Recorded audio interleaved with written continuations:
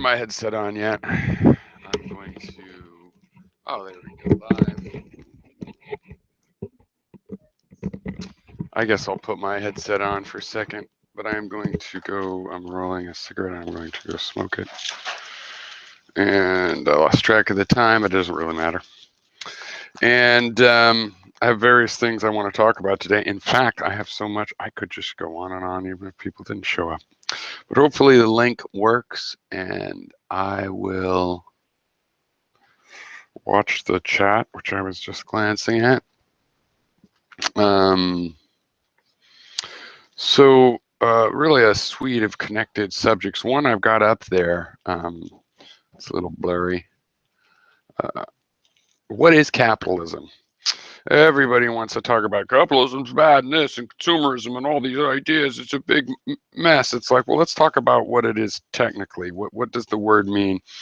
I have a belief that, well, look, put real quickly, the project I'm involved with philosophically, that isn't just my own project. I mean, multi-generational project is the project to reevaluate our values. Things we thought valuable, maybe they're not. And things we thought weren't valuable, maybe they are. Okay. Now, in that, we have, I have a personal project called Language 7.0, which is about removing, well, it's about a lot of things, but it's about making a technical language suitable for communication. But it's also has an aspect that you remove value judgments from words. So a word like parasite. Even if all the actual examples of parasites are bad, the word parasite should not convey a bad connotation, right?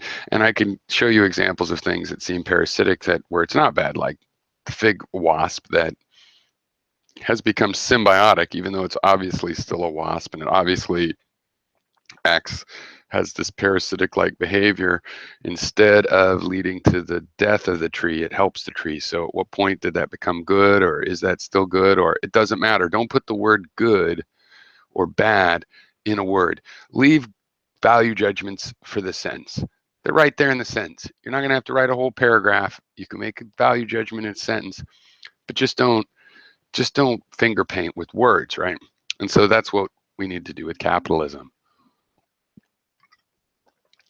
There's a lot of stupid assumptions, and on here is a list of 3 things of what I think people,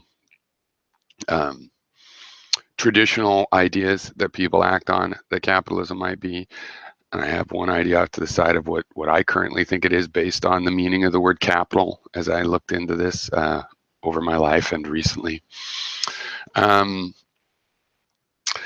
it might still be that capitalism's a bad thing, but it's really important in skepticism and in the reevaluation or evaluation of values to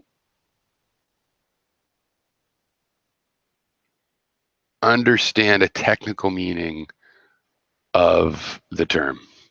There might not have even been a technical meaning. And there's certainly words that don't need a technical meaning to have a place in our life, but their lack of a technical meaning does affect their role in our life. So for example, love. Well, love might not have a really technical meaning, might not have any technical meaning, but when push comes to shove and you have this feeling of love and you figure out it's a dysfunctional personality disorder generated relationship, then you should go, you know what? I can't make this decision based on this feeling that I don't understand technically. And if I try to make a technical definition, I'll at least have some exclusionary principles like, well, someone that loves someone doesn't do this, that, the other thing that has happened. So either technically the person doesn't love me, or since there's no technical definition, I will have to remove that from my most difficult decision-making processes. Okay, I also want to talk about immigrants and libertarianism, because I think I don't get why any libertarian or even objectivist can at all be so anti-immigrant. And I have to admit, I'm thinking of Stephen Molyneux here when I also say related, similar thing, a different issue, but similar, libertarian in the Black Lives Matter, and Stephen Molyneux, who says it's always the same story. Some criminal thug gets shot and then we make him into a saint. It's like, how is that a libertarian inspired thing? Well, it isn't. So it goes to, what are these people's real philosophies that they like and feel good bathing in libertarian language about? I mean, if you support the police in these kinds of things and a non-aggression principle, it's like, don't you think that if you believe in a non-aggression principle, that you have to have aggression before you shoot someone? Wouldn't that make sense? Oh, Eddie, you're gonna be surprised because I'm gonna go smoke the cigarette I just rolled, and then you're in control. It's gonna give you anxiety. No, I'm just kidding. And then democracy in general, which wraps it all up in that this theme of, been in some other people's hangouts recently, that Brother John and Mr. Croppers.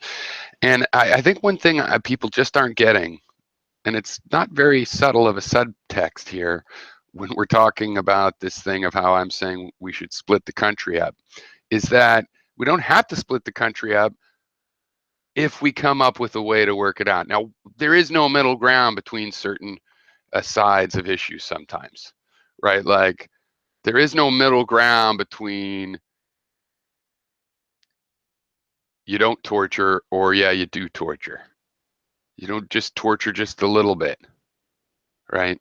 And you also can't pamper them. If it's torture versus pampering the vile criminals, you know, I'm more American than that. I don't want these totally, I don't want people that murder a bunch of kids go to jail to a fancy lawn covered place for 20 years, but I wouldn't maybe mind them having a fancy lawn covered place. It's not really that fancy, for the rest of their life.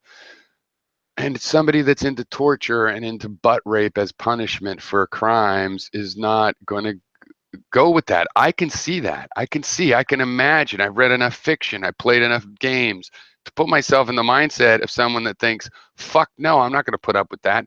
They have this other idea of what's appropriate or what'll work, or even if it doesn't work, what's appropriate, right?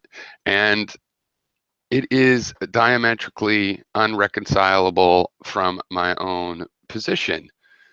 And I'm willing to try to be really clever and creative and come up with ways to accommodate that. Like, we do have multiple states. Let one state experiment with one horrible thing that a majority of its citizens think, and don't make us do it in, some other state.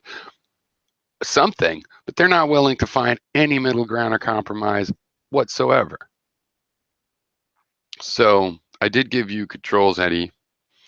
So the final thing about democracy is, I think what people are missing is that democracy is not just a battle where there's one Super Bowl winner. That's not how it works. It's a method for finding a consensus and a collaboration, which actually means doing sometimes things that are somewhat opposed. But since there's localization, right, it's in this department or this other department, you could see the results. And we're trying to basically try every reasonable thing enough to find out if it's going to be work for us ethically, in a utilitarian sense, or whatever. So, I've been telling people, remember more than one story, right? Remember more than one story. What's the problem here? I was talking to this Edward guy, and he's a perfect example of, often it's just like, I just realized there's something else I was supposed to do in the Google Plus. I'm not sure how to invite groups exactly. I did say share on Google Plus. But anyway, he'll be like, in the middle of your sentence, and I'm not going on about getting interrupted, whatever, at the end of the sentence, he'll be like, no, you're wrong.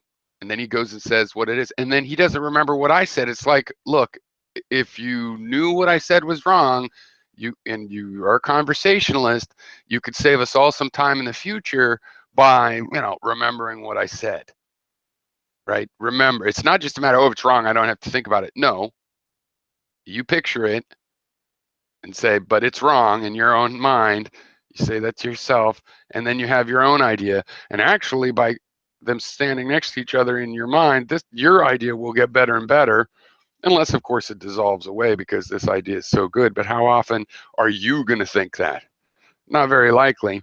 But people certainly do seem scared of that eventuality, in the sense that they can't imagine more than one story. And frankly, I would say the people that I've come to value in conversation, including YouTube and everywhere, this is the theme that I subconsciously and to a certain conscious degree look for. Can they remember the other people's idea? So another subject that I had talked about this week, so it could always be on the agenda, was the Hillary versus Trump from the liberal side, with people like Jimmy Dore saying, yeah, vote Trump, Hillary's worse, and Sam not saying that. And that came to mind because Sam, though when you're debating him, he will resort to debate tactics, and he's a very good debateist. Um, like when he summarizes the next day and even during the debate, he's fairly able to put the other person's position in the most favorable, most sane light, and then you attack that. And that's one thing I was intentionally taught in my philosophy degree that I think is something we should teach everywhere, which is, if somebody uh, misspells or comes to you with whatever mistakes in their argument, then you can repair those mistakes. Now, you shouldn't make up a fairy tale about what they meant. The person should come back and be able to say, yeah, that is what I mean. Yes, I accept that change. So you can run that by them again, but you should be able to fairly describe their position so well that they would agree to it, that they would say, yeah, that's what I believe. So like with this Edward anarcho minimalist or whatever he is, objectivist, or I'm not sure. Um,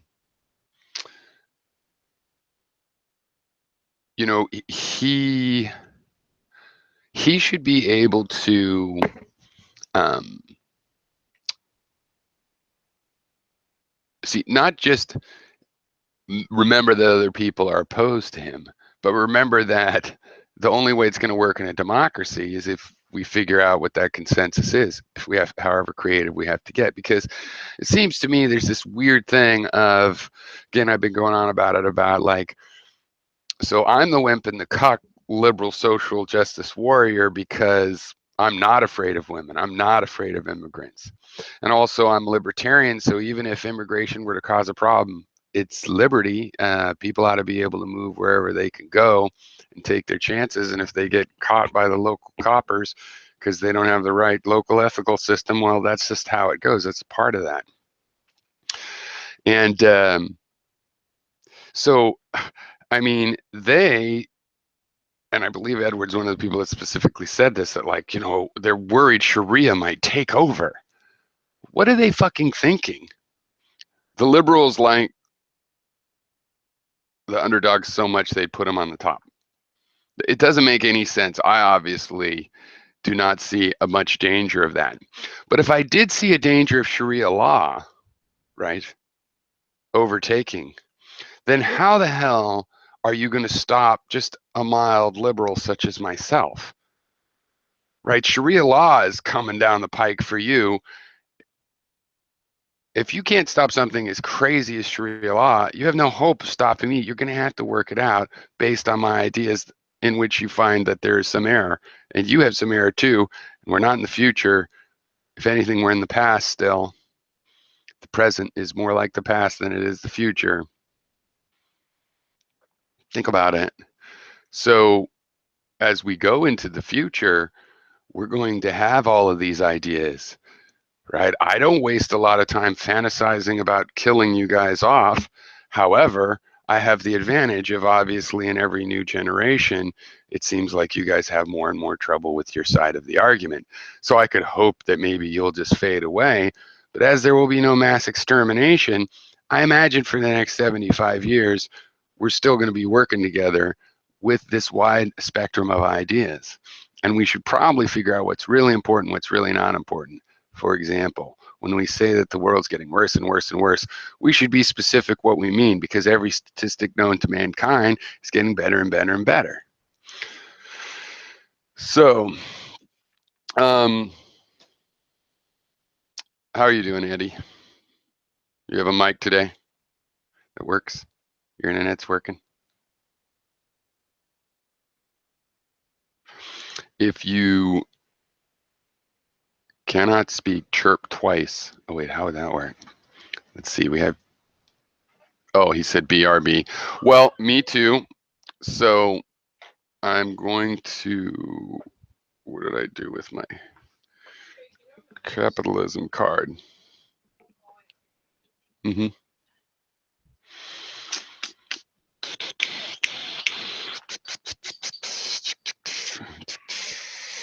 What did I do with it? Oh, still on there. Silly.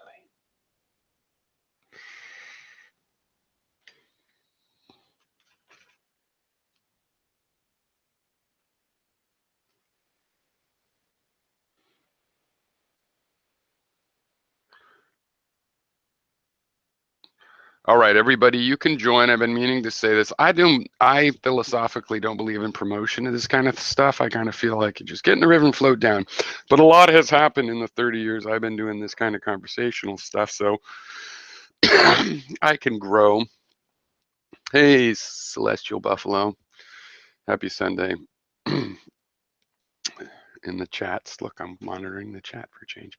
Well, there is one for a change. It's just been like 3 or 4 times. So, I forget what I was saying.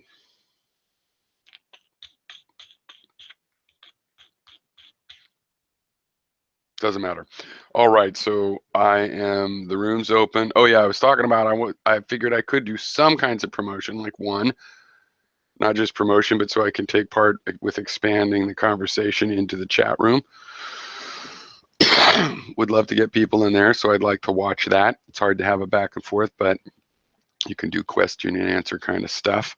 I found you can't really go back and forth, but you can, with the people that are live, it's just too big a delay. But you can, though, kind of have questions that are more similar to like talk show call-in questions, where you can raise a point that's getting ignored. So I don't know if anybody wants to help with that, but because it's not my forte. But we could do that, and I do have this other channel that I didn't end up using since the chat's working, that we could use. I called it Information Exists, and I'm not going to do it all on my own, but I'll do a lot of the work. But I mean, that has to be organically spontaneous and whatnot.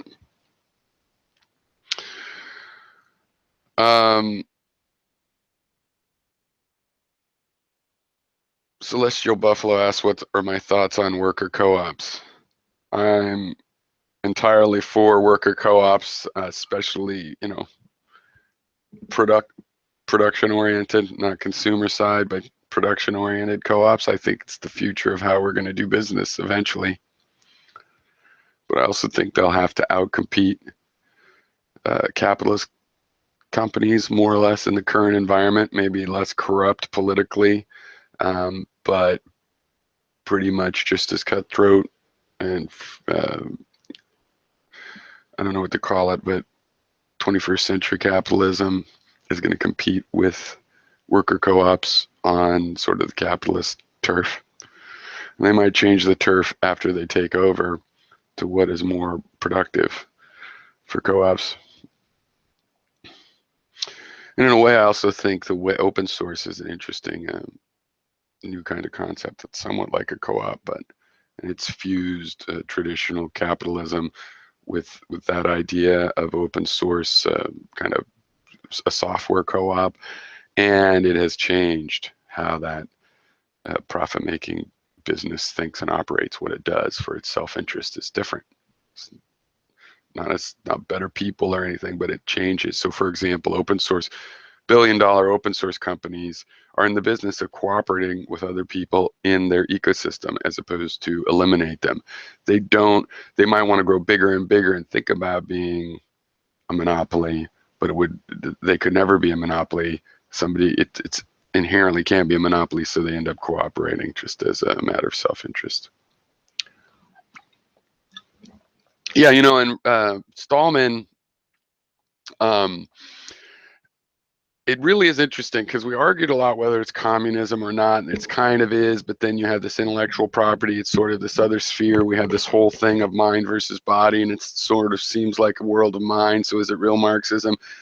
And yet now it's been so long going on that I just feel like I got to tell the story. People don't know what happened. And it's like, yeah, there's this enlightened self-interest thing, and it's making billions of dollars for people, and it's saving people billions of dollars. Yeah, free software, not open source. Yeah.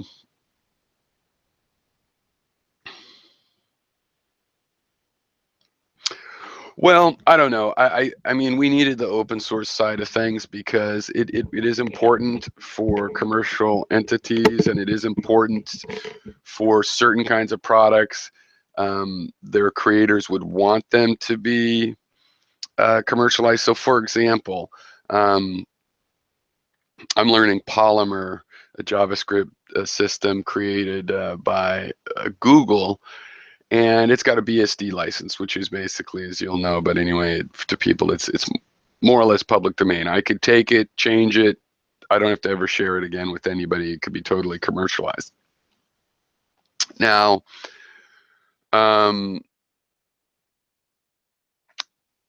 in general, that would not be a good idea. It would not be good standing. There was once a web server, I think it was called Zeus or Atlas or something, that was made off Apache. I don't know what happened to them, but if they did survive, they will have been contributing back to the Apache project, because a successful project like that would basically eat you up. Otherwise, you won't be able to compete with the 1,000 cuts that the open project gives you. On the other hand, I mean, Polymer has this project that's a Kickstarter project that you start and you make it into your own application.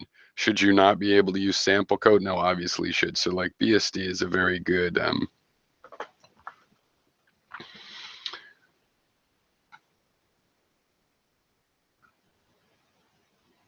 huh.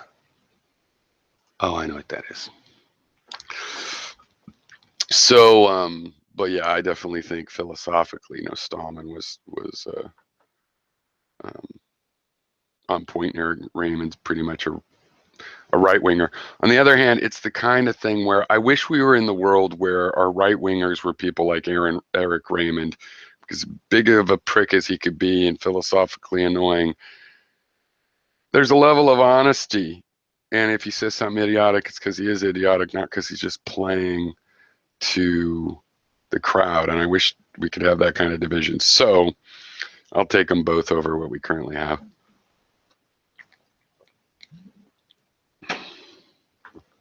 I'll tell you who I do hate is that guy that started Netscape. Just took an open source thing that had been made on the public thing, then created the biggest IPO to rewrite it crappily. Fucked up. But they did kind of AOL righted the wrong by making Firefox, but that's not a particularly healthy institution in my view either. I'm reading the comments right now, but it's about 30 seconds slow, and then yeah, we just what is it, PictoChat? Yeah, we just got the chats. When they changed this, so to do live hangouts through your channel, you have to go to live streaming, and the comments came back, because for some reason other than that, because I've got a couple of Google accounts, I had a YouTube account, they made me create a Google and attach it, and that for a while there wasn't even comments after the fact. So yes, I do read chat, and that's a new project to read and reply to the chat. Now the thing is, I'm going to be back in a few minutes, so in like 2 minutes. So I'm going to multitask. I'm going to go outside and pee and smoke at the same time. So it should take about 2.5 minutes. And I hope I won't lose you in the meanwhile. And if you put some questions in chat, I will answer them. And if not, I have about an hour and a half of ranting and philosophizing that I've been thinking of doing.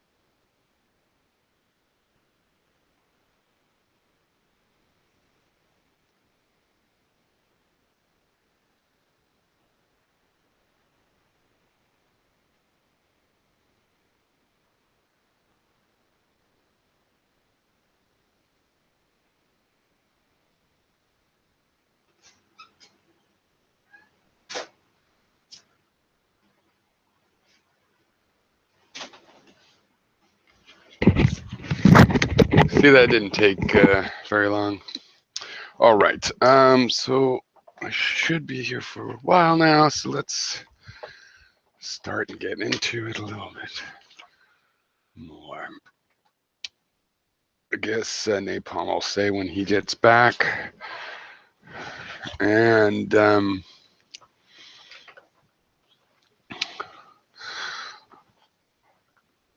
all right.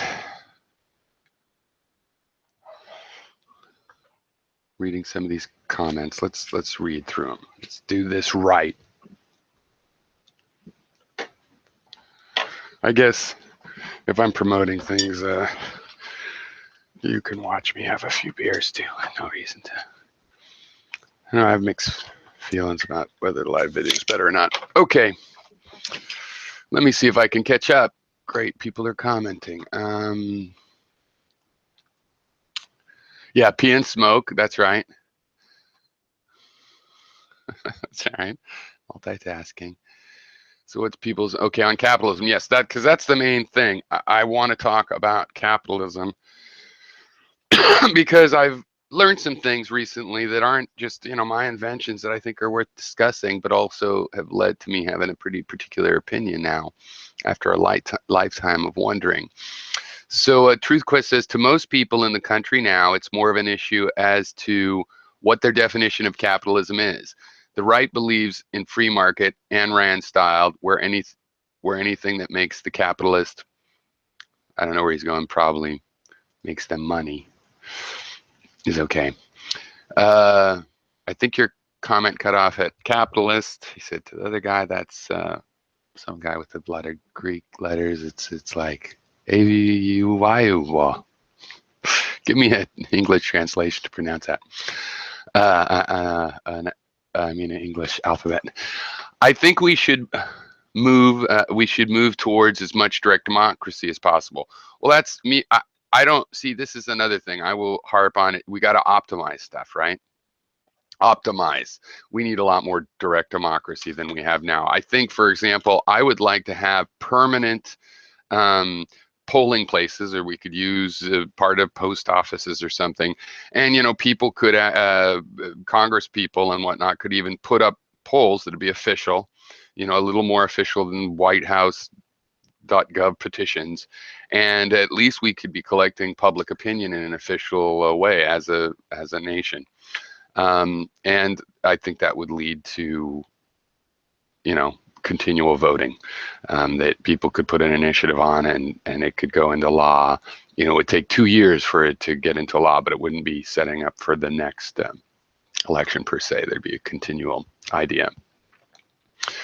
TruthQuest says money is allowed. There's no, that makes the capitalist. He's continuing that. All right, I'm actually here now. I fucked up my thing. Oh, hey, Napalm. I'm reading comments. We got comments coming. There's people in the chat there, which is cool. So this is a way I could just take part in the broadening of the conversation without, like. Guess who signed up to be a YouTube hero? Who? Me. What's a YouTube hero? Oh, you haven't heard? Basically, YouTube is like, why should we pay people to moderate the YouTube community? Let's just have the community moderate itself. Oh no. So they came up with this hero program, and like, you can mass flag videos at like stage 3. That's gonna be probably terrible. Oh yeah, it's gonna be horrible, but like, I'm like, fuck. I got a lot of people I hate. I might as well take advantage of this shit. Well, no, I think it's good, and it could be good, and community moderation can work. I mean, I think the moderation on I will say this. works. It is kind of weird because the biggest problem YouTube really wants to fight now is its awful fucking perception of its user base. Because YouTube doesn't like the fact that like its comment sections are jokes. Yeah, I think they're pretty callous at this point and don't care. Whatever will get views and money and advertising money. But I think they might think that that's a problem, that it is potentially a laughing stock, and it's sort of an issue. And it's at the point where the late night talk show hosts know that it's a shit field in comment sections, like, and YouTube's you an don't example read the of comment sections. Yeah. But yeah, like I've been telling everybody, it's like YouTube's probably like Google's all about data consumption and data processing and algorithms. They probably have looked at the long-term thing as like the YouTube Heroes thing. Even in the worst case scenario, it probably benefits them in the long term. So the only good community moderation I've ever seen is Slashdot, and Slashdot News for Nerds doesn't block people. What they do is every once in a while when you log in, you get 5 moderation points where you can bump something up or down. So you can't just bump up an infinite number of things. You have like a very limited number. One day you get 5, boom, you could do that. If people get their comments continually bumped down, they start posting at a lower level, and then ordinary users that just start off, their posting level of what they see is at 0. And if you got negative numbers, either because people comment, minused it down, or you're posting at that level now, then people don't see it. But then when you're curious what's going on, like let's say somebody with a highly ranked comment, you can't see who they're replying to. You just click, and you're seeing all of the gutter stuff. And for fun, I always search at -3, and I use my brain as the filter, because sometimes you want to see that, or it's gems in there and among the shit. But of course, most of it's just shit, and should be, and that works pretty well. But the idea of having a moderator person or set of people, a squad of militia, that I've never ever seen work well. And I would say that was the first idea for moderation. So moderation starts off, you got bulletin boards, and the guy that runs it is moderating. And it gets too big for that, and all his best friends and early adopters become moderators. Yeah, and it inevitably I've been on message boards. I've seen that. Where it's like, you've been here for like 2 years. You're trustworthy. Yeah, no, I don't think it's gonna work. So anyway, I was gonna let me see, let me finish. So with what TruthQuest was talking about, the problems in the country, one side believes in free market, where you could kick somebody off an insurance policy for, you know, being a higher risk or for being fat. Um, and then the other side believes the opposite. Yeah, that's true, and it's also just semantics. So those are possibly contradictory ideas, but it is just that we don't quite understand the terms we're using a lot. And then down here, uh, he says, I think to you, you get to flag people shit just because your butt hurt about a video someone made, and then he calls you a fat fuck. I don't. You have a Oh, I'm history with not this butthurt guy? about video. Here's the thing, though. I'm doing it out of personal reason. I don't give a shit about videos. Brett Keane fucking with me personally, so it's like, you know what? I wouldn't mind destroying what little he has left. Just out of pure Well, I spite. just think no. I I haven't know heard I'm about not this. good. I know I'm not the good guy here. Believe me, I'm not like what I'm doing is the right thing. I'm like, I get mad at this shit when I can get even. Really? So you're just saying you're going to, you know, essentially abuse the concept? Pretty much. It's like, fuck, everybody else is gonna abuse it. Like, I might as well just settle an old score. Huh. Well, I think the idea that they're calling it hero right is bad right off Yeah, the that's start. You really don't need a kind of bunch of goody two dumb. shoes And it to does go bring up as like the heroes. Watchmen stuff. Like, I don't know if you've ever read Watchmen, but it does Yes. bring up the whole. And to be fair, like it was a Greek saying before Watchmen, but it brings up the whole like who's going to hero the heroes. Yeah. Like YouTube's already like we're not going to pay people to do basic moderation. They're going to pay people to moderate the moderators. Hmm. It's a horrible system. It really truly is. Well, so here's the thing. They're trying to defend it though because they're like, look, the stage 3 is Well, where you start here's the thing flagging too. people. I've been Stage taking. 1 is you only add captions, the videos and stuff. Captions. Interesting. I have to look this up, Yeah, but I'm that's gonna the look it up first right now. stage. Well, the thing is here's how I see this kind of effort. I'm gonna have to look into the details, but you know, it relates to this whole SJW thing because we have these anti-SJWs and they say everybody hates feminists, and they also say that they're maligned and that their free speech is being taken away. And then they're going on, and there's no compromise with any of us that do believe in free speech or whatever.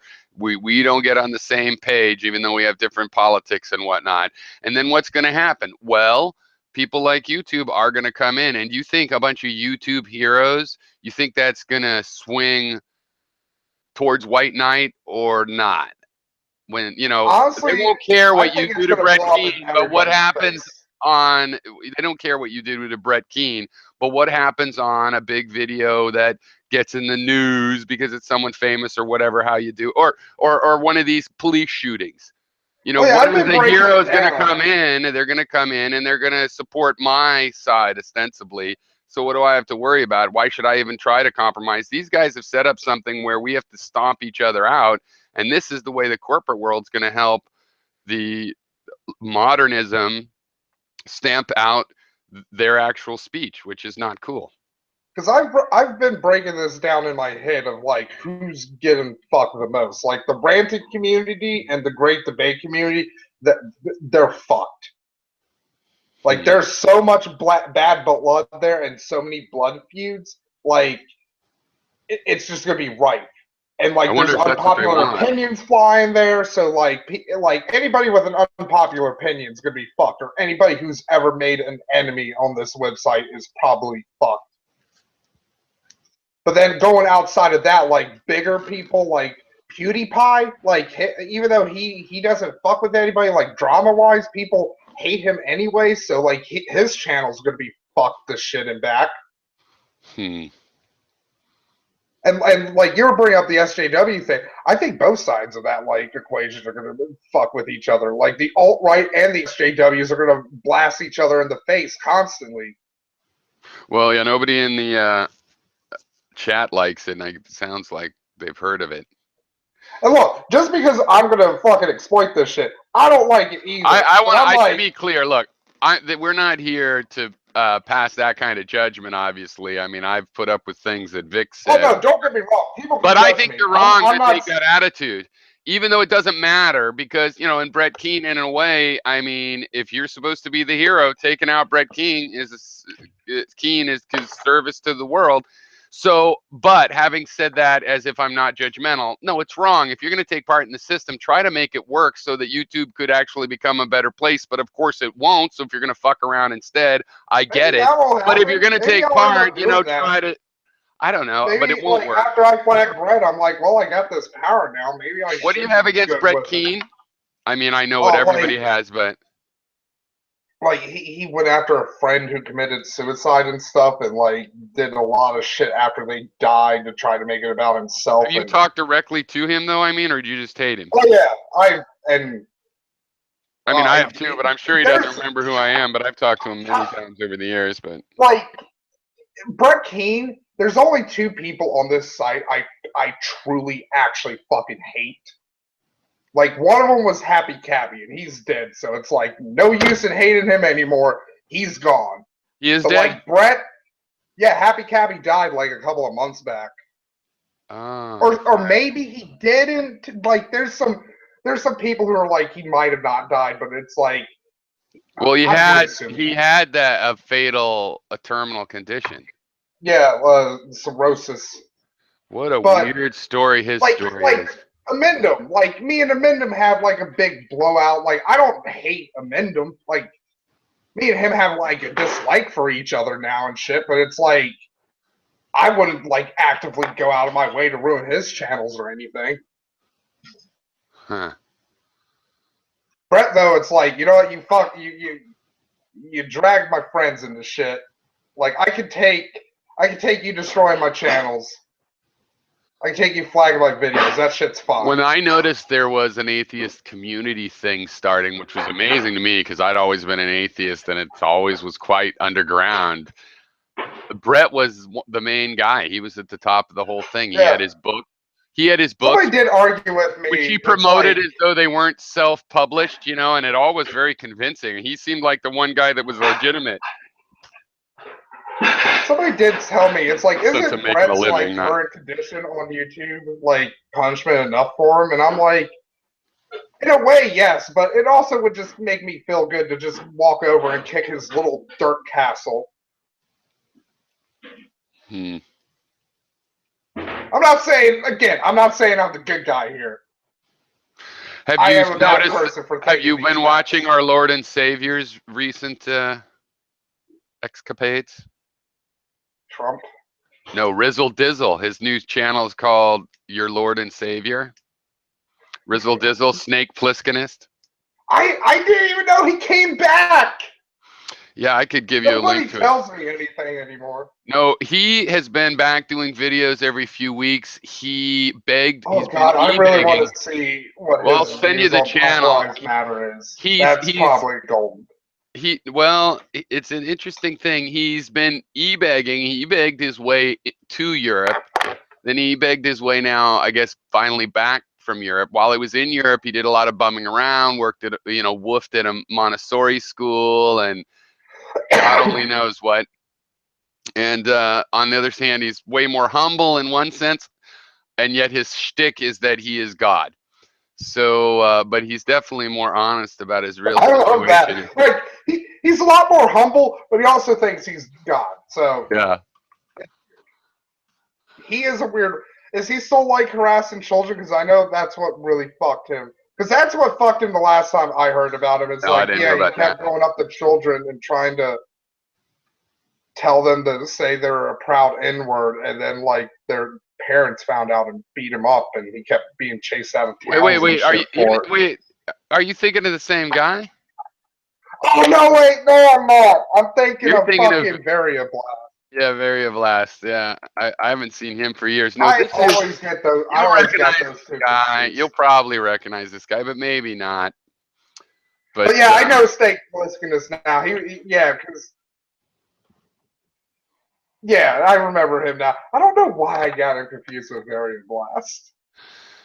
He's another interesting case where he Last thing I heard with Snake Plisskenus was the stuff he was doing with Diana Boston. and then he disappeared. I just put the link to his channel in there, and then he's been back for a while now, but infrequent videos. Because if I remember right, he was going after like Diana Boston, Selfani for Black Lives Matter. Well, but even before Black Lives Matter, she was talking about Trayvon Martin and stuff, and how George Zimmerman was like, yeah, he should have killed him. Yeah, I follow. Zimmerman does keep getting in the police. I don't know if the last one was some guy punched him in the face. Because he went into a restaurant and was like, I'm the guy who shot Trayvon Martin. I like your tattoo. It's like not all guys with tattoos are racist, fuckhead.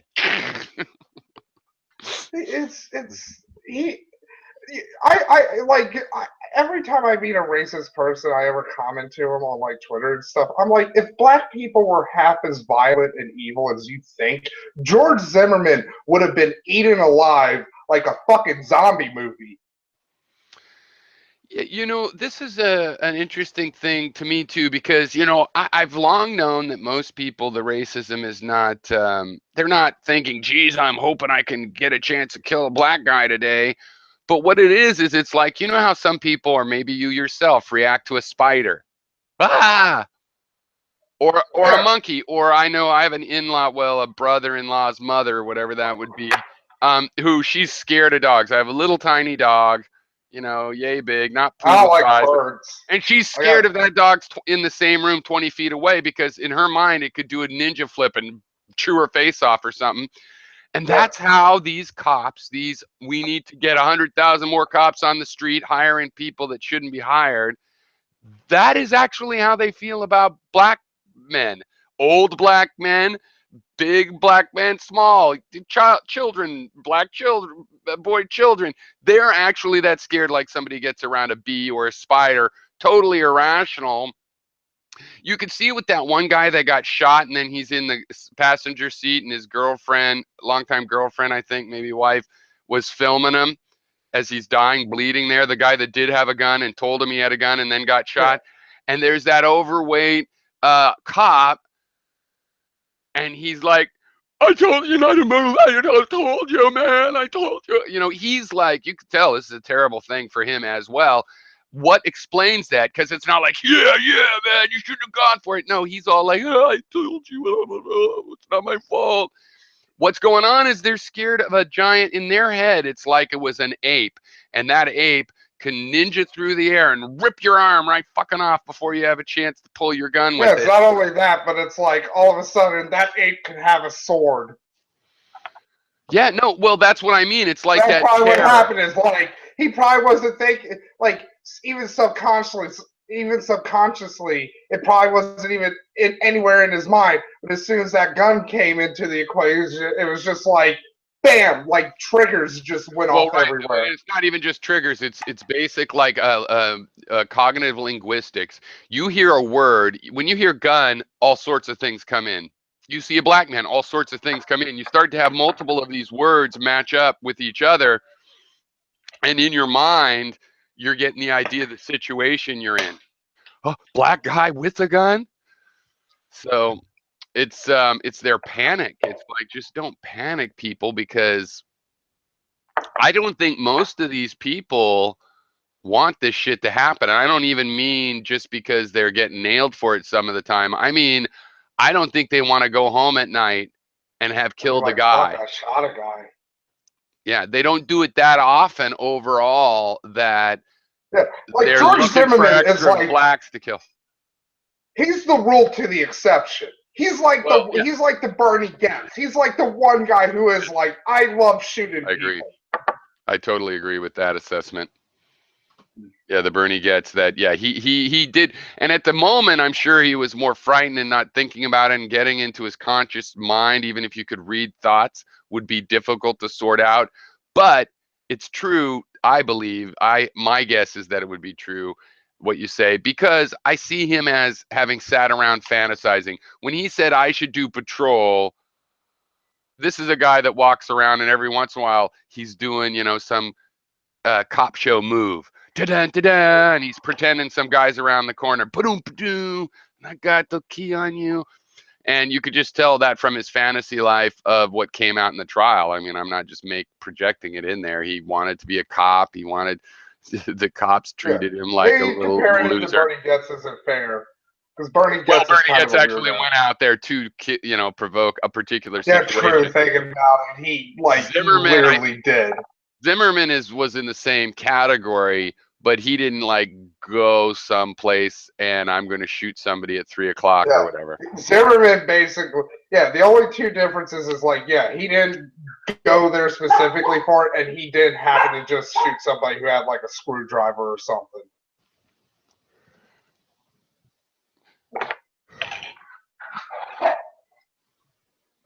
Let's see, dog wants in.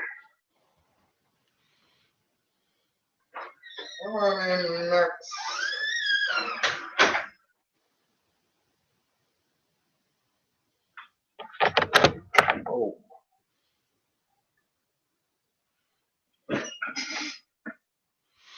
So, the topic I want to talk about, Eddie, I don't know if you're up for it, but is, what does capitalism really mean? I think right now, based on my understanding of what capitalism really means, I would be a capitalist. But it's similar to the way that I'm a libertarian because that Or is you'd be a about communist, where it's like, sounds well, like yeah, all but the I'm stuff not a I. communist. I'm not a communist though because I believe in the free market. But that's one of the things with capitalism.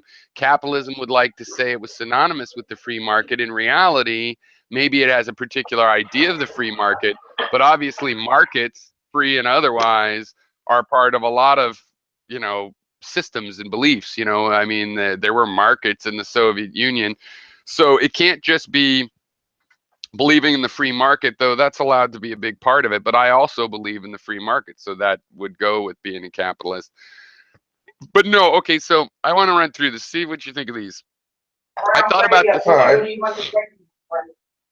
I thought about this a lot as a kid. So my first idea with capitalism, and I think there's some legitimacy to these ideas that are now in the past for me, but it's just that capitalism is a thing. Capital is money, I figured, which is wrong. That's the thing I figured out that traditionally, historically is wrong. That's not what capital is supposed to mean.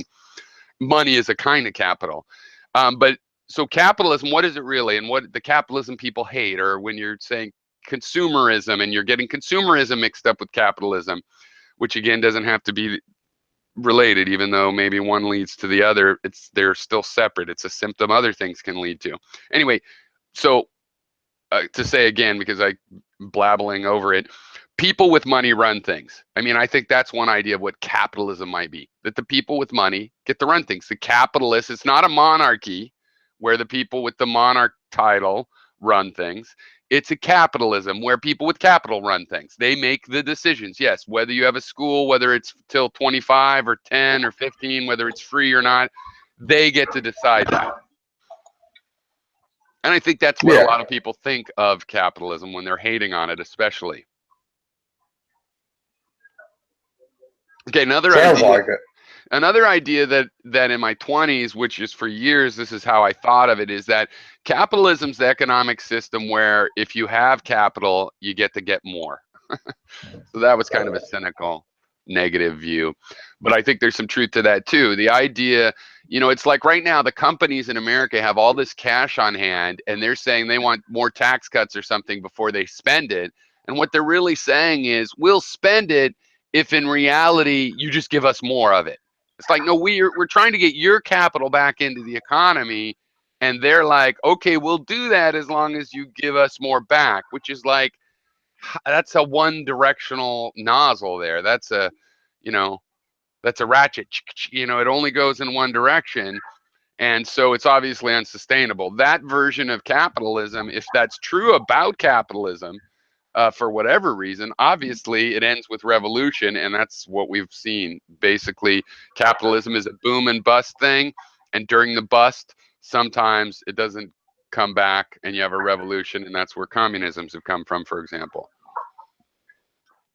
And then the third one, and I'll stop with these. I won't go into what I actually think capitalism is now, is see if we want to talk about something else or what. But though I'd like feedback on these, even if it's hard, we could discuss it a little bit.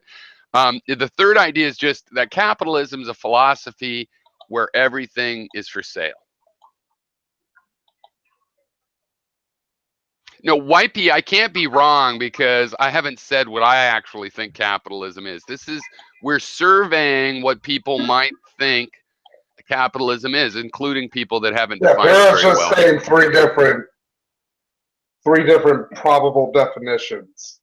So the part I think you could agree, but you could definitely still disagree, but that I would be looking for agreement on is that, yeah, these are things that characterize capitalism in people's minds, maybe more from the liberal side, my side.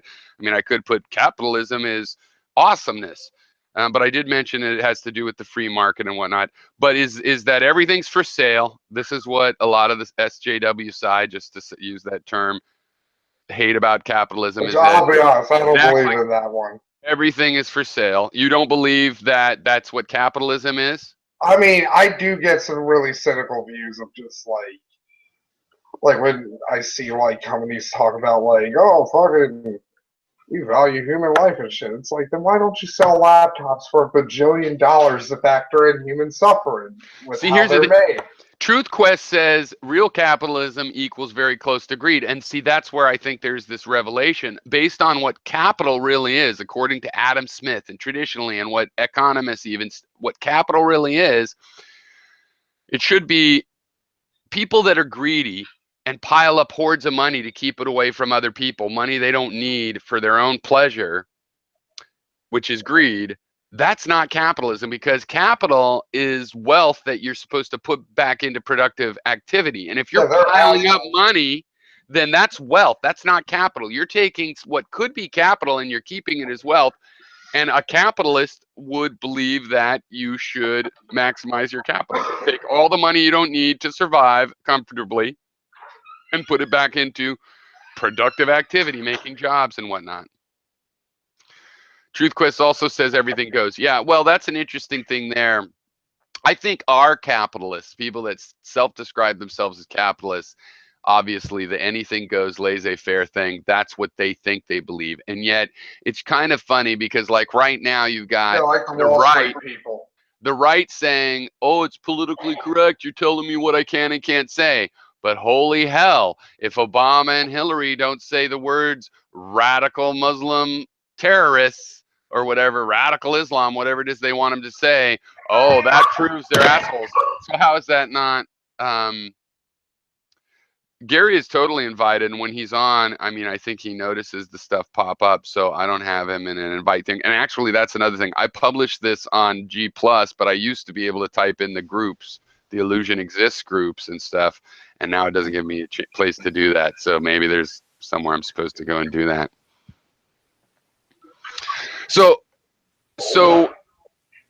what about the idea that the capitalists, I do believe a lot of pro-capitalist people just implicitly this is part of their view that you have money, there's some sort of right for you to make more, right? Like we have to give them the tax situation where they're able to make more. We have to, whatever we do, it has to acknowledge that they're rich capitalists and so they get to make more. They get to make interest off their capital. Their wealth is guaranteed now.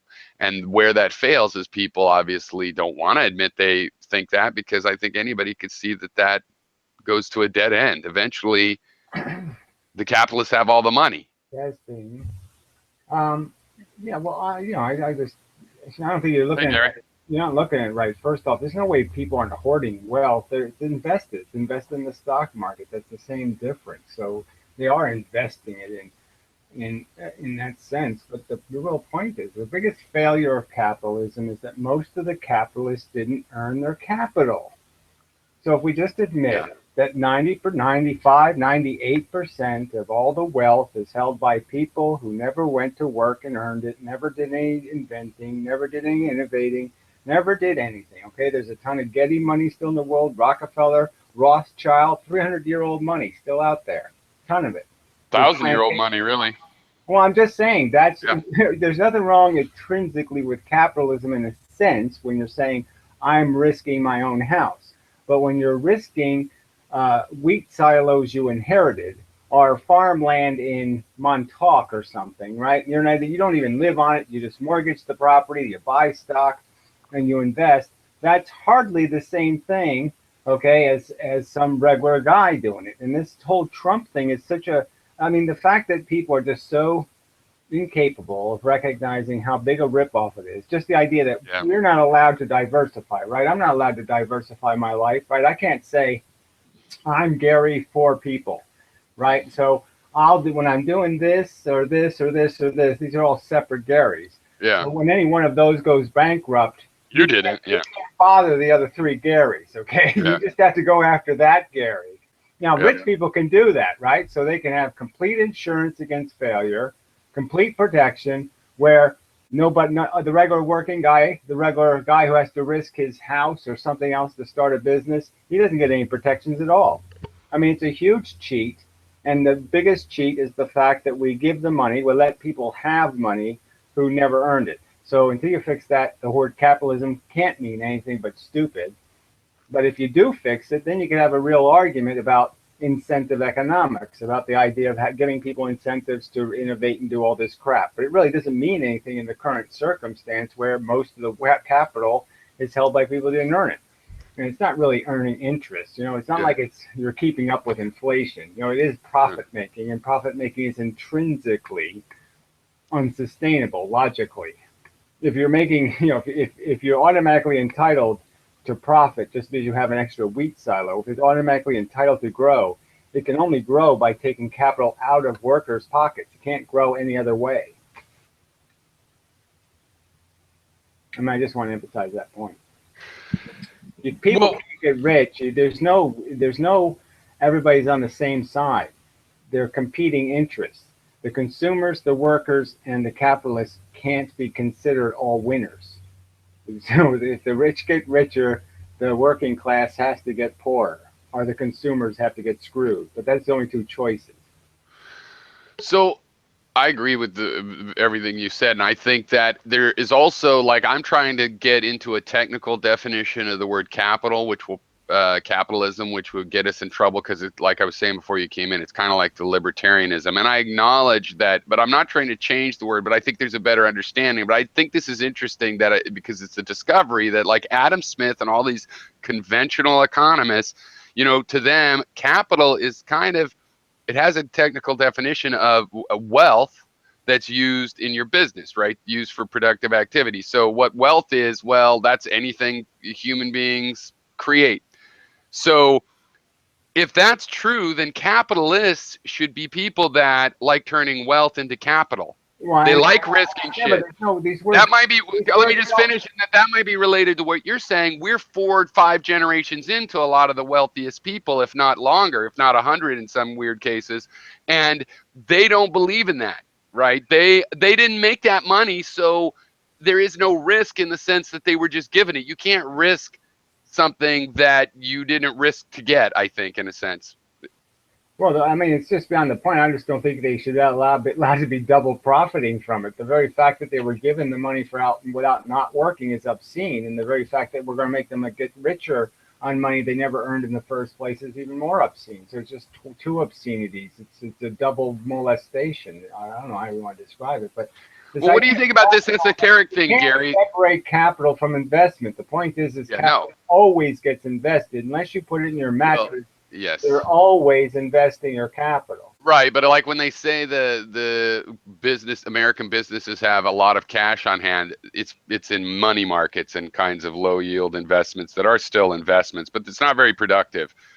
Just in exchange markets and things, and currency exchange markets. And well, it doesn't matter whether it's very productive. The fact is that it is productive. It grows over inflation. Well, right. It's like, and it grows over inflation, and it does that because some of the investments are good and some of the investments are bad. But I'm just saying it's still a profit engine, so let's not pretend it isn't sucking value out of the economy, because yes, it is. It's taking more Okay, it takes more out than But goes. you see, but just think of this abstraction. Okay, do you agree though with me that if the idea was that you should take your wealth and turn it into businesses and stuff, that's a kind of a view that we could get behind, because the problem, or I could, the problem I have is that they just pile it up.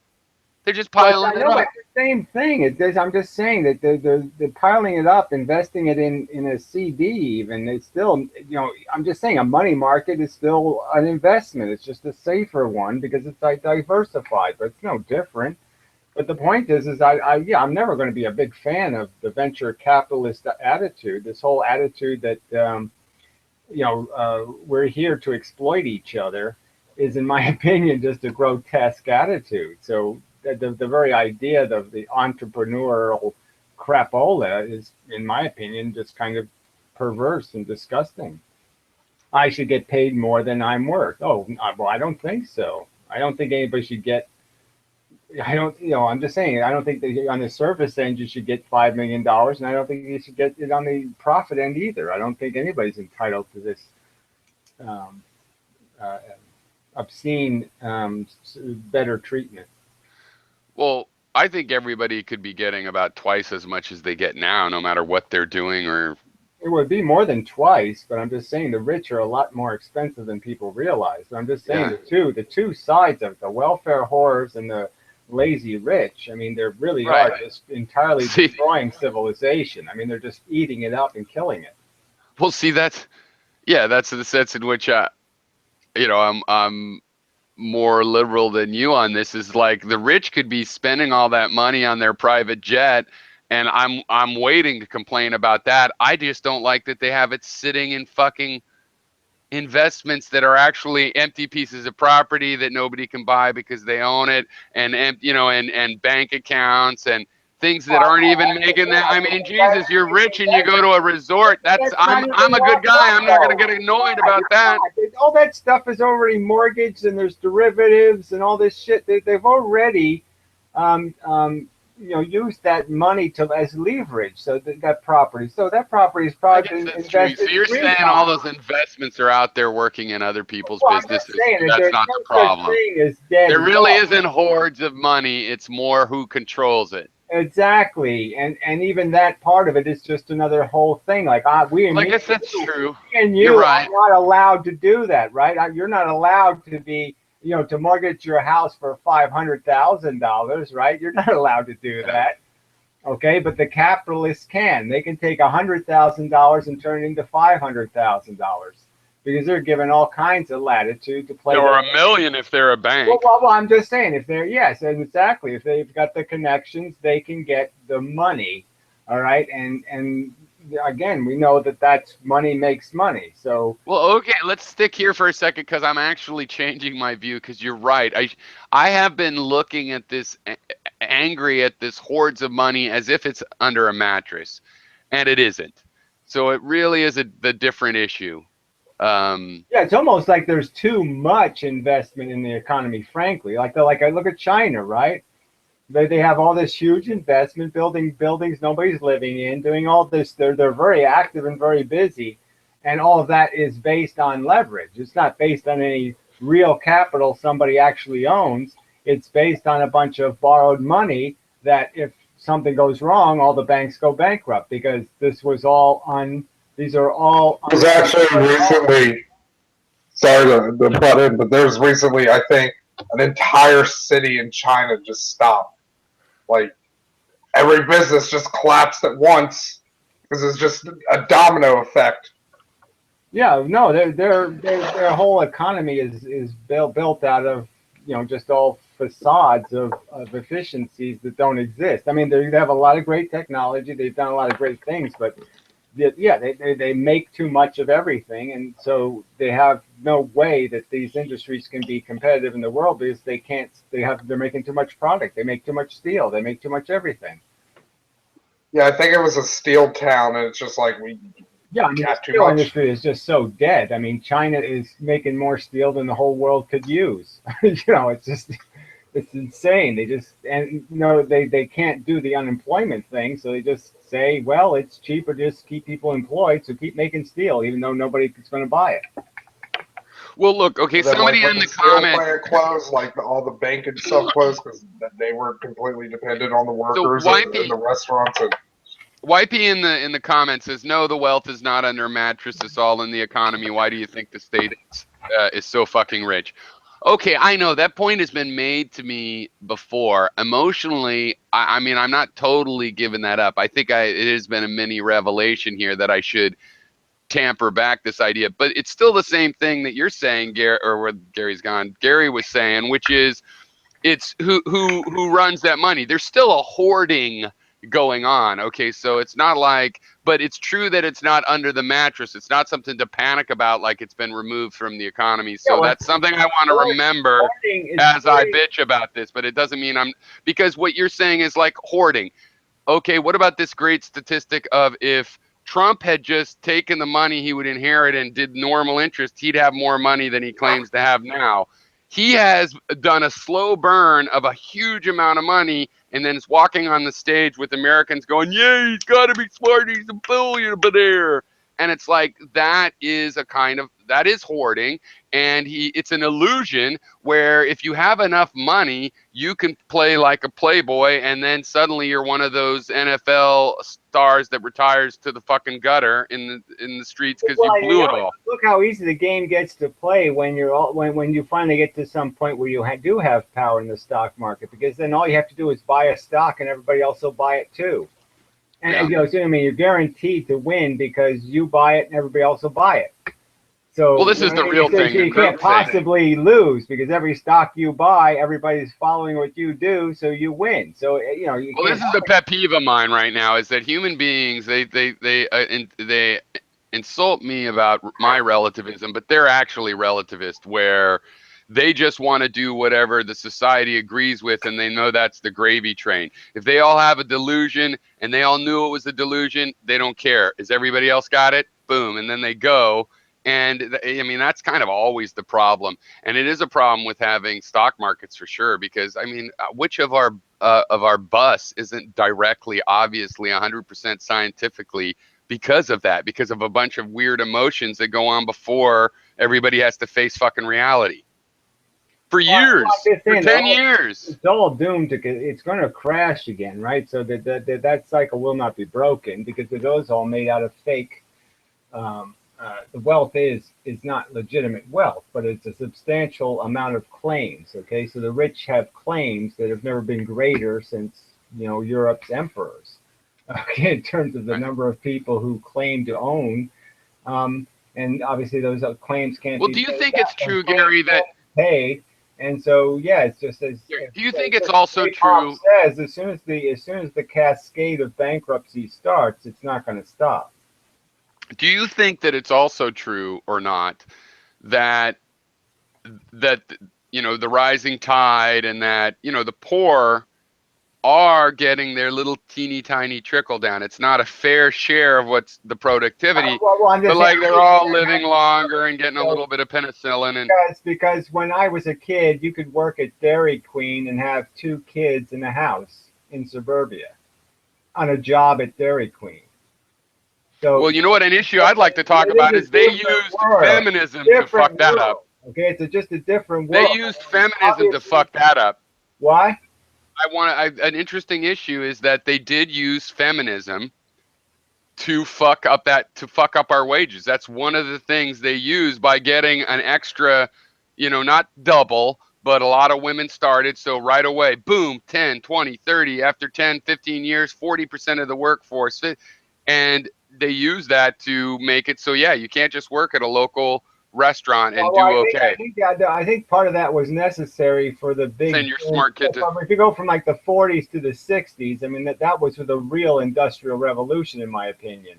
You know what I mean? It was a huge advance in technology and production in America, and America was selling Yeah. to the world, and so we could afford to have a huge labor force because we had You just couldn't make enough product because the world was buying That's the stupid thing. everything we were making was everybody else wanted. Why did we have that from the 40s and 50s? One, we are hard workers, and Americans still are. Even us, our slackers are fairly like motivated Well, we know why. It's because and socialism. Japan and Europe were still unconscious from the war.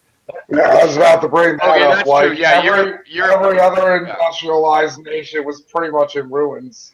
You know, right. So that's true. But wait, but you do not think it's also the GI Bill? All of our young Americans came back with the right to have a house, Oh yeah, that was to a go to factor. college, to have medical care.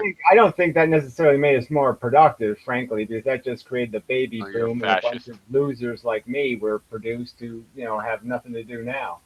So, that wasn't. Oh, wait! You always got to be negative, turning it to the long run results. Yeah, no, but it did cause that boom, and then in the '60s we were flying high. I mean, America was like fucking Bechtels, and even our cars were, they were kicking ass. There's a lot of Just saying things that that's why we helped survived America the industrial post-World War II. revolution. And once he landed on the moon and they ended the Vietnam War, it's like everything just turned into shit. Well, and the baby boomers, we were so rich in America that these baby boomers, they could run off and rent a flat in Soho or San Francisco and just bitch at their parents for the rent. 150 a month or $150, or there was so much excess wealth that's why they became hippies. Yeah, well, that's another California catch, and we know what this. California got killed because its population doubled in 10 years. So the immigrant problem was what really hurt California. Obviously, everything. Well, immigrants from the East Coast. Well, I'm just saying everything got very expensive in California because obviously you had such a high density of people, and you started sucking up the resources. Well, what actually fucked up California as a place that working class people could enjoy is they had a good infrastructure. And if you have a good infrastructure and you can make a living at a Dairy Queen, so you have a car, it pays off a lot for working class people. And when they froze property taxes in California, the schools started to go to hell, and then everything else followed. And now there's potholes all over, and it's a piece of shit. And when I was there, you'd think it was a fucking future. The infrastructure was so tight. It's more complicated than just Proposition 13, but yeah, that didn't help any for sure. Well, no, it was a whole series of things, though. It was the trigger. That changed things. They only got worse in California after that. I'm still going to argue that just go by rents or our property values in California, and that was where everything got obscene. I mean, it's you could have bought a lot in San Francisco for like $15,000 40 years ago, and it's worth $1.5 million now. Yeah, at least it's crazy. It's crazy. I mean, where's that value come from? It's all imaginary, really. Well, I know, but it's not really. I mean, there's some more people, but there's not 100 times. There's so many people. I mean, you go from 15 million people to 30 million people in 10 years. That's double. But that's double. What the fuck? That's double. Okay, so instead of 10,000, it should be 25 or 30. But what the fuck? It's a lot of people, Pierre. Well, I have an answer. My belief is that you want to pretend that 15 million people ain't a lot of people. It's a lot of fucking people. No, but the reason it's factored up so much more is because this kind of speculation game that really the baby boomers brought to a head of flipping houses and all of that kind of shit and controlling how much housing is built. And I guess they created this market of real estate where people can't afford houses. The problem was systemic, and it started back in the 80s. It's only shown its ugly head in the 90s and the 2010s. Okay, but the problem started way back then with the huge increase in the population. So anyway, I'm just saying that was California's issue. Also, well, what happened on the East Coast during that time, Gary? Because I'm well familiar with that. I grew up in California, where half of the grandparents, were from out of state. So that's the double. But what was going on? Oh, I just texted you. What was going on in the East Coast? Did you guys have a drop or no? Was it not noticeable? Well, yeah, we had a real decline in productive people and an increase in immigrants, which was that was white flight. Like good immigrants, but just kind of welfare immigrants. So unfortunately, it's a lot of wealth left these places because it became a worldwide economy, right? So all of the big companies were headquartered in New York and New Jersey and Connecticut, and they all took off. So, Right. so I Well, think or a rural Jersey's place like population. Maine, they lost all of their manufacturing and working class Yeah, kind yeah. of So stuff. there's no, nothing's made in New Jersey. And it continued right up until now because just like right when I was moving here, they're losing the last of their paper mills, for example. Yeah, so I'm just saying that kind of stuff, kind of changed the game for the East Coast. I mean, it, still has power, but I'm just saying its relevancy is dying, not gaining. That And kind of. then in the South, there's just a whole bunch of different problems too. Yeah, each state. I mean, I find it so interesting. Look at the demographics of how the language dominance is changing in different states, and it's just so funny to see some states like Texas is going Asian. Of all, I mean, that'd be the last place I thought the Asians would go is Texas, but yeah, it's going like Asian, big time. But a lot of them like it. Like Virginia has a huge population of Vietnamese people, and at first I thought it was weird, but then I was like, "Oh, Vietnam War. That's I don't probably see where a lot of the why it's not refugees a came. fundamental. I don't see why it's. At least the first refugees who were like helicoptered out, the government was probably like, "Oh, we'll sell you in Northern Virginia and stuff." I Yeah, don't see why it's not a funny. You wouldn't even fundamental think there right. were that many Vietnamese that immigrated here, but there was an awful lot. It's really I don't look at it, it's see. kind of amazing. It is kind of amazing, actually, post the war. Yeah, but especially since it wasn't like they were all the right wingers or anything. It wasn't that great place to be. I guess people just thought for their kids they would move. Yeah, they were But like, "We saw what happened in Korea. We don't want I mean, that in here." California too. I mean, also in Colorado, actually, there were a lot of Vietnamese families that had just moved there basically in my childhood time. Yeah, But and the bad part is they're just kind of segregating. But look, I don't see why, as a principle, it isn't a human right to just go wherever you want. You don't have the right to go kill somebody there, and you don't have a right to be on a public I service. know, But but think of it logically. If you create a community, let's say that you invested in it, you had your own golf course, and you had your own facilities, and you had a very good so I'm an asshole. system, and you had a very good. You did a lot of work to prepare your property and your commune, and you're Right. basically saying, now let anybody else in the commune. We don't care what your qualifications are. We don't care what you're going to bring, even if you're sick and But dying. it's not like we're. Just come here to die so we can spend the money to bury you. And But that's not what ever happened when we did have open immigration. We got well, all kinds of I know young what you're. people But that you worked go fucking back hard to as the past hell. model. This isn't the past, okay? This is not 1980. If our welfare system was 1930. work This programmed, isn't. This isn't any of those times. It's a completely it could different be. system. It could Completely be. different system. No, the difference is that they came over and had to work, and if our welfare systems gave people work, then it would be very similar.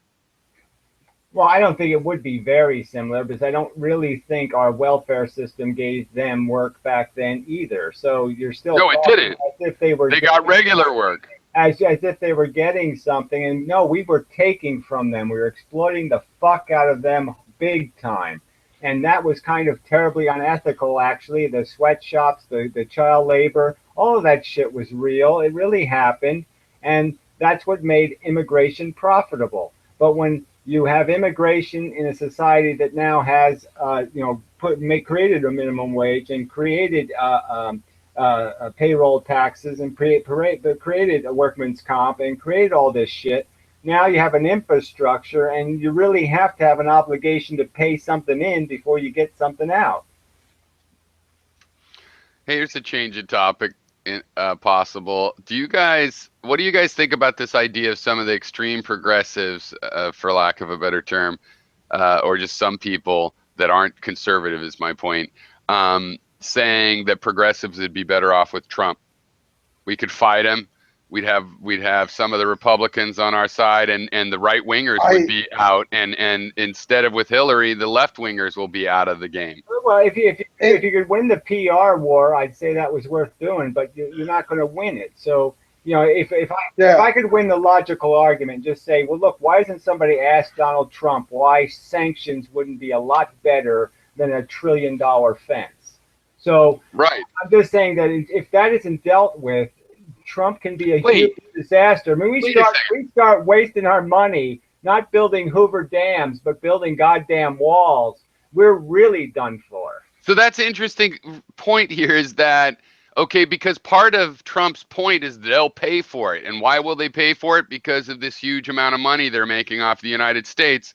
So who needs a wall? Just use Well, that. I'm just saying that Just use that that'll directly. never happen. We know that'll never happen because the only way they're going to pay for it is that our prices are going to have to go up. So the consumers are going to get reamed. Well, I'm just having a little asterisk here where, like, too bad Hillary's not smart enough, because that's a thing you could say right to Trump. It's like, look, you're saying they're going to pay for it. Why don't you get them to pay to stop, to stop bringing the people in? Like, give them a welfare or whatever. Pay for them to. You don't need a wall if you have all that Why money don't for you them to just pay take for it. money from them? Well, if you get all that money from them, yeah, why don't you just pay them to kill each other? Yeah, that would be really cool. But Yeah, I regardless, think we're talking about the fact is you can say that Trump can't do anything practically, but I'm just saying he's obviously winning the PR war, and if he can win that, then he can do a lot of insidiously horrible things. So And what look at the people he has hanging around him. I mean, this is a guy who thinks Sarah Palin Yeah. knows what she's talking about. This Anybody guy that's on TV. This guy is going to have an administration full of lunatics. Well, no, and in his books and stuff, he's all about you got to get even or you're a schmuck. I mean, this is just not something that can work out. Where I am on this is that I think the Jimmy Dore vote Trump wouldn't work out. That's the plan we do. If Trump does win, we go with that. But no, I'm going to vote for Hillary. Maybe I'm just getting old because it is so bad. And I think we could have a violence in the street kind of provocation of the worst side of America. So that's why.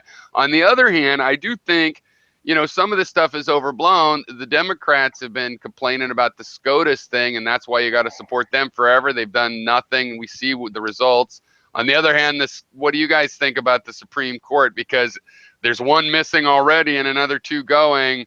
So maybe that's actually a good argument at this point. Yeah, that's been promised to put a lunatic on the court. So I mean, but see, like Jimmy Dore's point is, it's not really a dictatorship. And if the Democrats would just get the stick out of their ass, they could filibuster, they could stop someone like that and say no. We want somebody from the middle. Well, well, if they could do any of that, then we wouldn't have had Hillary Clinton running for president. But that's why I don't support Hillary. Fucking integrity. Also, they that's wouldn't part of have the theory. they wouldn't be Wait, let me say running- something. They Gary, wouldn't be running this tired. right, but Gary, that's part of the theory. By doing this to Hillary, we would knock Hillary out and put some of the Elizabeth Warrens or somebody that would fight that way. Yeah, well, I'm just saying if you can't do it beforehand, claiming you can do it afterwards just doesn't make any sense. Yes, I'll do it after Trump's president. That's when I'll really show. Also, yeah, well, no, I think it makes sense, but I'm not going to bet on it. You can't do it after. I think you could do it after. They didn't have the Democrats and the liberals didn't have the power to stop Hillary the first time. It's just going to be, instead of Hillary, we'll be the ones running. A billionaire. The Democrats will run their first Hillary. Right. They'll copy Trump. That's more likely. Yeah. Well, that's why I'm not going to bet on that. I'm not going to bet on the Trump thing. But if Trump wins, I'm taking that approach, and that's the way we fight it. That we just gang up on him, including some of the Republicans will help us gang up on him, and we'll go for that. But I don't want to bet on that. I'm putting my bet on Hillary is not that bad for an American president. The more they're going to lose, because the truth is Trump is right about. Well, what do you think about the idea He's right about the politics of compromise has destroyed politics, and that's just a fact. The Democrats and the Republicans are all a bunch of lying cunts. Well, what do you think about the fact that even though Hillary is a lying cunt, that as American presidents go, they've all been pretty lying cunts. So she's actually in the line of American presidents. I don't think we're going backwards with her. Maybe a little bit. Well, man, I don't understand how you can say that when she's fucking whatever, that Margaret Thatcher. She's just a fucking. Yeah, but who do you think But I'm saying compared to the president, who's she worse than? What liberal policy does she actually advocate? Well, let's just go through this. Is she worse than Obama? Yeah. Okay, I agree. Yeah. Is she worse than W? Well, no, of course she's not worse So than let's him. skip all the Republicans back to Reagan. What about Reagan? Was she worse than Reagan? No, Would be worse than? I have to say this, Nero. I Reagan think she's on the same level as started this whole H.W. fucking Bush. thing. So yeah, you can't. Nobody HW, yeah, she is on the same level as HW Bush. But what about Clinton? Bill Clinton. Clinton was a nice Honestly, placeholder. she'd probably be worse. I mean, look, Clinton actually. I think she's better though than Bill. Well, the point is that Clinton did do some things that were positive in terms of For the 90s. He did cut inheritance. He did cut a couple of things a little tiny bit. Okay, so he did undo a little. For the 90s. Maybe it's all we could expect. Well, I'm just saying that we shouldn't have to go back to the ethics of a Jimmy Carter to say, well, what should a Democrat sound like? But I mean, yeah, these are. Let's say Jimmy Carter. I think she'll be a better president than Jimmy Carter precisely because she does know how to work with others. Jimmy Carter I love him, but he was a big failure as a president. Well, you're saying it was a big failure for what reason? Well, because he just couldn't control the situation at all. Well, I mean, control what? I'm just saying policy-wise, it wasn't the circumstances that took place. Well, like, for what the hell example, was he supposed to do? Besides all the right-wing failures. In the country. No, but all the right-wing failures, Carter was right, though. I mean, Carter didn't install the Shah of Iran, I mean, you knew that's where I was going. That's right. I wasn't going to go for the Iran post-revolution. No, he was still supporting the Americans fucking over South America, the Shah. He was like, yeah, I'll put solar. Well, great. He put solar. I like him. I think he brought us forward, but he was no liberal. I would say Hillary's at least as liberal as him and probably more competent as an executive. I'd say that's only rumor or that's just made up from the fact that Jimmy Carter just happened to be too nice a person to be a president.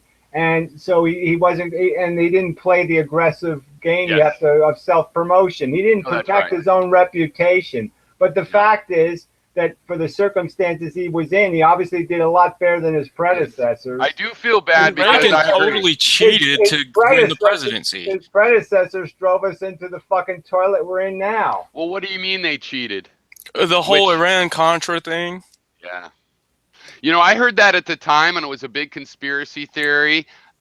Reagan's cooperating with the Iranians, and then the day after he's elected, or the day of, or whatever, it's like they release him and stuff, and it's like, yeah, but you don't know that. I haven't had that confirmed.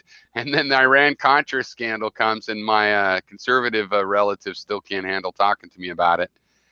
But, I cannot figure out the whole Reagan thing, the big, stupid Reagan myth. You know the part that Reagan actually did cooperate with them before the election? That's essentially corroborated. I mean, it's obvious, but it's corroborated. So that's amazingly huge treason. I mean, yes. That's why I don't get the whole Reagan thing. I mean, he's horrible. He was a terrible president. Because he's a likable celebrity. Yeah, I guess so. I guess that's just can't a reflection of how stupid the Americans especially. Everybody has a tendency, but we really have excelled at it. Yeah. The same thing, Teddy Roosevelt. What conservatives, and what they normally latch on to and say we should be doing and all their principles and everything. Reagan was the opposite. I mean, that's just one example. That's a very big example. There's a long history of this. Do you know that, like, Teddy Roosevelt, when he was first in Congress, youngest person I think at the time, maybe still today, that in Congress, he was thought of as effeminate. And that's why he started the whole thing with having a ranch, which he didn't spend much time at. He was really an East Coast effeminate guy that put on this mantle of, Whigger type of a thing. And maybe it becomes true after a while. I mean, he did the Rough Rider thing, but I'm sure they blew that up too. So it's kind of funny how someone could be the opposite of what we actually think. The thing with Reagan, though, is he honestly was a nice guy that didn't know what was going on most of the time. That's a big part of politics. Yeah, when you have to sort of put out an image and that sort of thing. But what I'm saying is that these are just facts Yeah. that go against the conservative sort of typical philosophy.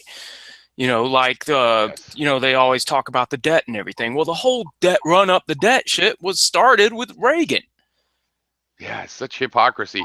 But the thing is, and maybe we're just talking in parallel purposes. I don't know. It's kind of a brainstorm if I'm missing a point.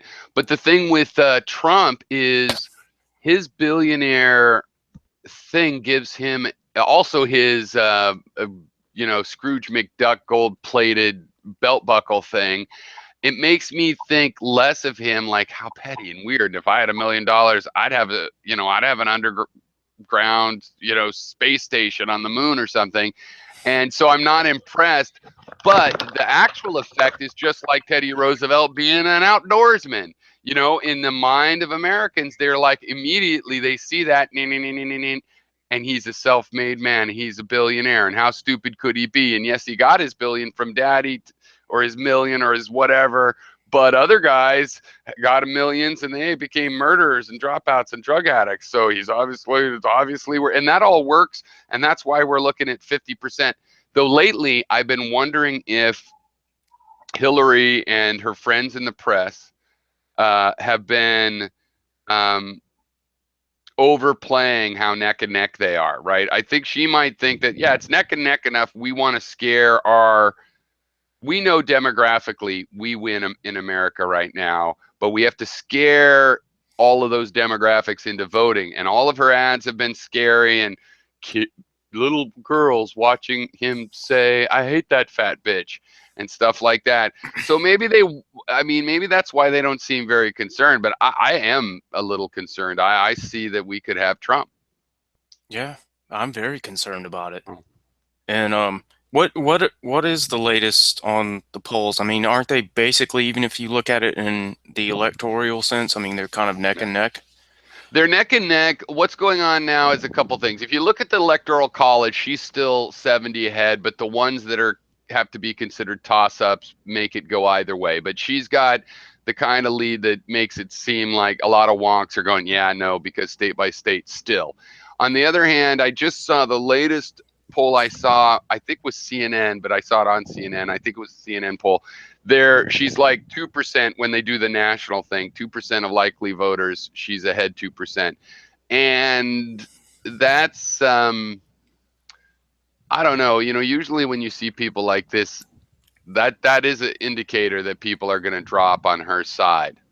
But it's ridiculously close, and she's obviously to blame for a lot of it. And how sick is she that she can't campaign? I thought she was just spending all her time with donors, but now I'm wondering if it's like, no, she can't hack questions. I mean, is there really a problem? She started giving press conferences again, so I don't want to take part in any of that paranoia, but anyway, it's very concerning. But I mean, I think if you look if I recall, I read some stuff, so you just find out yourself if it's bullshit or not. But usually when the presidents are going a couple percent in, and it gets like, remember how Romney thought he was going to win, and they thought he was going to win, and it was neck and neck, but it was like 1.5 and 2 point this, and usually those end up with the guy that's steadily a couple points ahead. That's where the bricks fall or whatever. That's how it comes down in the end. So, but I don't know. I do think there's a lot of room for manipulation of those polls in the sense that Trump's deal is a lot about people that aren't likely voters. So that's what makes me scared, is if it's really honest that she has a 2% advantage in likely voters, I'm wondering, well, how good are they at figuring out who's really likely to vote this time? Yeah. So that's how, Jesse Ventura won. They didn't see that coming. He was a few percent behind too, but it's like the people they didn't expect to vote voted. Yeah, that's the really scary thing. Yeah. Because usually the people that they don't expect to vote for the quirky guy. Yeah, if you've made voting cool suddenly at some honky tonk bar in West Virginia, then yeah, it goes to Trump or whatever. Mm-hmm. Well, I'm curious to see what's going to happen tomorrow night. I'm not sure what the format is, though. I feel bad about being so into it because none of it is really legitimate political, like astute intellectualism. It's all the part of the gutter politics where I just like how they fight. I mean, it's just totally train wreck. I'm so excited to see. This could come out so many different ways. I mean, I actually think that she can be pretty good at being snarky, and that if she tries too hard to be the sensible one, that'll be a bigger problem than if she says, "Oh yeah, well you're a fucktard." I mean, I actually think, you know what I mean? Because her being robotic, that's good to be control of your emotions, but she probably would be better off. Because when she's Oh, actually you at her know she's best, going when to be doing that, yeah. she's actually at her best when she's bad mouthing Tammy Wynette or calling people deplorable. Let's Yeah. face it. I mean, Right. you and I think that at least. I don't know about the. Well, I noticed a lot of people have picked up the deplorable, and a lot of the right wingers like, well, I'm not deplorable, and I know she said 50%, but I know she means this all because me and David Duke, we're together. Oh, what? You know, she's threw him for a loop with that. She'd never do it on purpose. They catch her in those moments accidentally. If she could just not improv, but if she could let some of that out, not too much, because yeah, I mean, obviously the fact that she's not going to blow up the world is sort of a serious selling point. But for the people that support Trump, if Trump would be humiliated for even 3 minutes, that would have a bigger effect on those people. Not that they'd vote for Hillary, but they might go, you know what, I'm not really a likely voter, you guys. In That's the what we internet want. vernacular, if she pwns him somehow, you know, in the minds of the general idiot that is impressed by that sort of thing, you know, then yeah, that. Well, and it's not the facts, right? We know how it works. It really is a pwning. And what it is if you look worried and scared, deer in the headlights, right into the national TV camera for, 15 seconds, no, they could ignore it. 30, 45, they say, oh, you were set up. But if you like stumble like that for 3 or 4 minutes, you're suddenly Rubio grasping for water, or, the governors don't remember his own policy kind of territory. That I think does count against Trump. He's not totally Teflon. If he looks like a loser, like he lost his footing, I think that could defer people from voting for him. Well, what is the format? It's a good question, because they said, oh, it's very intimate, and they can ask each other questions and stuff, but I don't know. I didn't look it up. I've been too busy trying to get a fucking job in this capitalist economy. I got a job. A month it takes to get a job. They were very interested, got the job. They're like, oh, we love you, but guess what happened the last couple of days? We've dissolved the remote team. Would you like to move to Austin? Oh, fuckers. Capitalists. I blame capitalism. Yeah, that's a deal breaker then, I guess. Yeah, but so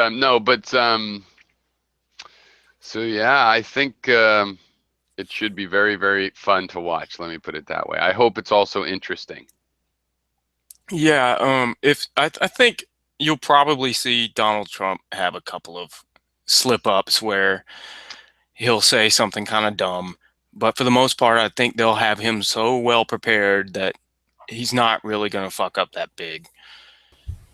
Yeah, I saw there's this. So I watched Sam Cedar, and they have this half where people call in, and I am. And they have a guy, Ronald Reagan, that's a caller. He's really pretty smart, but he had a thing. He said he thought what she should do is just ignore the questions, and basically take the questions off of the immigration to become a citizen exam. Like, what are the 3 branches of government? Who's the vice president? And just throw those at him, because he was like, there's a very good chance he actually doesn't know anything. And I think that kind of thing takes some bravery, because if he answers him, it's like, what do you think you're doing? See, you think you're dealing with an idiot, but it's Trump, and he doesn't know those things. That would be very risky, though. I mean, you don't really know how. Yes, we know he's kind of a fucking moron, but you don't know how much of a moron he really is. You could know. I think you could. So that's the trick, right? These people are supposed to do this for a living, right? You mean research, opera search? You mean to actually find out where he doesn't know? You could go through all his speeches where he was stupidest. I'm pretty sure you could find almost any quote from the Bible. You could throw it out there, and you could buffoon Trump as having never read his favorite book. Oh, the Bible, Saying it would it's be an his easy favorite one. book, and he's never read it. Everybody knows that. And I'm just saying that's something he should really get nailed on because, you know, these Yeah, I think the Christians Bible's are the dangerous one. not this cunt. It's all And the Bible this lovers guy that is love the Trump haven't fakest read it either. Christian that's ever existed. I mean, the very idea that he's friends with Sarah Palin, the other fake Christian.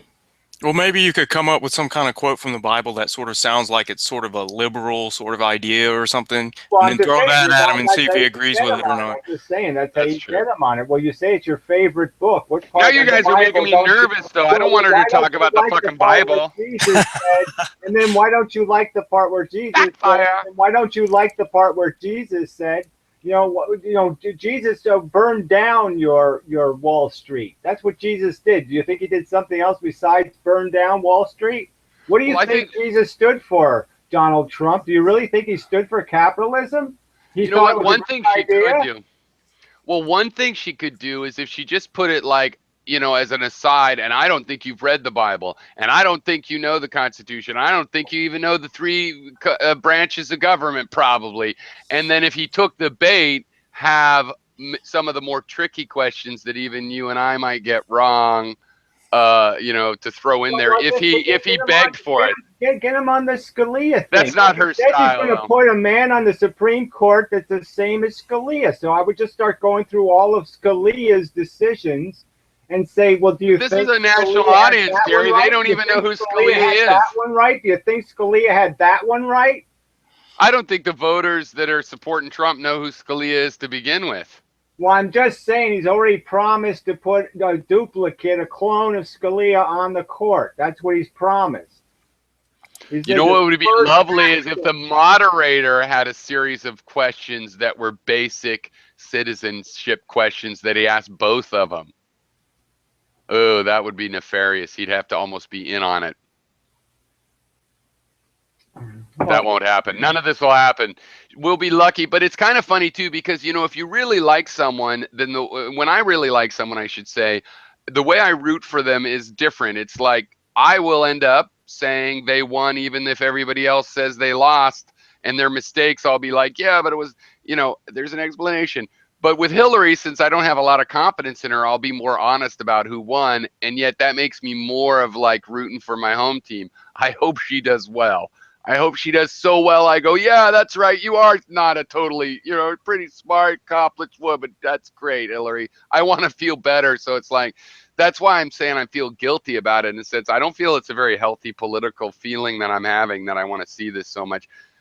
But I really do. Maybe the family here, my in-laws and stuff, will get together. We got some. I don't know how these people can spend weeks doing research, okay, to prepare for these things, and then look so unprepared, okay? Because I think Trump has got about 9 million Achilles heels. The guy's walking Achilles heel, for fuck's sake. And if they can't trip him up, fuck, they really don't. Like, how can they not put in the public awareness that his closest legal confidant that helped build his whole business is a mob lawyer? And not just like, oh, he's worked with some mobsters. No, like out of, the Goodfellas, he's a mob lawyer. All of his fucking clients. And then he's got mob people that move into Trump Tower that help. I mean, and it's like, and then Trump has even talked about that. He's like, well, you got to deal with the mob if you want to get concrete in New York, which is true. But that means that Trump's a fucking mobster guy then. Well, I know, and we could also hit him on the idea that, well, here you're a model of the capitalist ideology. Well, what in your entire 40 years in business have you created that Joe Sixpack could find at all valuable? He's not going to go to the Trump. Great structures. He's not going to the Taj Mahal. He's not going to buy a $25 tie. He's not going to buy a $50 steak. So what the hell have you done for America in terms of building any infrastructure that has anything to do with 90% of the people who live here? 90% of the people who live here have never bought anything Trump, ever. He'd probably say created jobs or something like that. No, he says all the time, I created great structures. My argument to that would just be created jobs for what? As slaves to the rich. Not slaves to the Hoover Dam, not slaves to Niagara Falls, not slaves to a solar power plant. No, slaves to the indulgences of the rich, to their gold-plated lives. Well, I agree, but I think that the people that vote for him don't really care about that I'm sort just of saying idea. that's the argument is there to be made. Is I'm just Well, saying. remember, there's the There's two a ton of things. people. There's a ton of Joe Sixpacks out there who think Donald Trump is the model of some kind of guy doing America some good. And my point is you could Right. show how he's not doing America any goddamn good. That most of the money he's making, he is making overseas in Dubai and all these other scummy hole places. I think the thing about this, there, He's selling his name over there, and then talking about the people doing business over there. Trump doesn't. when you do had business Nixon in versus America. Kennedy, that's two pretty different people, but you still in America, partly because America was so stupid, people watching debates thinking, who should I vote for? Right now, we're in a different situation where the debate result, I would assess, I'm curious if you agree or not, it's about dissuading voters. Like, if one side can get the other voters just 5% of them less likely to vote, that's the only way they can win. Nobody's going to change sides in My this. people who are just voting for a punchline. So I'm just saying, if you can get it on as a news bite that Donald Trump looked like an idiot who never read the Bible, and you could put that quote next to Donald Trump saying it's my favorite book, I'm just saying that's going to give a Christian a little bit of pause as he walks. Well, for example, let's just say this. Here's a hypothetical. Let's say Trump actually pisses his pants and the camera zooms in as it dribbles down on, he makes a little puddle. That would destroy his chances. Yes, that would be it. He would be done. No, and we could do something similar. We now live in the autistic states of America. So I'm just saying, the ADD and the EDD and the WW. He'll get votes for being retarded. I'm telling you, being retarded. Yeah, he would. Win. But you know what I'd like to see somebody bring up with Trump is like with his health shit, where he's like his dumb fraud fucking doctor is like, he'll be the healthiest president ever. Then why did he get a medical deferment for Vietnam? How is he more healthy at 70 than when he was at fucking military age? Well, do we know the basis of the deferment? It was medical. Well, I mean, the medical basis, like what? Yeah, I think it was a bone spur, or very similar to your typical how a rich kid gets out of Vietnam. Yeah, that's disgusting in and of itself. It's a good reason why you could bring that up, though. Oh, you know who's another scumbag like that? Ted Nugent. Like, he brags about how he went into the draft board and shit his pants. And was like, I didn't have to serve because they thought I was incontinent. Well, did you see that Hillary's guy is a ad? disgusting piece of One shit. of Hillary's ads, which all the ones I've seen are all like how terrible Trump is. People watching him on TV. They get him talking about, if you saw this interview where he was asked what his sacrifices were, and he was answering, well, I've sacrificed a lot. Like what? I built great buildings and I'm very rich. I employed people. He takes employing people as a sacrifice. Yeah. Yeah. No, but it's like it's an accomplishment. Just bring that up. Well, let's put it this way. Say that.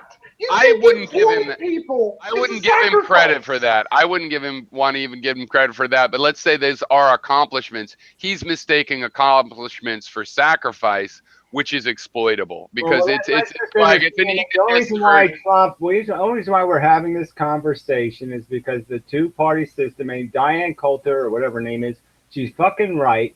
The only reason why we're having this conversation, the only reason why Trump is viable is because neither party, because of their special interest, wants to do a damn thing about immigration. And that's it. That's the reason why Trump's a viable candidate, because in every other category, he has no plan, he has no clue, he has no ability, he has nothing to offer. He's useless. He's a nothing, a biggest zero candidate ever to run if it wasn't for that one fucking issue that Democrats and Republicans are in the grotesque minority in. Well, I have to say, but I think you've got to be right. I think you have to be right, but I'm on the side of I'm pro-immigration, so oh well. Well, I'm just saying it's your pro-immigration, non-progressive, regressive policy that is destroying the Democratic Party. But I can't even want imagine I how high want it would be open sailing borders. now. You could probably get you'd get I a don't. bulletproof. You could have a bulletproof president, a Democrat bulletproof. The Republican Party has so destroyed itself. It's such a chaotic pile of shit. Look at what they ran. They ran lunatics and losers and idiots. So, Gary, what about immigration from New York into New Jersey? I mean, should we just go back to let every state block their immigration? I don't really want Well, you out-of-staters. have to do it as a federal government, but the point is that we ought to have social security numbers, right? Let's hey, here's a new idea. Let's all have an identification number that establishes that we're alive, how old we are, and where we live. Nothing. It doesn't have to get into like what kind of sex we like in the bedroom or anything. Just the basics. What color are your eyes? How tall How do we are not you? have that? Couldn't we have that and then establish that as a way of deciding that, yes, we're going to have legal process in America, not illegal process. And you're going to have to become a citizen to work. That's the way it's going to work, because we can't sit there and employ the world's poor, because guess what? There's way too many people that are poor in the world. The thing is, I don't want to be in a cage. I don't care how big the cage is. The Earth, luckily, to leave the Earth even is an issue and have a rocket ship, but maybe I can't afford that. The world, to fix I can't afford to fix walk the world, to Canada. you've got to have tools. To have tools, you have to have a civilization. I'm just saying you're destroying the last civilization on Earth. There'll be no tools to fix anything else. And so I'm saying we got to do that. I'm saying we should be fixing the rest of the world. We should be fixing Well, the evidence Africa. from my fixing view, all of it, and we can't fix it without tools. the evidence from my view is that in America's biggest growth and coming from nothing to something. But that's not the world we live in. Well, because that's why the world sucks. If we had open immigration, big ditches now, not it'd be great arms again. and legs. Okay, we It'd have be great. software, we have computers, we have fucking robots. Computers don't God damn it. Have you heard of that? And we have robots now. Right, but that doesn't have anything to do with it. The same people. It has everything to do. No, it has to do with what value labor. Drive a backhoe to. Unskilled labor is a blight. Okay, it is not. It's not unskilled. It's the regular skill It's a level. fucking blight. You think Americans are inherently more skilled than other people? I think that's ridiculous. Who said they were inherently more skilled? They're obviously more culturally rational than other people, so we could use that as one level. Okay, so if you're going to tell me that the average, citizen in Syria is a responsible, capable being who understands what it is to live in civilization, I'm going to say you're crazy. In the same. Are you saying the average American fits that? I'm saying yes, by a huge percentage. No, I would say that there's not that much I don't difference. think I mean, go look at some travel vlogs of South America and the people living on the fucking garbage, the garbage mounds on perpetual fire. Okay, go look at how the real world is living on this. I don't think that's because of the people's ethics. That's because capitalists are allowed to rape them. Well, that happens in the United States too. There. Look, it doesn't matter how the conditions. I can show you a ghost town in the United States because the mine is on fire. Who gave them AIDS? Okay, the point is that the world has AIDS. No, it does. It does. Here's not irrational. I know of a city in the United States that is now a ghost town because the mine below it caught fire. Why is it a ghost town instead of a city full of poor people living with toxins?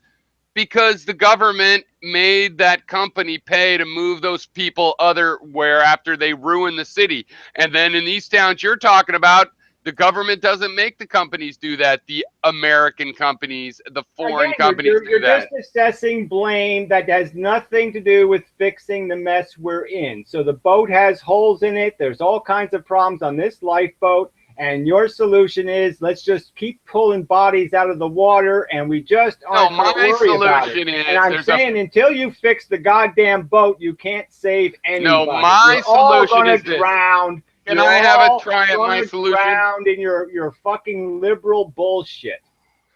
My solution is that there's a fixed number of people in the planet right now. It's growing, but at any moment, it's a finite number, rather, I should say, not fixed, finite number of people. And we ought to be able to move them to wherever they can be useful.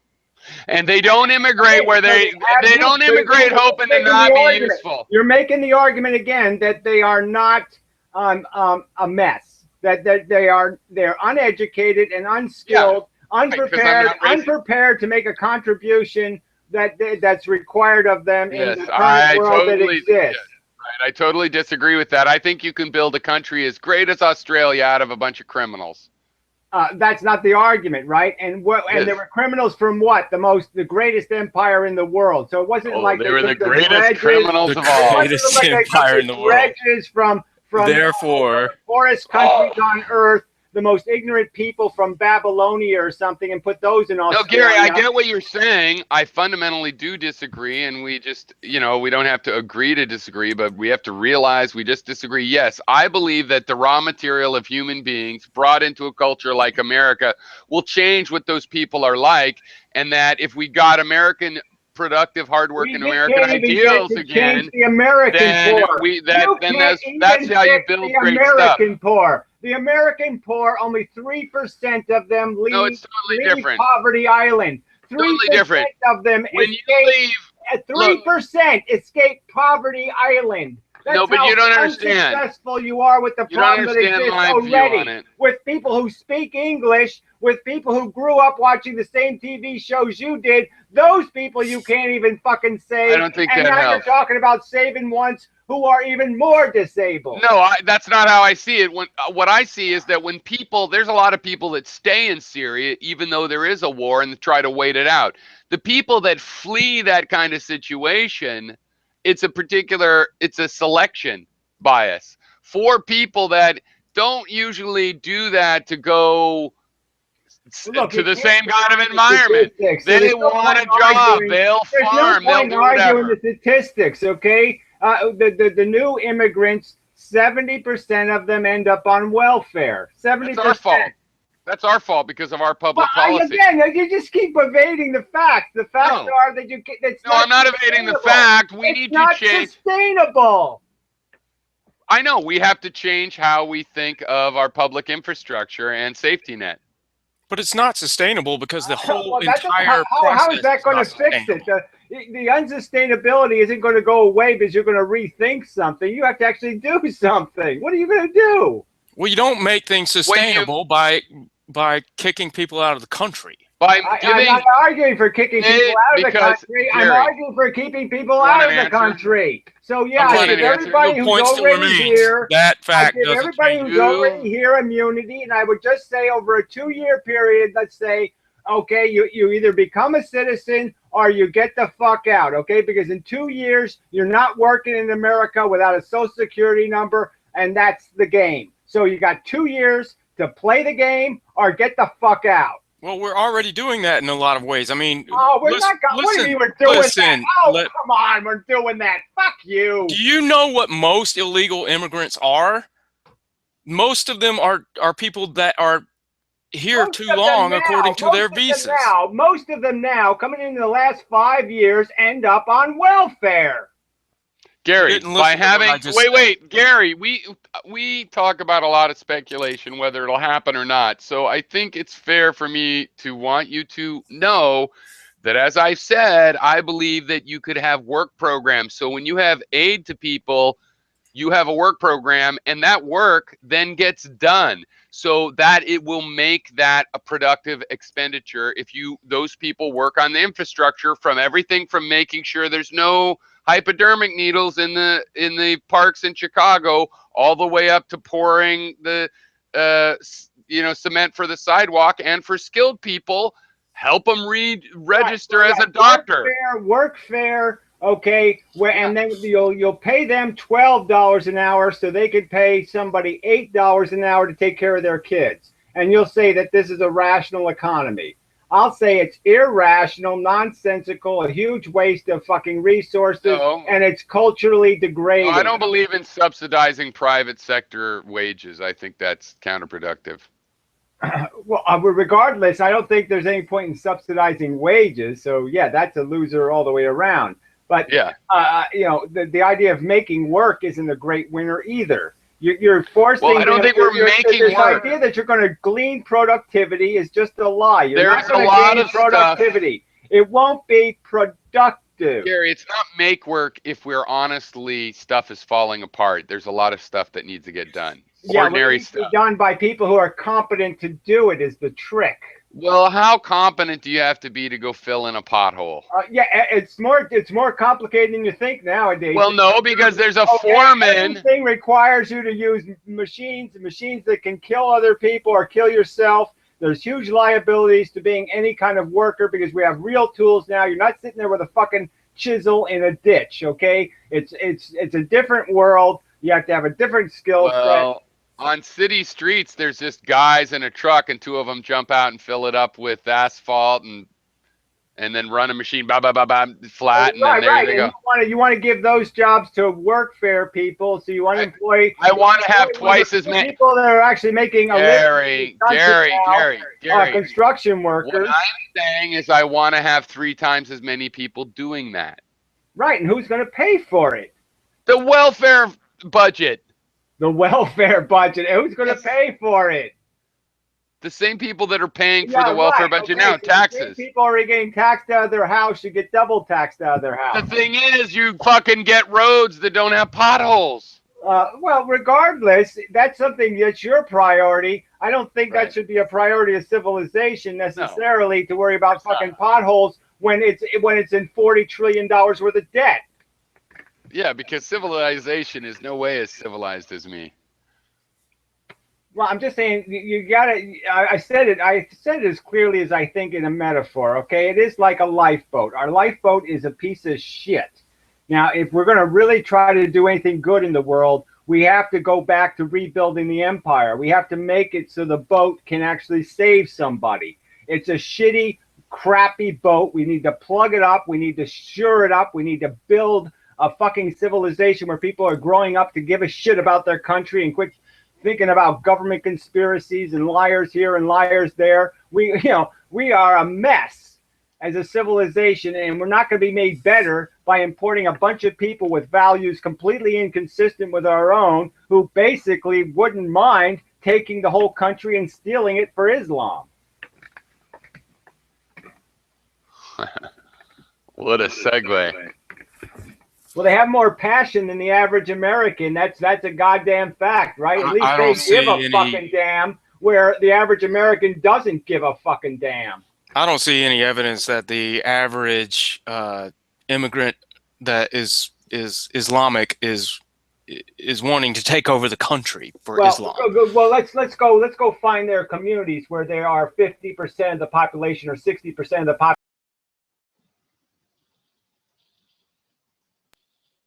Sorry, I fucked up. That was totally accidentally. I was actually trying to give you.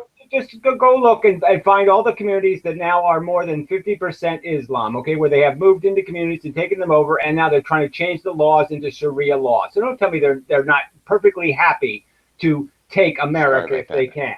Okay, they have no love for this country. I mean, George Bush was right. They have no love for our secular freedom.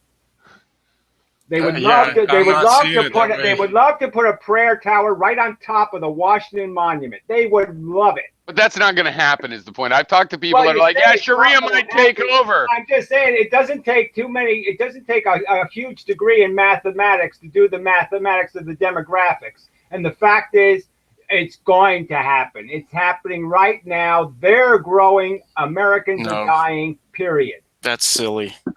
It's the truth. It's not the truth. It is the truth. Who's reproducing on this absurd. Sharia laws taking over the United States. Give me a break.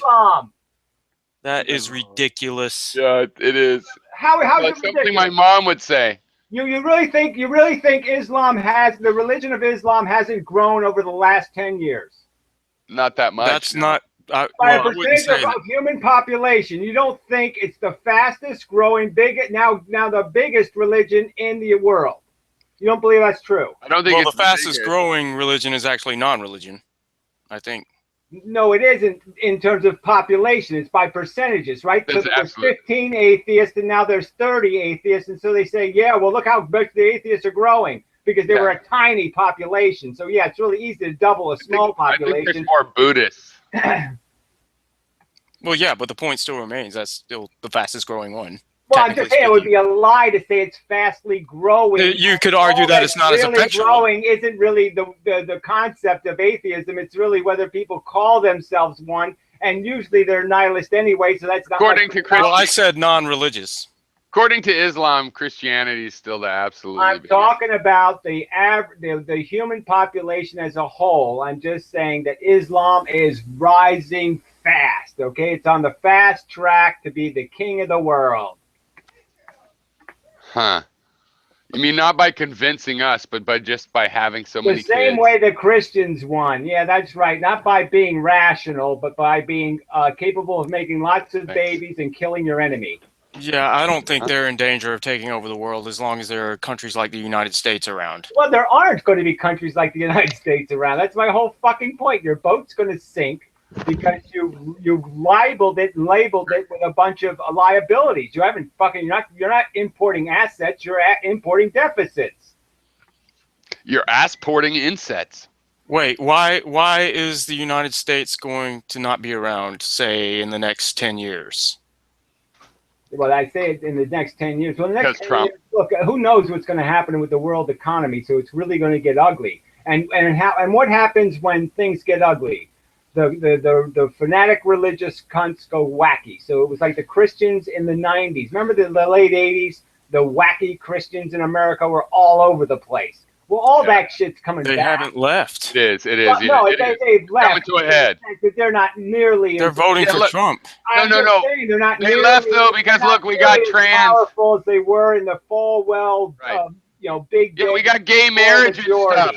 But they didn't go away. Now they're pissed. But they didn't go anywhere. This is the last gasp. You guys are both right. Yeah, but Gary, do you think that in 8 years from now that there would really be like a historical difference? I'm saying that idiocracy is winning, that the average American citizen is a dumber, lazier, stupider, more useless. Right. Okay, I have a question related to that. So do you think in 8 years, given that trend, will it really matter if we have Trump version of that trend or the Hillary version, or in the 8 years we'll still have stupider people no matter what anyway? I'm saying that I would argue that Trump is just going to drill more holes in the boat. So if I have any interest in trying to save the idea of civilization doing something responsible and there ever being a world government, there ever being anything rational to happen on planet fucking Earth, I'm saying that Trump's a liability to that happening. Whether he's definitely so he sinks the boat faster. Who the fuck knows? I'm just saying he looks like a guy who makes holes in boats. Right, so it sinks faster. So it is a difference, but yeah, that's kind of what I think. Except for I've come to the point, maybe I'm fooling myself, where I think Hillary's kind of holding steady, no improvement, but at least not the backsliding we've had with W and whatnot.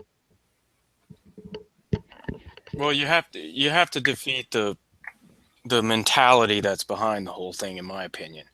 And while I'm not in favor of status quo, it's certainly better than idiocracy, as that was brought up. And I think I would agree if Trump is elected, that's where we're headed, idiocracy for sure. So Gary, it's an interesting thing because population is leveled off. Even in some Islamic countries, but since most of these Islamic countries have this extreme poverty, that's one reason that it hasn't leveled off. Places that have more of a Western style system, the women aren't having 6 kids. Wait, let me just finish. So the question is, your argument is kind of like, literally the idiocracy, the population comparison argument is we have a radical religion that is the highest growth currently in terms of raw population. They're presumably raising their kids Islamic, and so that's the mathematical argument. Not that they're going to convince Americans, 300 million Americans, to bow down to Sharia. The 300 million Americans are being diluted out of existence. So I'm just saying it's not going to be 300 million Americans. It's going to be a bunch of fundamentalist Islamics and a bunch of fundamentalist Catholics, and they're the ones that are going to be running the show. Well, if there's a billion... All I'm arguing is that idiocracy is just another way of saying theocracy. It's all going to be that. And look at Africa. Africa is going to be Islamic. Well, there's 1.6 billion Islamic people, and so if 300 million, 0.3 billion of them move to America, then they'd be 50%. So, I mean, just it's not inconceivable you could have that kind of moving around of population. So, yeah, I see. But that doesn't mean you're going to have a theocracy. It's not going to happen in one fucking year. But I'm saying if you import 1 million a year, I'm just saying the white population in America is obviously in decline. It's in decline, okay? Reproductively in decline. So I'm just arguing that if you're importing the people who are guaranteed to have 3 kids at least, maybe 4, okay? And so I'm just saying that demographically, that is going to lead one place inevitably in 25 numbers years. Are what I think, 25 years. Here's what I think. 25 years, it's inevitable. No, I acknowledge that. 25 years. I acknowledge that, except for what I think is that time keeps going on, and those kids discover Elvis and makeup and cell phones, and they don't remain fundamentalist, Hindus or Buddhists for very long. I'm just saying that there aren't too many. I don't think if you went through the whole book of Islam in America, that you'd find too many converts living in America. So I'm just saying that you can say that, but I'm just saying it doesn't seem like a religion that unsticks, okay? Because they're all afraid too, because they're going to get killed if they sit there and stop being Islamic. But come on, most of the people in America that are Islamic are not fundamentalists. The overwhelming majority. The definition of fundamentalist becomes the problem. Okay, so well, no, I've known a lot of very liberal. Obviously, a moderate Islamic is almost like a radical Christian. I mean, it's almost like you can't really talk about. I've known liberal. No. I went to school I dormed at a college with a lot of international students and Malaysian Muslims and also Saudi Arabian ones. That's a huge part of the. Can I just finish that? You're telling me that the Quran reads like the Holy Bible? Is that what you're telling me? I'm saying I've known extremely liberal Muslims that believe in secular rule, even though they go pray on their mat 5 times a day or whatever. I'm not doing this anecdotal thing. I'm just saying. Well, it's not anecdotal. I don't think you have statistics that demonstrate that people's basic fundamentalism for their Islamic, like Muhammad is the only God and all that kind of crap, and that all of the religions are an abomination and blah, blah, blah. They're not secular. They don't believe in living together. It's against the tenets of their religion. It's against the tenets of their religion. We all know people don't really adhere to every tenet in their religion. I'm just saying that we know that they will when they're pushed. When push comes to shove, they start doing it.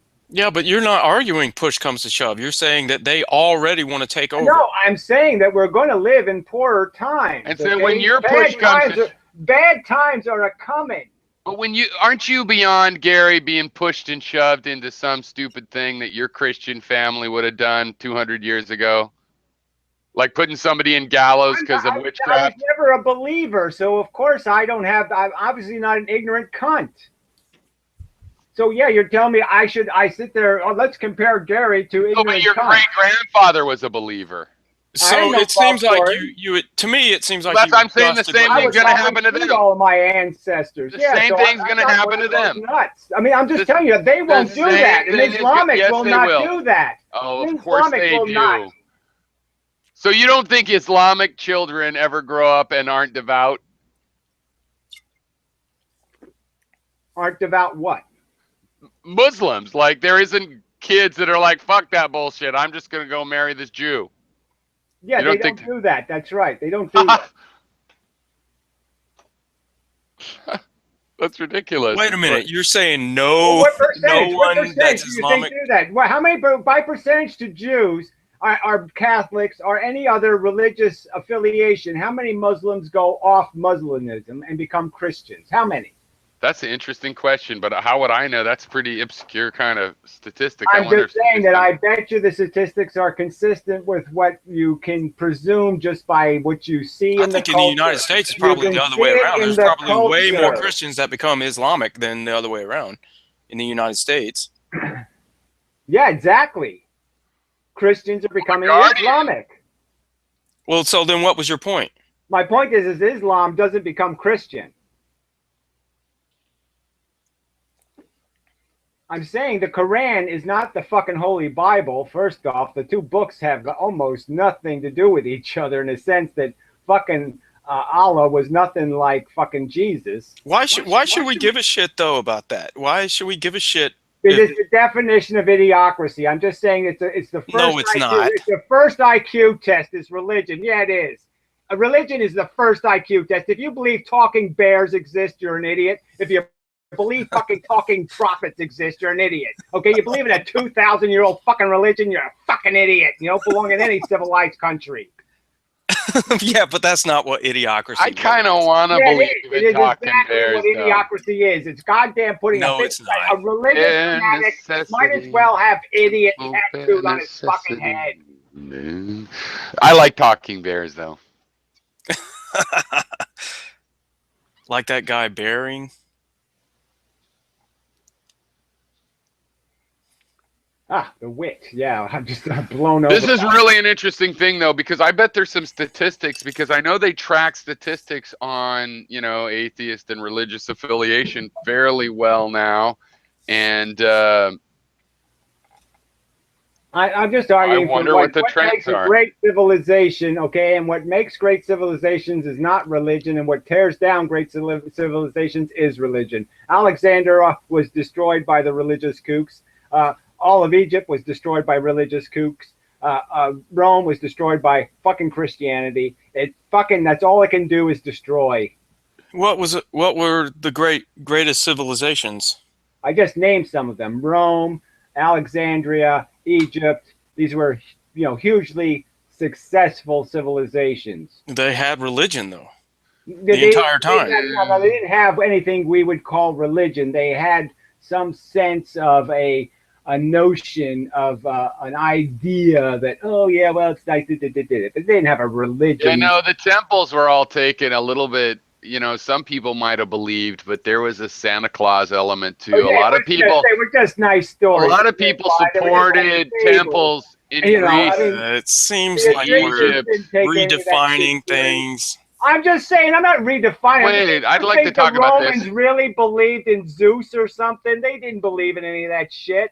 Well, that's like saying, a religious person doesn't really believe in God. They're just sort of pretending and making things up for themselves. No, it's more like a tradition. Matter. The point is that Rome didn't write a big book full of fable and say everybody live by the book of fable. That's all I'm saying. Okay, Rome didn't have that book. Well, eventually they sort of did. That book. But Egypt didn't have that. Eventually they sort of did, actually, but.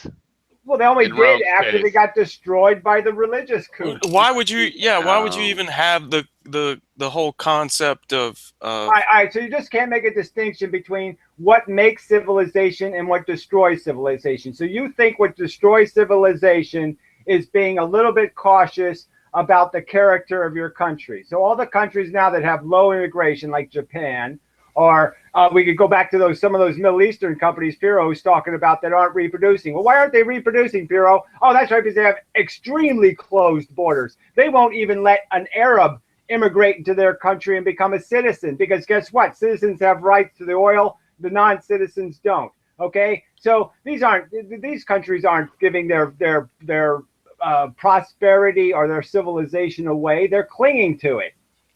Okay, but you were arguing that you were arguing that religion is what destroys civilization. Well, what do you think would happen to Japan? Okay, if you let a bunch of religious kooks move to Japan, what do you think would happen to their civilization?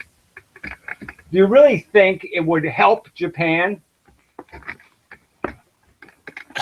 I'm not sure if that's even worth pursuing.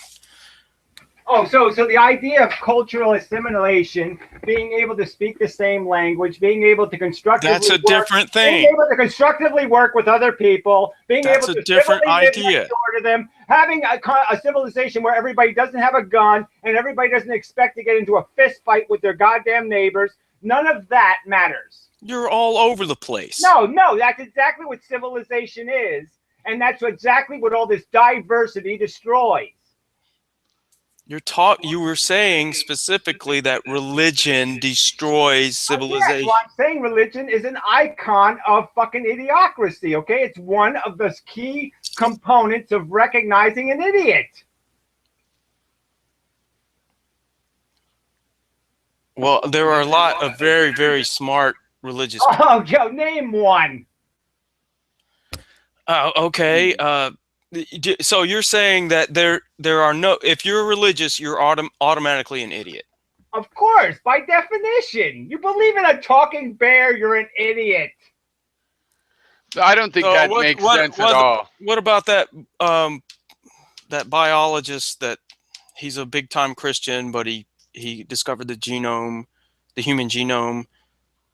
And you think he really believes in God? No, he David believes Craig. that religion is good for people, and that's why he talks religion. But do you think if I really gave him a polygraph this is test? special Well, I'm pleading. just saying, do you think if I gave him a polygraph test, he would say that yes, he believes that God placed our anuses right next to our genitals for a reason? He would say that our appendix He believes exists in because God. He's a made it religious that way. person. Do you really think he would say, yes, I think it's a brilliant ethic to punish all women for thousands of years with pain in childbirth because Eve ate a fucking apple?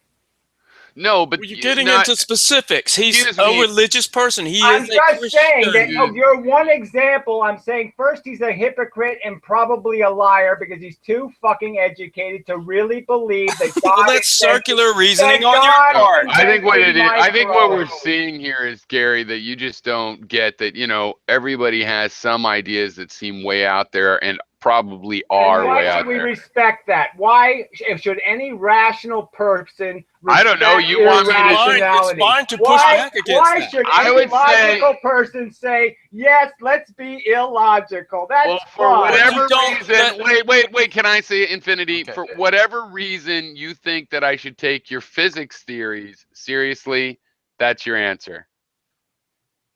You haven't taken it seriously. But you think I And should. I'm gonna buffoon you for all eternity, okay, in the end. So I'm gonna bounce on top of your head forever. I'm gonna haunt you like I a think I fucking have ghost. taken it Because I'm just seriously. gonna point out, look at here. I'll just play old Piro videos of this asshole mocking somebody who did I didn't something mock you. constructive. Somebody I actually did. I knew guess what I the mocked fuck you he was sometimes. talking about for a change instead of defending liars like you I have do. mocked you, and I've also taken you seriously. And I think I you probably haven't know taken more. any of it goddamn I seriously. probably understand more about your theory than a lot of most You people. have to actually pay attention to understand, and you didn't I feel have like paying paid attention. attention. You felt like just talking out of your ass in the beginning, and so you didn't No. even give it lip service. You're You talking just about took back a when you fart thought- on it because you're in love with your icons, your fucking Feynmans, and the rest of these shitheads, and you can't accept that there could be a possibility that they were full of shit. I'd like to go to a performance where Feynman and a talking bear appeared. Well, you'd learn just as much from either one. Maybe Feynman could be the talking bear. Yeah, and he can tell you how to make invisible porridge. Very good. I for think weight everybody loss. has crazy theories. So, religion is one of them. Maybe your great grandma that you love so much, taught it to you and you're never going to give it up. And you can see if somebody is like fucked up by it and hunting witches or not. Well, So you're saying all these half Christians are the ones that put Kevorkian in prison. So I'm just saying all these people who give lip service to these religious kooks are just as evil. It's like the cops who cover up for the wicked cops, right? The evil cops do evil things. And Well, you want to talk about that? And the so-called good cops cover up for them. And so all these assholes who just pretend to be religious because they think it's such a wonderful moral philosophy. I'm glad you brought that up, Gary. I think race is so wonderful. Wait, all this fucking bullshit, and they're the ones enslaving the poor right now. They're the ones buying the Pope his $10,000 slippers. They're the one feeding the monster. So he doesn't wear those slippers though, which is good for him. But okay, I'm glad you brought this up. So like the Black Lives Matter / cops will kill all poor people, working class people, long hair people, smelling pot people, I'm raping a girl people. They have this problem, but there are more good cops. But what's bad about the good cops is they have a criminal organization's attitude about snitching and somehow protecting. That seems obvious. So I uh I I think one issue is like I don't understand any concept of freedom where or like these libertarians that somehow side with the cops. They're all anti the cops in terms of they're pointing a gun at me to take my taxes, but you can shoot a black guy that has a gun in a place with open carry and somehow that's defensible. Well, I'm But just saying, it should be a little stunning to people that there hasn't been a Serpico since Serpico. That yeah, none of these cops ever, ever, ever, ever, ever, ever out their criminal buddies' behavior. And so right there, you can just say, yeah, this is obviously a mob. This isn't a fucking. This is worse than the worst of institutions. These guys never, never, never, out each other for all their violations. But I mean, do you think it really is the fault of the good cops in the sense that who else is supposed to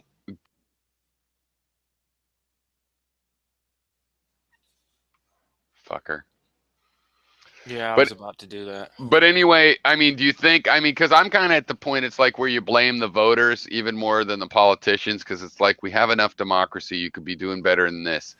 But it's the good cops because the good cops, they've got this anti-snitching idea, which is, if anything, you should be a slightly goody two shoes.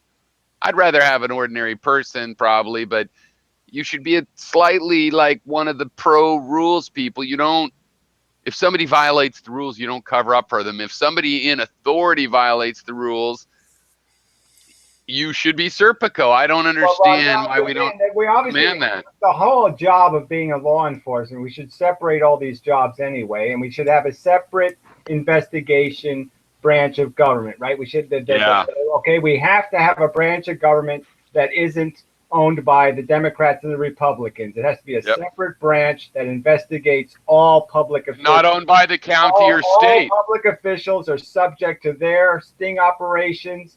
Their scrutiny. They can look at all the books. They can watch everything that goes on, and it's got to be separate and it's got to be independent. And that's the only way to regulate these people. And there's a truth about cops. The only people who should be cops are people who don't want to be cops, right? I mean, the first qualification for the job. If you want the job, you probably aren't right for the job. I know, and that's a sad thing, but it is, and it's like it's innocent too. A person that wants to be a cop might be telling themselves they want to help people and not know they really want to be able to tell people how to fucking shut up and do what they're told. You know what I mean? They don't necessarily know that. They discover it in their 30s. Well, have y'all seen the? An honest person can't say I'm going to enjoy being a police officer. Yeah. You have to have some perverse. Small penis syndrome or something, right? There's just no way you could say, I'm going to really love going to the scene of an accident, seeing people's heads cut off. I'm going to love going to that domestic violence and watching that kid getting beat up by his parents. I'm going to love getting into all these situations and all this. I was just talking to my wife about this. I'm going to just love watching people die in front of me. I was just talking to my wife about this. I think this is what's happened generationally with the coming of the cop car cop. It's they're disassociated and there can be nothing good. I was saying the same thing you just said. But wait. But back in the day when some cop, I watched the video of the guy shot in Tulsa, right? An amazing video because the woman obviously shot because she saw the cop next to her shot the taser, right? And when he shot the taser gun, I think she thought he shot a real gun and then she pulled the trigger, right? Yeah. So the guy's lying there after she shot him. And the cops all huddled together and they're backing away from the car like the car's full of bombs or something. Yeah. Nobody goes to the guy they just shot. For fucking 2 minutes at least. Yeah. Not one person touched the body. They just shot a fucker for no reason and they don't even apply pressure to the wound. I know, it's amazing. Did you guys see the recent release of the Charlotte incident? They released the videos. Boy, they're not doing a good job of just releasing the clear thing. but Well, yeah. I mean, that cop dropped something. That one's a little trickier than this one. I mean, this one was just so obvious. The guy's hands were on the fucking window of the car. The window's closed. They just tased him. I mean, there wasn't even 2 seconds between tasing him and shooting him. How could that ever make sense? And there's no gun. Well, before you came in, Gary, I was realizing that these cops are a certain subsection of selected people that still have, like, that might as well be a giant 700-pound bee or an ape that could backflip and rip their head off. You know what I mean? That's what it is in their mind. They're going in afraid, and again, part of the job description is you're not supposed to be going anywhere in fear. Okay, you're supposed to be a goddamn professional, and if you can't handle it, don't take the job. Especially since you can train people to be brave. It's proven. You can train people to be brave in the little, shooting galleries. And psychology, you know what I'm saying? Yeah, you put on well, they either have to drop out or they end up brave, but we don't do it. It's all of these programs we've had since Reagan of hire 100,000 cops and Feinstein, a Democrat, hire 25,000 cops. It's always, and it's like the TSA. We had to hire all those TSA guys all at once. That's why they're a bunch of fucking idiots. Well, they have these funerals with 10,000 people show up. They're all parading themselves as if they're heroic acts, and every day people do much more heroic things. There's mining accidents, and the mine is flooding, and the miners go down to get their buddies and shit. Nobody talks about those fucking heroes. And these cops all think they're heroes without even having to do anything. And so, yeah, they're all protecting their hero status. I'm a hero. You can't shoot me. I'm a hero. I mean, my job isn't to have, I'm not supposed to take any risks. Well, I think the body cams. I'm a hero. Heroes have ticker tape parades. They don't have to go into burning buildings. I think body cams could change this. And especially, though, if they were live streamed, body cams were live streamed, so people could there'd be a big community of people that just watch those live streams all the time. And then if people actually were heroes, they become celebrities for it. That would be all kinds of invasion of privacy issues there and shit. You don't want to get into that. But not for the cop. Not for the cop. You mean for the people the cops are talking to? I mean, for everybody who's at the scene of a crime. I mean, you can't. No, I agree. That's the problem, but I think it would be worth it. And there is no invasion of privacy for the cop. Obviously, the cop should have that. I'm saying it's an obligation to record it. I'm just saying I wouldn't live stream it. I mean, live streaming sensitive situations is retarded. It is a little retarded, but that's just how I am, man. Well, I'm just saying, then you might as well be watching gladiator wars on TV. Well, even if we did it your way and we're a little more sensitive about it, as long as it was part of the public record and a judge could decide which parts needed to be redacted, blah, blah, blah. We're already halfway there. I mean, these cops do have... Well, except for Gary, we wouldn't even know anything about this crap if it wasn't for the fact that they put cameras in the cars. And now the wife had the camera that was provocative. So the part where we're halfway is how the cops are like, they've got all the information, but like it would interfere with investigation. We were to show you what's going on, so that's why we're halfway, right? That's the halfway part. An issue about why she was telling him to stop and don't do that. So even her camera, camera is a little bit incriminating because obviously he was doing something she knew was provocative. Well, because he stuttered and had, he was a little bit. Well, I'm just saying he was doing something that all of a sudden she changed her tone. Not something that deserved lethal force. Don't do that. Don't do that. Don't do that. She was really telling him not to do it, and he kept doing it. Yeah. So that'll be interesting to find out what she says that was about. But obviously, whatever it was about, these guys should have a non-aggression principle where, I would have a law where it's like I would train the cops. It's like, no, they have to shoot first, duck. Be behind something when they do it. I would just make it so you're accountable. So whether it's a fine for the police union or your local union gets a $1 million fine or something, because I don't mind you shooting first if you're right. But what I want you to do is I want you to pay a huge price if you're wrong. You're big on the economic incentives. On fire if you're wrong. Well, they're just going to you know, I mean, they're going then they to will stop prosecute shooting 49 times, right? If they know that each one of these bullets are going to be counted and each one of them's a wrong bullet, and so each one's going to be $1 million, maybe they won't shoot 49 bullets into a guy who doesn't have a gun.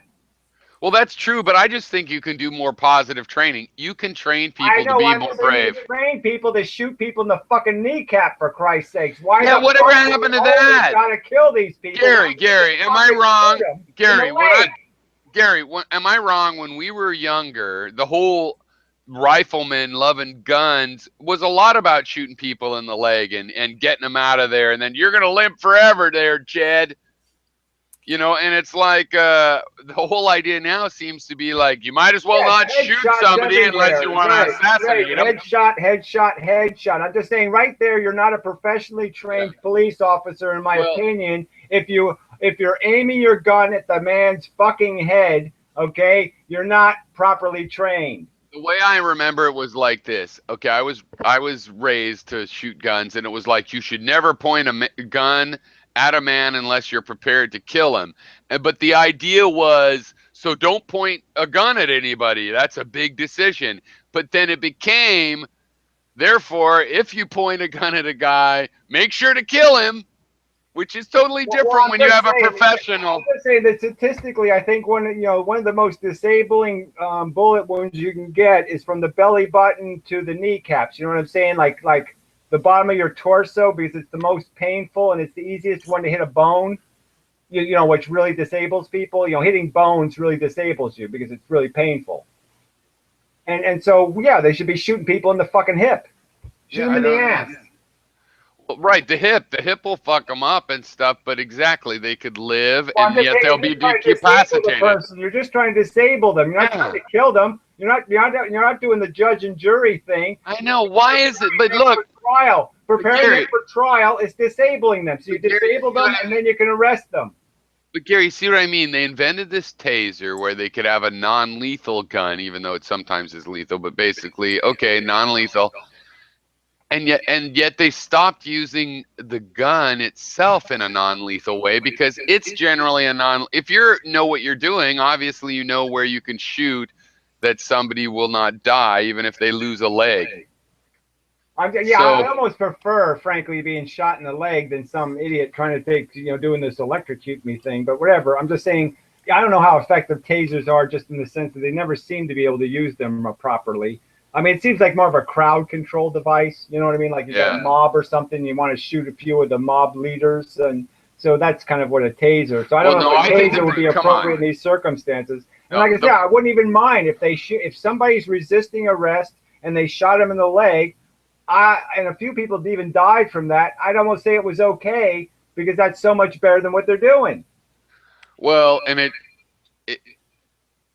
it's kind of because they're still shooting people with guns, and then they make sure to kill them, and they're that's the part that tasering people too frequently. 25 shots. Like I said, if you watch that, it's like a freebie. Video, watch the Tulsa video because you'll see things in there that are just so amazing. Like I said, after they shot the guy, there's 6 cops at least, and they all are backing away from the vehicle like somehow there was some other suspect, or somehow there was a bomb, or somehow something. Well, that's what I'm saying. The problem is, you're watching it. It's bizarre. You're saying, what are the cops backing away from? They just shot an unarmed man. He's lying on the ground bleeding. Gary, why are they running away? Gary, the reason is because we've hired a bunch of mall cops as actual cops for the last fucking 40 years.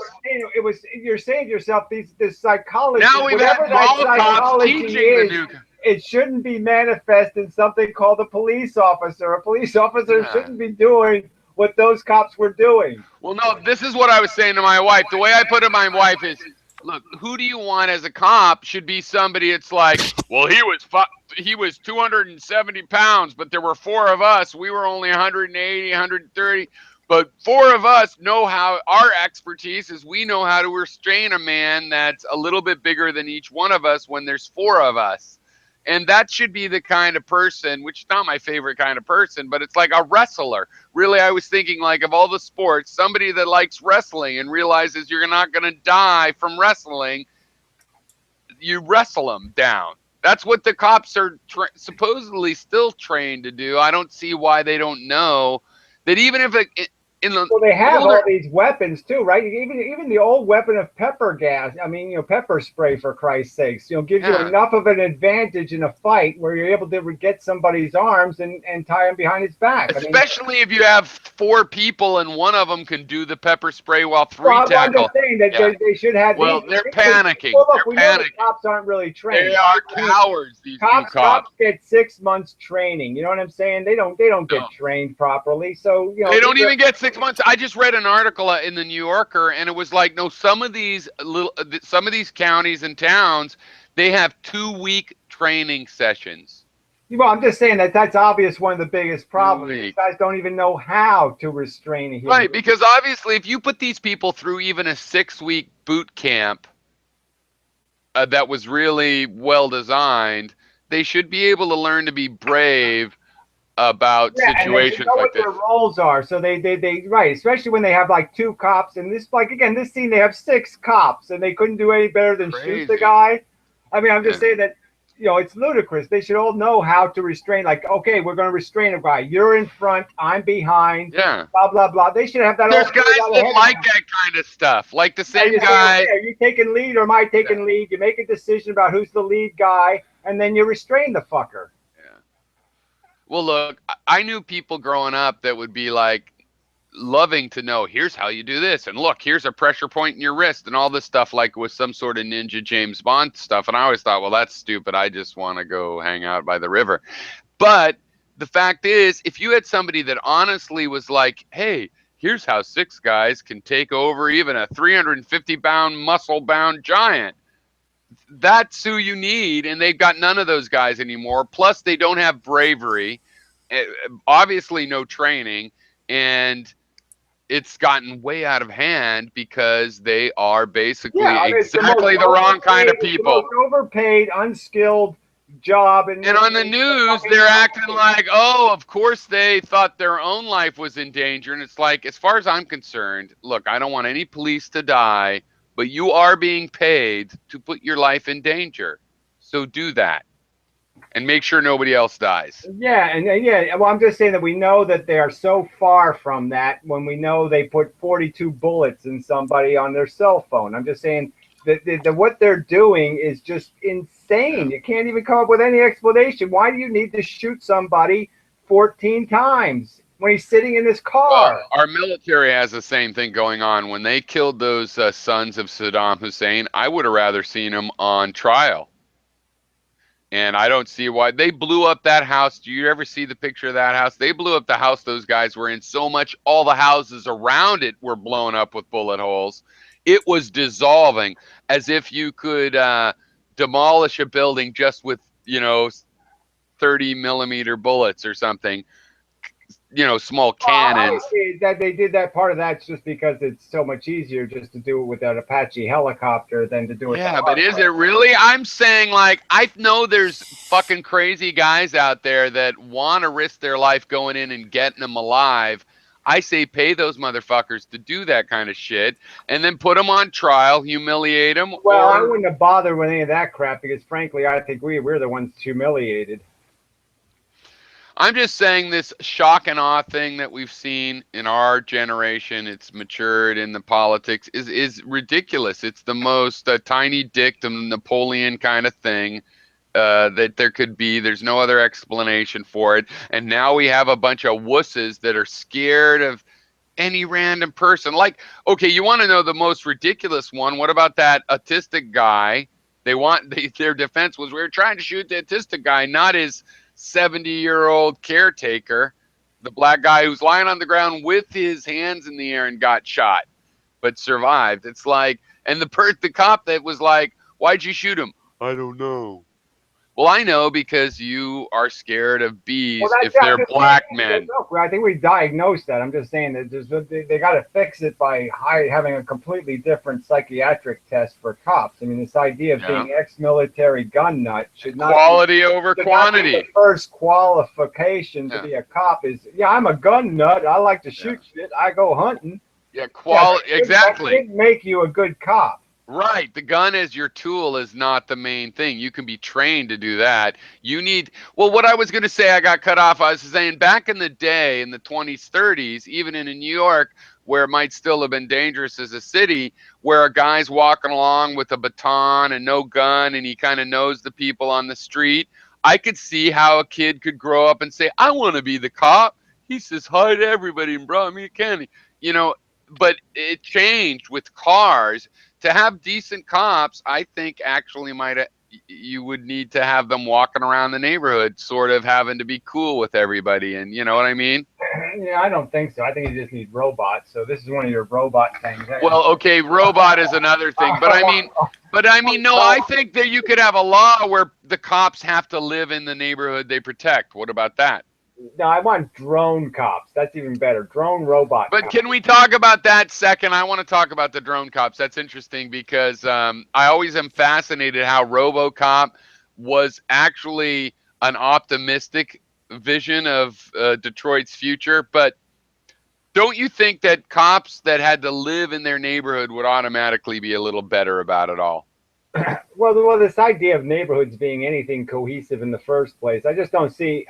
Frankly, I just don't know how productive it is in terms of what you're trying to. No, but if a cop has 20 acres to patrol, I'm just saying, if you want to get rid of the gangs, and you're not going to get rid of it with the guy walking his beat. You're not going to get rid of any of the real hystemic, the real burdens of these neighborhoods. well, what kind of policing do you? Walking the beat? So I just don't. Okay. What kind of policing do you advocate? And let's go into the robots, I guess. When we got the robots that can do it, what kind of policing do you advocate? How do you imagine these robots capable of doing it? First, I'm saying you want to They're get humans.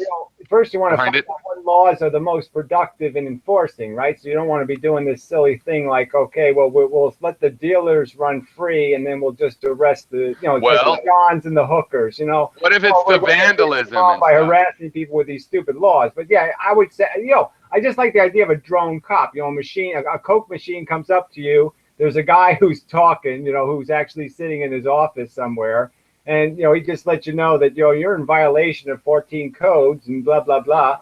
And I think you should give yourself up for arrest and, or something like that. It just, the first robot just gives you the message, and it doesn't enforce, it just enforces the fact that you're under arrest. And I would like you Well, unlike RoboCop, a real RoboCop could actually be almost 100% designed to capture you, right? Because with nets, a real RoboCop requires a real living human to be inside of it, and that's where you get into the whole space program thing, where it's a lot cheaper to make robots that, well, if somebody blows one up, who cares? If they run over the robot, who cares? Fine, great. Yeah, so let's say it's just like you said. What I'm saying is you could have a robot like that without deadly force was incredibly good at capturing people. You know what I mean? Because it could shoot up, nets and all kinds of shit. So assuming a certain amount of robotics we almost have already, in which case people are getting captured. And if that guy behind the desk is a little bit, of an asshole, at least nobody died. Well, I'm just saying that you don't have to really worry about this. Yeah, if the robot gets shot, he's going to say, hey, go ahead, shoot me some more. No, I'm not worried about the robot, Gary. I'm talking about the people. That's another year in prison. So every time you shoot me, it's another year in prison. I hope you know that. Yeah, infamy, you're totally right. Yeah, that's what I'm saying. There's an actual cultural thing of where the cops are anti-snitch, and anti-snitch is a criminal behavior. That's all there is to it, really. We need to figure that out in this country. Some countries do know that, but they still have crooked cops, but at least they... we actually, our shows, well, I don't know if you ever saw The Wire. It was pretty good. It dealt with that, of cops that were on the border line of doing that. And then after they didn't tell on somebody else, they took a little money. How the corruption rolls up. The liability of being on the street, right, is that you get, or Serpico. Friends, you get guys you're going to protect. This business guy you like better than that business guy. So you help him fuck this guy over and give this guy more parking tickets. And Gary, I didn't watch Serpico for like 30 years. You were pretty good with plots. I mean, do you remember the plot? That's a movie we should promote because it was really good and it was based on a true story.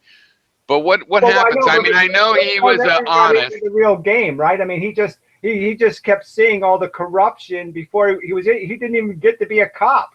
You know, At first, he wasn't even a cop. He was just the guy who's like going to be a cop kind of a thing or whatever he was in. And it's like everywhere he turned, somebody was offering him a deal. well, wasn't it at first? Graft. Wasn't it something like at first he doesn't want to, he just wants to ignore, and it's like, no, I don't want any part of that, but he's not saying anything about it. And then they're like, no, you have to take part or we got a problem. Yeah, well, they gave him no problem. choice, really. They just gave him no choice. But yeah, it became a thing where you're going to be killed if you don't play along. And that's when he said, well, I'm not playing along, so I guess I'm going to have to do this go ahead and try to kill me thing. Yeah. Yeah, you're right. That's a good line, actually. That, well, why haven't we had Serpico since fucking Serpico? Because people kind of know what it is, but it's not in the popular consciousness. It's like, why haven't we had a Serpico since fucking Serpico? Yeah, well, Really, there isn't naming it. Well, I kind of think of a Snowden as a little bit, but not quite like Serpico. yeah, not even close in my book, because that one's not even, that's a whole nother subject of snitching. I think whistleblowers have a similar kind of heroism, but yeah, it's not Serpico. Like, that story has to do with him, like, actually being with the people that are like, here, either take all this, take all this money, or I'm gonna kill you. And he's like, cake or death, okay, death. It's a hard decision. Yeah. But yeah, integrity isn't worth much in there. And it was New York, right? The real Serpico or the movie or whatever was. Yeah. It was in New York, yeah.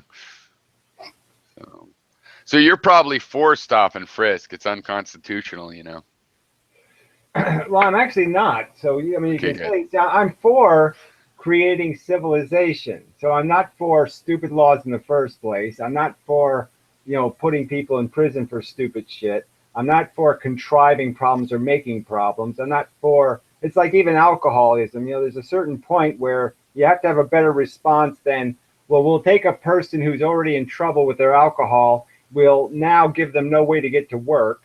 And we'll also find them so much money that if they're poor, they're now out of a house. Yeah, right? I like a tough love approach. They can't pay their rent, and they're living in a homeless shelter. So now they're not only a drunk, but they're in a homeless shelter without a job and in debt. That's right. I like what I think is kind of a tough love approach. Like, okay, you can't drive your own car anymore because of your DUI.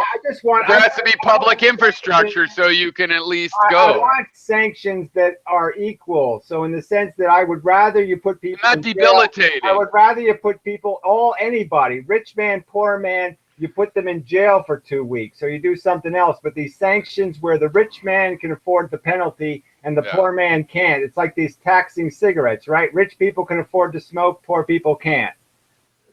That's not a just system. That's an unjust system. Right. You can't debilitate or really and unfairly restrict. I think that's a principle that we should follow. So, well, I'm just saying you're not doing the rich any good by making it a financial expense for being a drunk, right? And you're devastating the poor. So I'm just saying both ways are not therapy for alcoholism. Both aren't getting to the root problem, which is this asshole thinks it's not only bad that he gets drunk, but the really bad part is he thinks he's entitled to impose his drunkenness on everybody else as a risk. So yeah, we have to stop him from driving while drunk. And I think you could probably do that with some other therapy rather than this idiotic, let's ruin his life. Well, but what about my idea that if you have public infrastructure and he has to get onto a bus and maybe he hates that or maybe he doesn't and maybe it takes a little bit 50% or twice as long.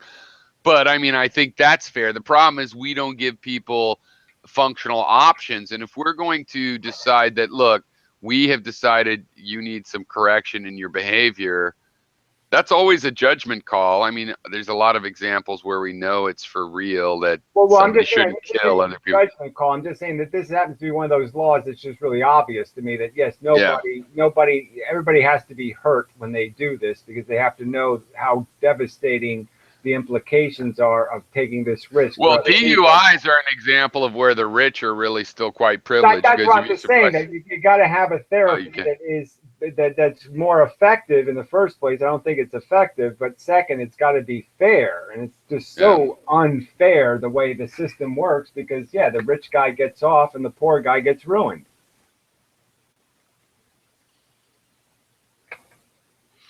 So I forget if I asked you in our earlier Trump versus Hillary stuff, who do you think is going to win? Well, I still say that I think Hillary's going to win because Trump can't fix his financial mess, and he has to release his tax return. And when that happens, Oh, that's right. I forgot that. Yeah, he's going to be fucked. So I think Hillary wins for that. But I just think even when you get down to the wire, I just can't really imagine people going into the voting booth and saying it's rational to vote for a billionaire. I just don't know how they can do that. Not when there's more than 50%, not when the urban population, which is at least a little bit cynical. I don't know. I kind of think like the demographics just don't. It can't happen. But it, I just can't knows? believe that people. I mean, like I said, I'm against immigration, but I mean, it's just so stupid to think building a wall is in any way a constructive reaction to immigration. It's just not a constructive way to stop the problem. I mean, it's a comic book it's thing. It's going to be the leakiest thing on earth, and it's not going to fix the problem. Well, that's an interesting question, though, Gary. So we both agreed that the immigration thing is definitely the real fire beneath the bonfire of him winning the nomination and everything. But I would say, is that enough? No, I think maybe all of the comic book visualization of a wall, and it's going to be a big wall, and now it's 10 feet bigger, and it's going to be made out of concrete, you little girl. Good question. What's it going to be made out of? Concrete, and it'll be reinforced with rebar. That's steel.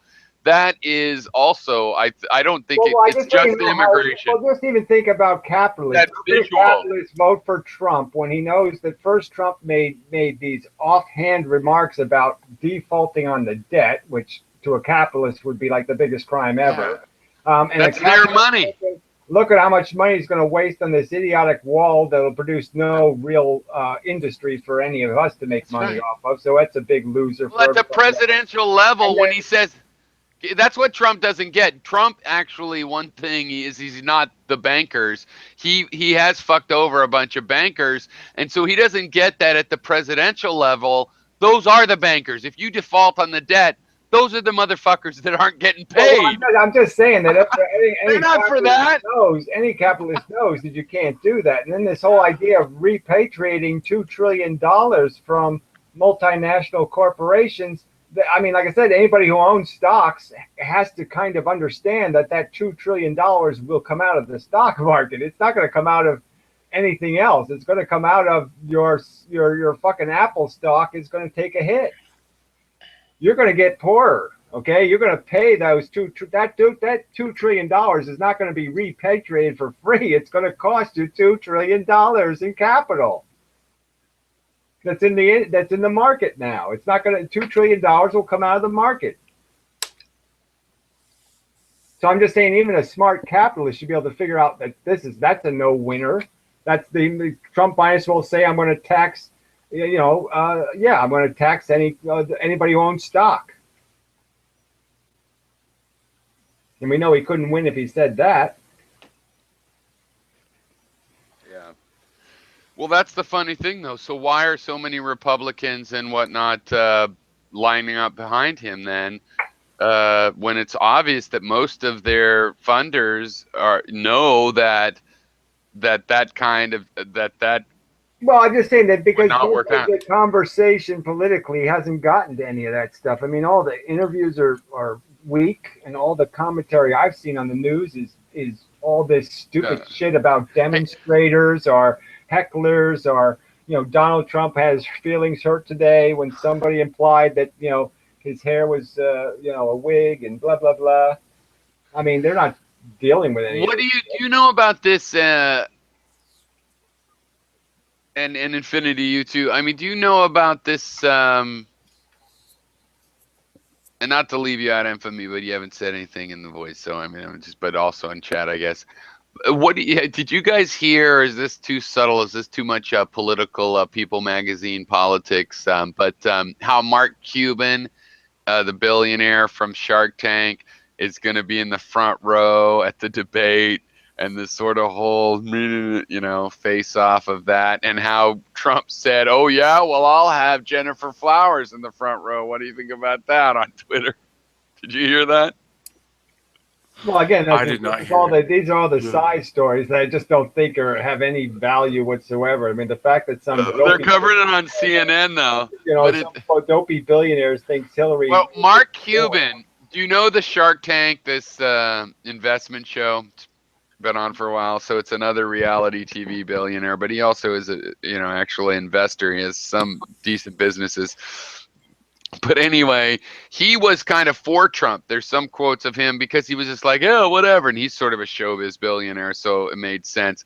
But then later he's like, "This guy's fucking nuts," and so he's been saying things against him, and so yeah, he's in the front row. And then the funny thing though is it rattled Trump. Trump doesn't want to see anybody also a billionaire. That's his thing. That is against him. That is a kind of thing that makes him worried. There's a guy that told when Trump was younger, he went to somebody in the White House and was telling him how he wanted a chance to make a deal with the Russians about nuclear arms. And the guy says what Trump told him to do was, okay, make a meeting with the Russians, show up late, and then when you get there, point your finger in the middle of his chest and say, "Fuck you." That's it. That's how he would do it. Yeah, well, whatever. I mean, that is what he's like. And that works when you have the rule of law, making sure nobody shoots each other. But when you do it to a bunch of Russians, anything can happen. That's not a good idea. That's why he's so dangerous, is he doesn't get that you can get away with the pretend thug when you're in New York and there's the rule of law. And you can pretend you're in the Goodfellas, but really you have the rule of law and the mayor is bought off and all of this stuff works out so there's no gunfire. You can't do that with foreign countries. You can't even, he thinks you can do that kind of shit with Mexico. And guess what? Mexico has their own billions of dollars. And even if they're not a very rich country compared to the United States, they're plenty rich, and their rich people are rich, and they don't have any reason to give in to Trump at all. Well, unless he really is going to invade them.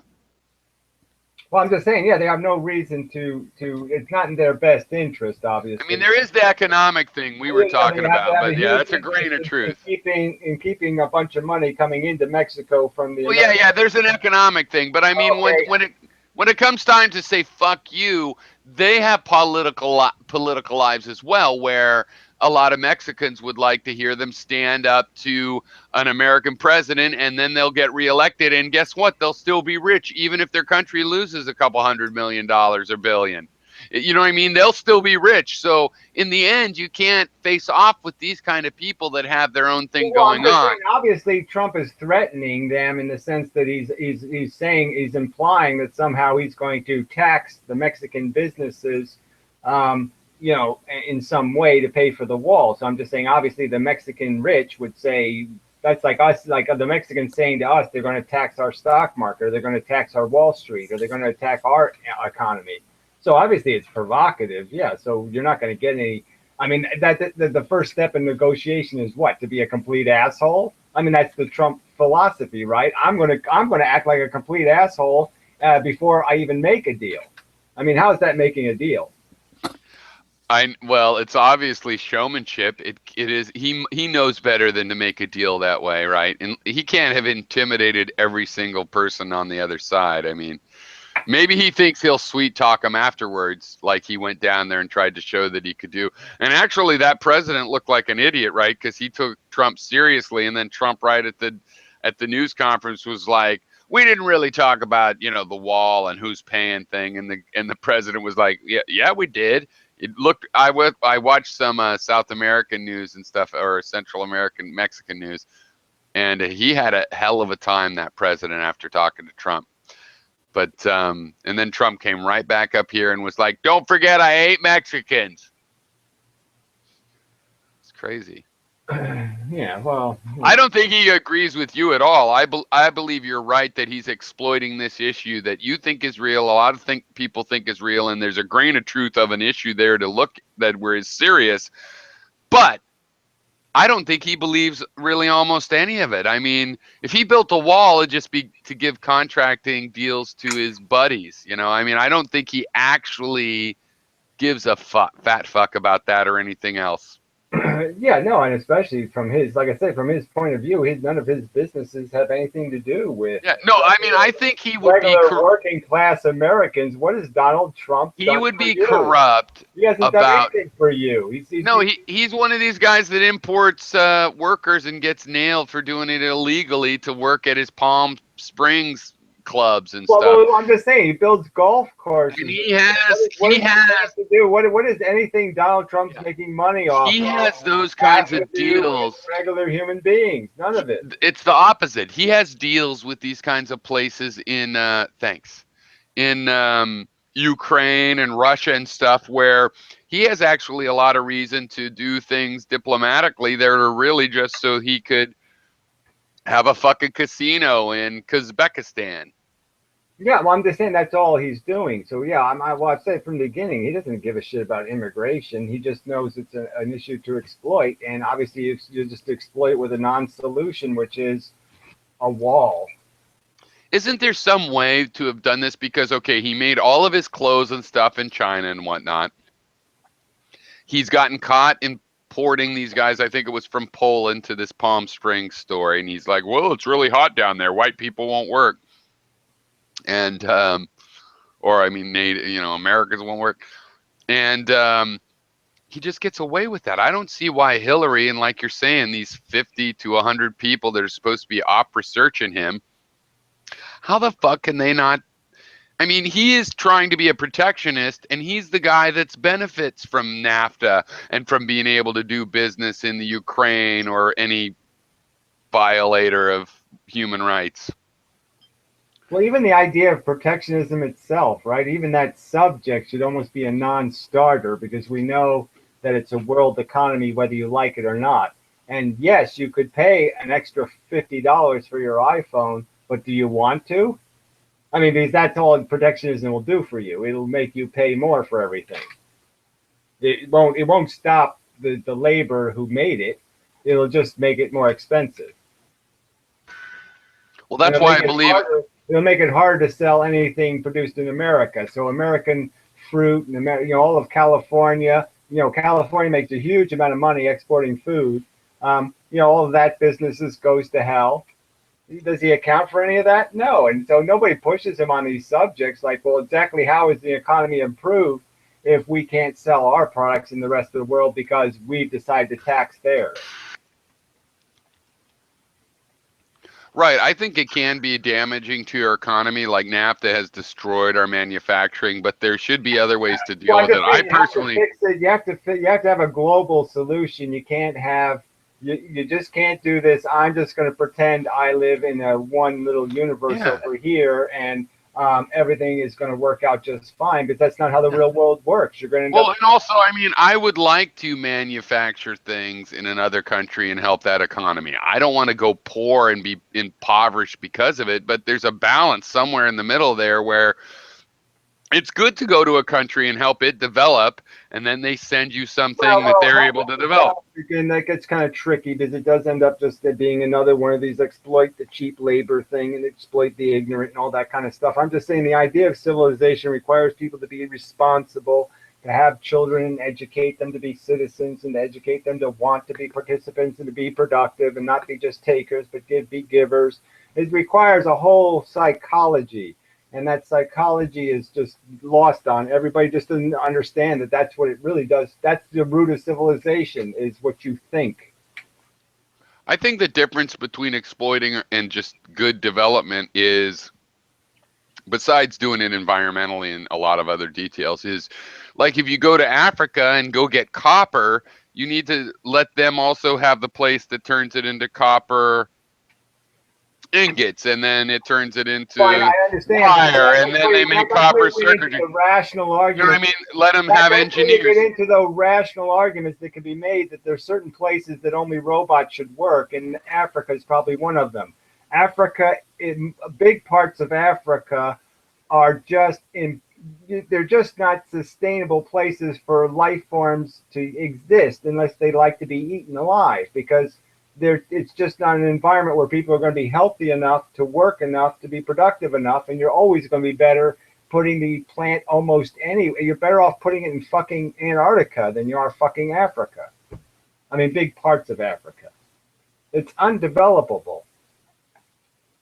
And so as soon as you put any money into it, you just end up creating people that are going to be unsustainable. I mean, even their environment is so fragile. Like they're cutting down now more rainforest in Africa than they were at the height of the desiccation in South America. So they're cutting down more trees now in Africa than they are South America.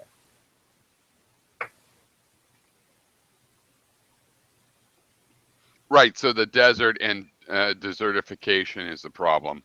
I mean, obviously, the lush parts, if they don't get destroyed, are great. Down in the Congo, which is the watershed of Africa. So, yeah, it's not a good plan. But the Sahara could be a great place to like collect massive amounts of solar energy. But again, you're not going to create a city out there of workers. You need robotics. What I'm trying to say is that you need automation. I'm not against, selectively developing parts of the world, but you do have to do it selectively. You can't put the money in places that are going to be, just by definition, 4 times more expensive.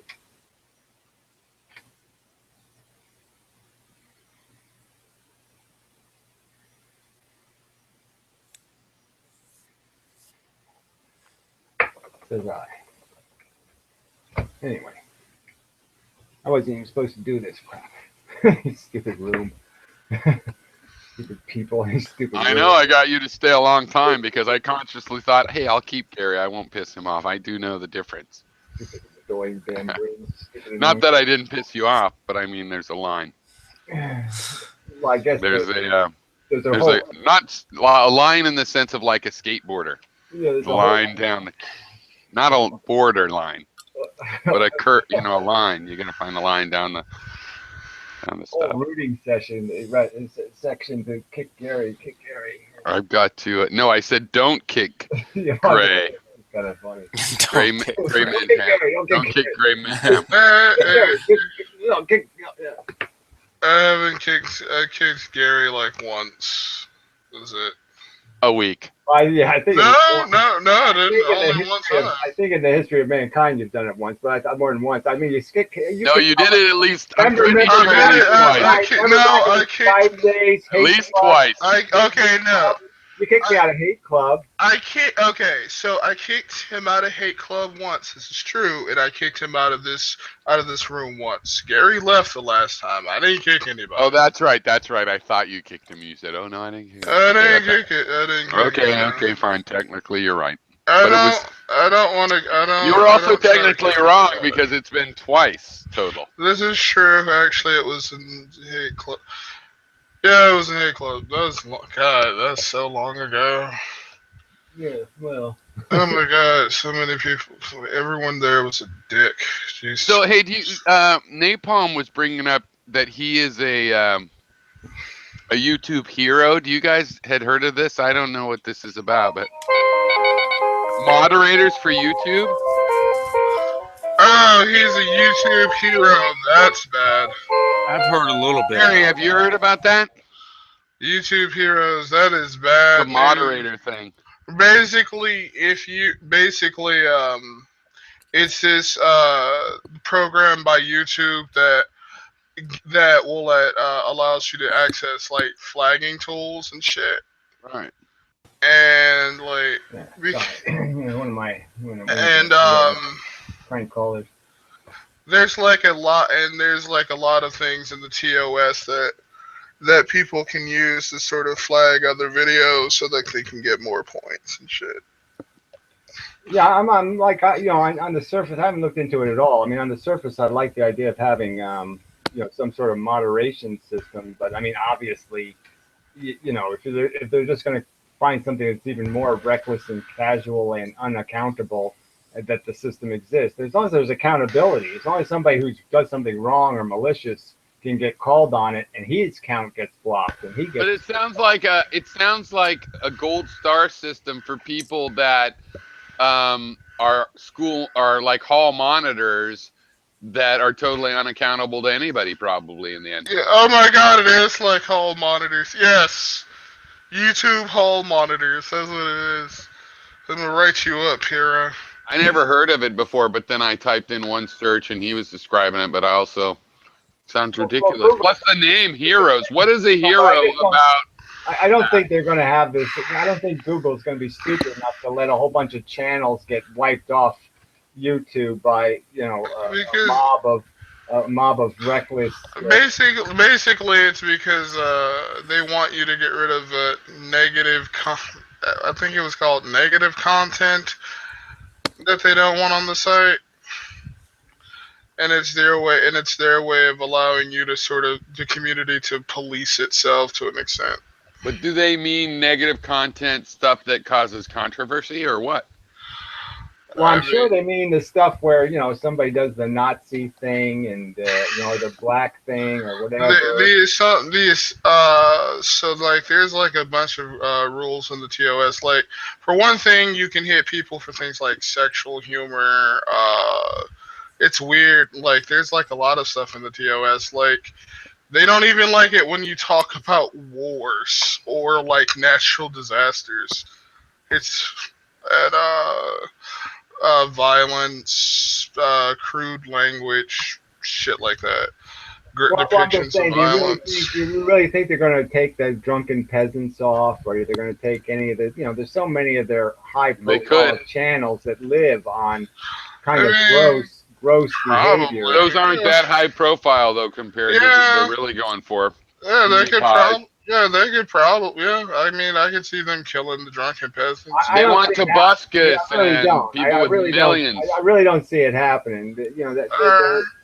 They're first, it's no advertising win in them reducing the amount of content. That's what a lot of people actually. Gary, not reduce content. Gary, what companies sometimes do in that case is they clear out all of us that they aren't making the money out, on the basis of our controversy, and then they let somebody that has more subscribers stay on, and that's how they go like, look, no, we weren't stopping free speech. We kept people that are controversial. Those people are just too far. I'm just getting this as an off the top of my head counter argument, right? We know the environment's more competitive. We know Facebook is taking eyeballs off of YouTube. Yeah. So there's other places for people to go. I just don't think this is the time they're going to say, all right, well, let's cut back on how many people we have, and let's cut back on how much controversy the website generates. So I think that they would want to do exactly the opposite. They want to be able to generate more controversy and more eyeballs. They want to have more videos of cops, butt fucking 4-year-olds and all kinds of stuff like that. So I'm sure they wanted to go. I'm sure they would rather for their economic vitality.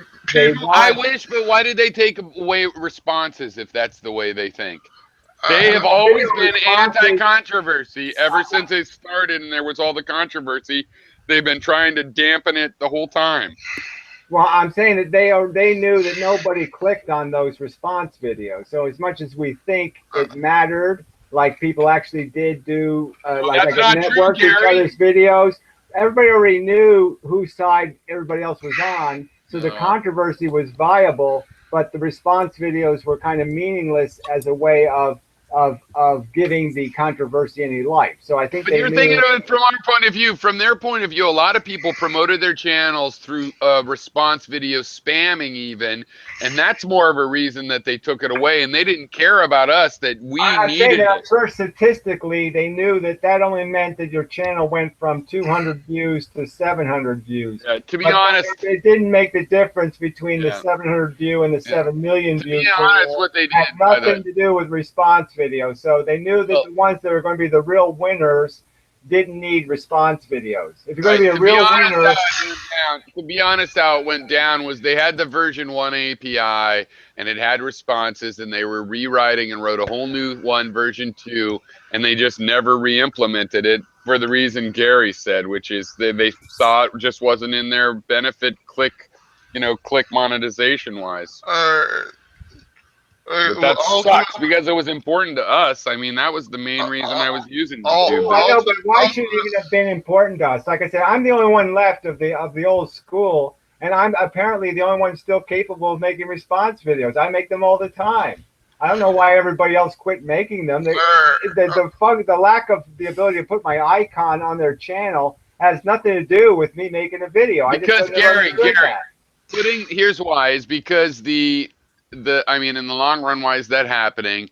Is because when you have a feature in your website for that, then it's a way of people to discover new people. Like they discover and they reply, and then you see new person, and that's how I met Heitla today, and probably you I responded to or whatever. So it's like when you kill that way that the community is created, it'll just slowly attrit and die of old age like a dying population. Well, I know, but it's just so easy to post a comment on somebody's video and say, I made a response video, here's the link. I mean, it's just so easy Well, to I've been do. pressuring my wife to do a Kickstarter again for this thing because I had a pretty functional, Chrome plugin. We could make it different ways now, just as a website even or something, because we could make something that used Vimeo and YouTube and had a thing. But maybe when they actually finally kick us off of YouTube, we'll do it before I'm dead, hopefully.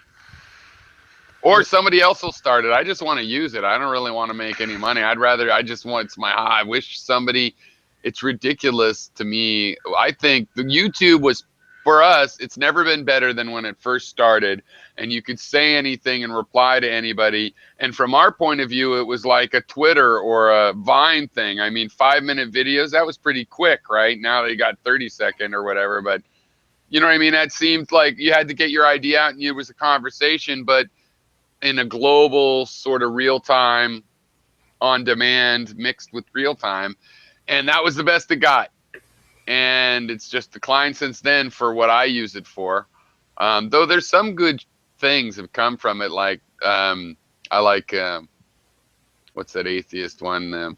Well, I think also part of there's good programs and stuff. The lack of metadata, generally speaking, is just so poor, right? I mean, they took away the description mean anything. The tags meant something. Now they mean something. Now they don't mean something. You can't search for videos by category. You can't search videos based on guru or philosophy or remember how they used to be in categories. Used to be in a club, so to speak. Right. It's beyond complaining any one way that it was. The problem is they change it every month or two. It's fucking ridiculous. They're like psychotic in that YouTube. Hey, one thing I applied for, but they haven't got back to me, is a contractor, which I found weird, working for Google YouTube in New York. Yeah. And I'm like, no, but here's the thing you might not be getting. Why would Google hire a contractor? That's a sign of the end. That's like a crack in the foundation. When a company like that. Understandable, because you let them do the meat and potato stuff, and Google's doing the high end, robot cars and the fun stuff, the high tech stuff, and right. But that's just like they're letting the bums. But that's like when Rome hired all the Gallic mercenaries and shit. Well, I'm just the beginning and the end. I'm telling you. Well, I'm just saying the fact that they're subcontracting means that I don't have to give them benefits, I don't have to do this, I don't have to do that, so they don't. They still pay really well. So they're not diluting the Google, they're not diluting the Google hierarchy with their inferior. They give all the benefits except for, you're not permanent. It's a limited time, free meals, all the stuff. It's crazy. I think it's more about this thing. If you actually get hired for Google, you feel like you're such an elite in the industry, you don't want to do the boring stuff. Well, maybe it's a way of just proving people too. It might be just their proving ground. Like if somebody really excels at one of these subcontractor companies, then they can move them to the real Google plant. But they spend so much recruiting people and putting them through these hoops and stuff. But yeah, I mean that's definitely one reason it's potentially an opportunity. I wouldn't even necessarily take it because I think the thing is it's not a remote position, so I'm not going to move to New York. But I figured it just takes me a while to send off a resume. Yeah. But I wasn't impressed with the way they ran the way they did their thing. I was very depressed about this job that got all the way to the end, and then they're like, well, we're moving, that team is moving. non-remote. Like, fuck you. Because Oh, I mean, like, part of it was a 2-day test that I got 6 problems, choose 3 to do, and I have 2 days to do it. So for 2 days, I just worked on that. And then it's like, that's why I have to work remote, because it's like I'm supposed to move around. Because after that, they're like, do you want to move? You know, will you willing to relocate after all? I'm supposed to move. They're still the same way. You could move all the way cross country, and they'd still be like, yeah, we changed our mind to who? A guy you never heard of that does decisions. You know, fuck you. And well, then yeah, and if suddenly you you're in work in the last Austin or job, something. well, unless you contract with some kind of, unless you guarantee some security in the beginning, they'll just fuck you like that last guy did, where, 2 weeks Well, notice, and you're like, well, what the fuck? I went through all this shit on, no, my last thing didn't even have 2 weeks. I thought that was like a law. It was always at least 2 weeks, and there was no any weeks, and that was amazing. Yeah, so it's made me realize. So that's easy though, because I can just ask people. Because frankly, I do expect companies to be willing to have some sort of notice in both directions. I mean, 2 weeks isn't fucking much, but at least it's enough to go start looking. You're not gonna find something. Not in my, I mean, in programming, it takes a month or two, even if they want you right away. They have you talk to all these fucking people for 1 week at a time, Yeah, I just mean that, it's the kind of thing you got to kind of write into the contract that, it's a guaranteed 6 months or I'm not Well, bothering. actually, if you're interested, okay, since we've opened this, here's the thing. One, I just contacted this guy and he's like, well, it's a little steep for what we're looking for. And he's got a business in New York and they have a contract for all the Uber and cabbies have to take a test in New York City. And they've got the contract for giving the test, right? So on the other hand, it's a really small company. And I'm just like, I don't know. I don't need much money. I just want enough to pay for my house in the lake. On the other hand, I don't want to get, I want it to be stable and have notice. And is it really going to be around? And is he competing? There's a lot of people that want to do exams. A website that gives exams, that's practically a demo you download for every language that exists. So, I mean, what's keeping you ahead of the market? But you go and look at his business. He's got a lot of, big Fortune 500 clients, but that doesn't mean they can't buy some other product sometimes. So it's like, I don't know. I would love to settle down and just do something that could be stable, but you just can't trust businessmen. They're just so full of shit. And if you think there's a standard in your industry, you find out, well, they're not in that industry or whatever. And I've had pretty good experiences with my employers, and I still think I'm justified to say that. So Yeah, well, pretty fucking bad. It's just because business is getting online and stuff, and whether you get in the beginning and then all of a sudden you're replaced because once you've established the foundation, they decide, well, we don't need any high end guy to run it, Right. So many liabilities, But I figure this guy with the little website that has this web app that he's managed his salesmanship whenever it was, maybe he got in earlier, maybe he's a good salesman, that he ought to want somebody fairly decent and senior that just keeps it running. It's a gravy train. Why would you want to chimp skate on the gravy train, $10 or $20 or $30,000? Why? You wouldn't need to. You want to keep it going so you can actually take a vacation and not worry or whatever. That's what I would do. I'd share the wealth enough that I still afforded my vacation. So, but it's hard to find people like that because when I came out here, my last company gave me, I had some benefits because I'd taken voluntarily attrition, because they were trying to shrink the size of the company. And one of it was a counselor. And he pointed out that if you try to sell yourself at a really reasonable price, that's my idea. I've always liked to sell myself as a reasonable price. When I have a higher skill and choose the job I wanted that I enjoyed. The problem is when you go to those people that want a cheap price, they don't want quality. You don't want to work with them, basically. You have a personality conflict with them, so that's kind of a weird thing. So when people say, I could actually accept tens of thousands less than I told him and be totally happy. But I'm worried that it'll be another thing where I don't get along with him in 3 months and have to leave. That's like what happened in the last place. I'm just like, you have to think ahead, and it's hard because I'm pretty much willing to always make a silk purse out of something. I don't really have super stringent standards if I get to keep Yeah, working my skill set. I found it difficult just myself to find, like I said, I don't have any standardized skills, which is part of the problem. But I mean, I do have kind of a innovation record or whatever to rely on. But it is kind of tricky. It's not like old days where you just, I could get a job just by them. You know what I mean? You go into a machine shop and you say, yeah, I can run that machine. I can run that machine. And then you just spend 10 minutes talking, and the guy will figure out that, yeah, you're innovative, you think of things, you're a problem solver, Right. it's not a problem, but this is a whole different game you're playing in terms of the structure of what somebody's looking for. And most of the people you're communicating with have no clue what it is exactly you're going to be doing. You know what I mean? It's like they don't even understand. They understand it in just such a vague way, and yet they're judging whether you're qualified to do a job they don't even understand. Oh yeah, no, totally, yeah.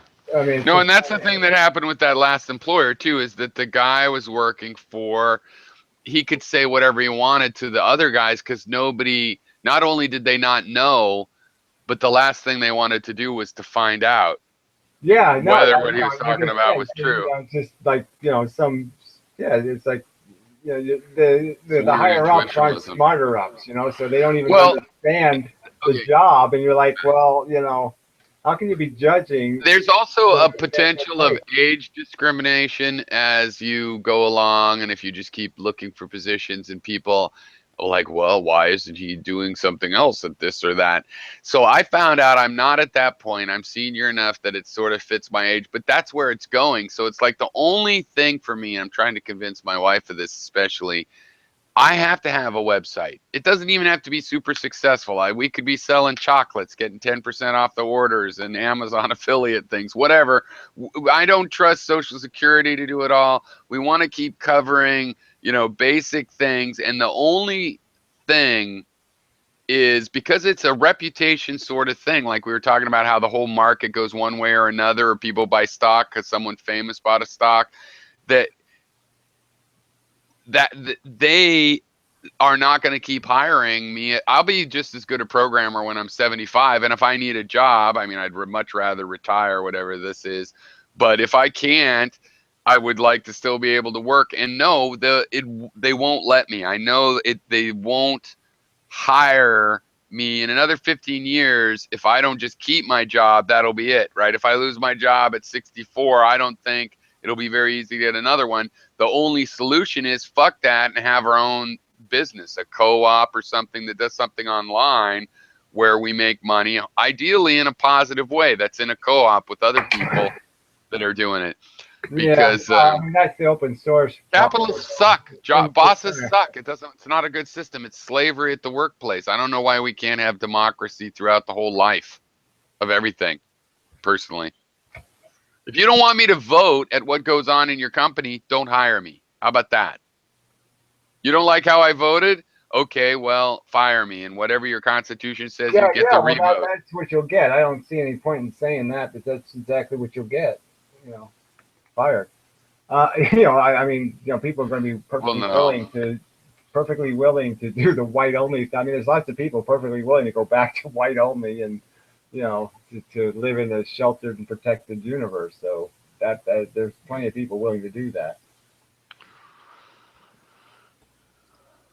Well, you don't have to have a democracy either to have an effect on how a company is run. Yeah, no, I mostly worked at places where that was their culture. We argue the issue, but that's why they hire you. I don't think capitalism is compatible with any of this profit sharing kind of notions. It's you either do capitalism or you do something different, which is some sort of incentive economics, as I would call it, but some other system. But there's just no point in trying to say we're going to make compassionate capitalism.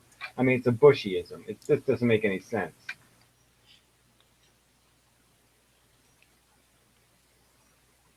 Well, you can I mean, there are structures in place right now that where a compassionate mob. Okay, you're gonna get in the mobster business, and you're gonna say, oh well, we're gonna be good mobsters. You're going to get eaten up by the bad mobster. So I'm just saying, I just don't think you can change the game of mobstery, okay, and say we're going to reform mobstery and it's all going to be okay. it just by its nature is a bad business. And the idea of capitalism by its very structure has to exploit consumers or workers. It has to exploit one of them to make its profit. Well, I don't think so. I think the answer is that it's the landlords. The landlords are the ones that have I reaped know. I'm just profits saying again. I don't that want they don't landlords. deserve. I'm saying get rid of the landlords. Just pay. Get rid of the landlords. The rent's too pay damn high. The pay rent the is too real damn rate. high. Pay the real rates for your use, and don't pay anybody's profits. We don't Don't need. pay any We don't landlords. need owners. Kiro, I mean, But it's okay to borrow money. I mean, I'm okay with my car loan at well, it turned out to be like I don't understand. It just 0.5%. seems like it seems like what you present about all that Landlords, fuck 'em. is just a surrogate landlord. So it I don't got a really winds landlord up now. being the same thing, right? No, because the government already leases the land to everybody. That's what it means if they charge you every year for your property. Right, It's but a land lease. it's still going to be the very rich and powerful that. No, we get rid of the people that just own a piece of paper. The government deserves money for the value of the land because they're the ones that build schools and fire stations and police stations and roads that make that land valuable. That's not the way to finance government, in my opinion. When the city owned infrastructure in New Orleans fell apart, the land became world we worthless. live in. The rich won't be paying the taxes, so it just doesn't work. Right. Yes. The rich. So for the rich not to pay the taxes on the expensive land means that the rich would have to move to the cheap land. They don't have to No. move to anything. Yes, Because would. you have They to can move evaluate to Barbados. They don't even have to live here, for fuck's sake. They Well, can let them on live their in a yacht. Barbados. Good riddance. I mean, they No. don't have to play your game. So go ahead, tax gold and see how fast gold sells off. No, I'm talking about taxing land. Gold. And you're saying that. Tax. They'll So stop. you don't think doing it. Disney would pay the tax? Potatoes, and I'll tell you tomorrow. They would everybody's move gonna stop Disneyland. growing They would potatoes. They would move Disney World to the Barbados. Disney World go out of business because it's already preposterously expensive, and they can't raise the rates So they'll just anymore. pay the so rent. tax They'll just pay Disney their World. tax. They're gonna tax the users of No, what Disney would World, happen not is the they'll owners pay of their Disney tax. World. Your I mean, idea you that don't rich get to the people have an owners option. this way. Why do you think rich people have an option to pay taxes? Is because it's Rich not a people land don't tax. pay taxes. They can hide income and assets, except Yeah, for they yeah, can't exactly. hide land. They have complete They discretion. can't hide They have land. complete discretion. Rich over people what they can't hide own, and land. they won't own it if you tax it. Right. So Apple will close the store in Apple. They pay this high rent to the landlords, but they won't pay that rent to the government because even though they can make money, they'd rather move to Montana where land is cheap. Yeah, that's not going to happen. You're talking about an increase. But they're okay? just You're gonna talking pass about that. financing government. You're talking about a huge tax increase, not a little tax increase. Infinity. Huge Infinity. tax increase. Apple pays a rent to the people that actually own that land. The McDonald's in Times Square pays a rent to the people that own that land. I'm saying that rent that they already find worth paying goes to the government as a land tax, and the landlords get cut out. So Right. no, they But will obviously doesn't pay mean- that. They're Why already would paying it. Why would the landlord own it? Because, for example, in Times Square, the land is so valuable, It people won't do be not valuable. sell it. Nobody will They want lease Why it would for they want 100-year it? leases. Go ahead. Tax Van Goghs, okay? Tax Van Goghs, $500,000 No, tax because on a you Van can, Gogh. you Who's can going to hide buy a Van Van Gogh. Gogh? You Nobody. can hide Van Goghs. If you want to have a McDonald's in Times Square, you can't hide that. But why would you bother? If I was McDonald's, I'd say, fuck Times Square, okay? I can make business somewhere else. I don't need Well, I Times don't know. Square. Why do Too they pay? expensive. Why should I they pay- sell $7,000 hamburgers? Nobody's going to buy one. Gary, there is a McDonald's in Times Square, and they pay an exorbitant rent. already. You say it's exorbitant. You say it's absorbing, and what I'm saying is it obviously can't be absorbent because it's only $1 fucking hamburger. But it could go to the government instead of the landlords that do nothing. McDonald's is like the worst possible example you could give. The government keeps the water going. Obviously, Obviously, in my opinion, obviously, the government cleans the streets. The government is obviously doing something for that property, and the guy that owns a piece of paper isn't doing anything. Well, I'm not going to keep arguing an issue I think is just dead in the water before you even start. Again, there's absolutely no reason why rich people can't move their capital. Live long enough to they can move their capital anywhere. They're going to go where they're going to make the most money, not where they're going to make the least money. Well, they're in New York right now. It's pretty simple what I'm saying. They're in New York right now, and I'm saying the rent they pay should go to the government. So obviously they don't care. They don't care who they're paying the money to on their leased property. I think Huck is trying to say something. I think you might need to refresh though. McDonald's makes money on hamburgers, not on land.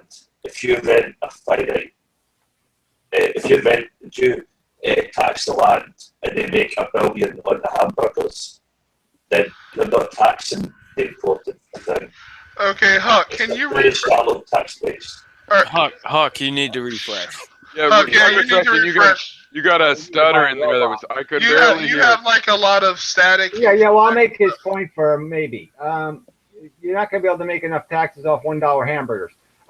Anyway, it doesn't matter. That's bullshit. They pay rent right now. No, they make enough money to pay rent right now. That rent goes to the government. Don't tell me they can't pay the rent they pay right now. If this silly plan is again going to be the subject, I've already talked about like 4 times. I think it's ludicrously silly. You've not counter-argued any of my points. The rich won't loan land anymore if they're losing money on it. If it's not making a profit, capitalists won't own it. Okay? Good. Yes. They won't do business. You make it too expensive to do business, a company won't do business. That's what you're saying is idiotic. They close businesses every day. Every day. Gary, follow slowly. Somewhere. Why does ShopRite close the store? Because there isn't enough people and it's too expensive.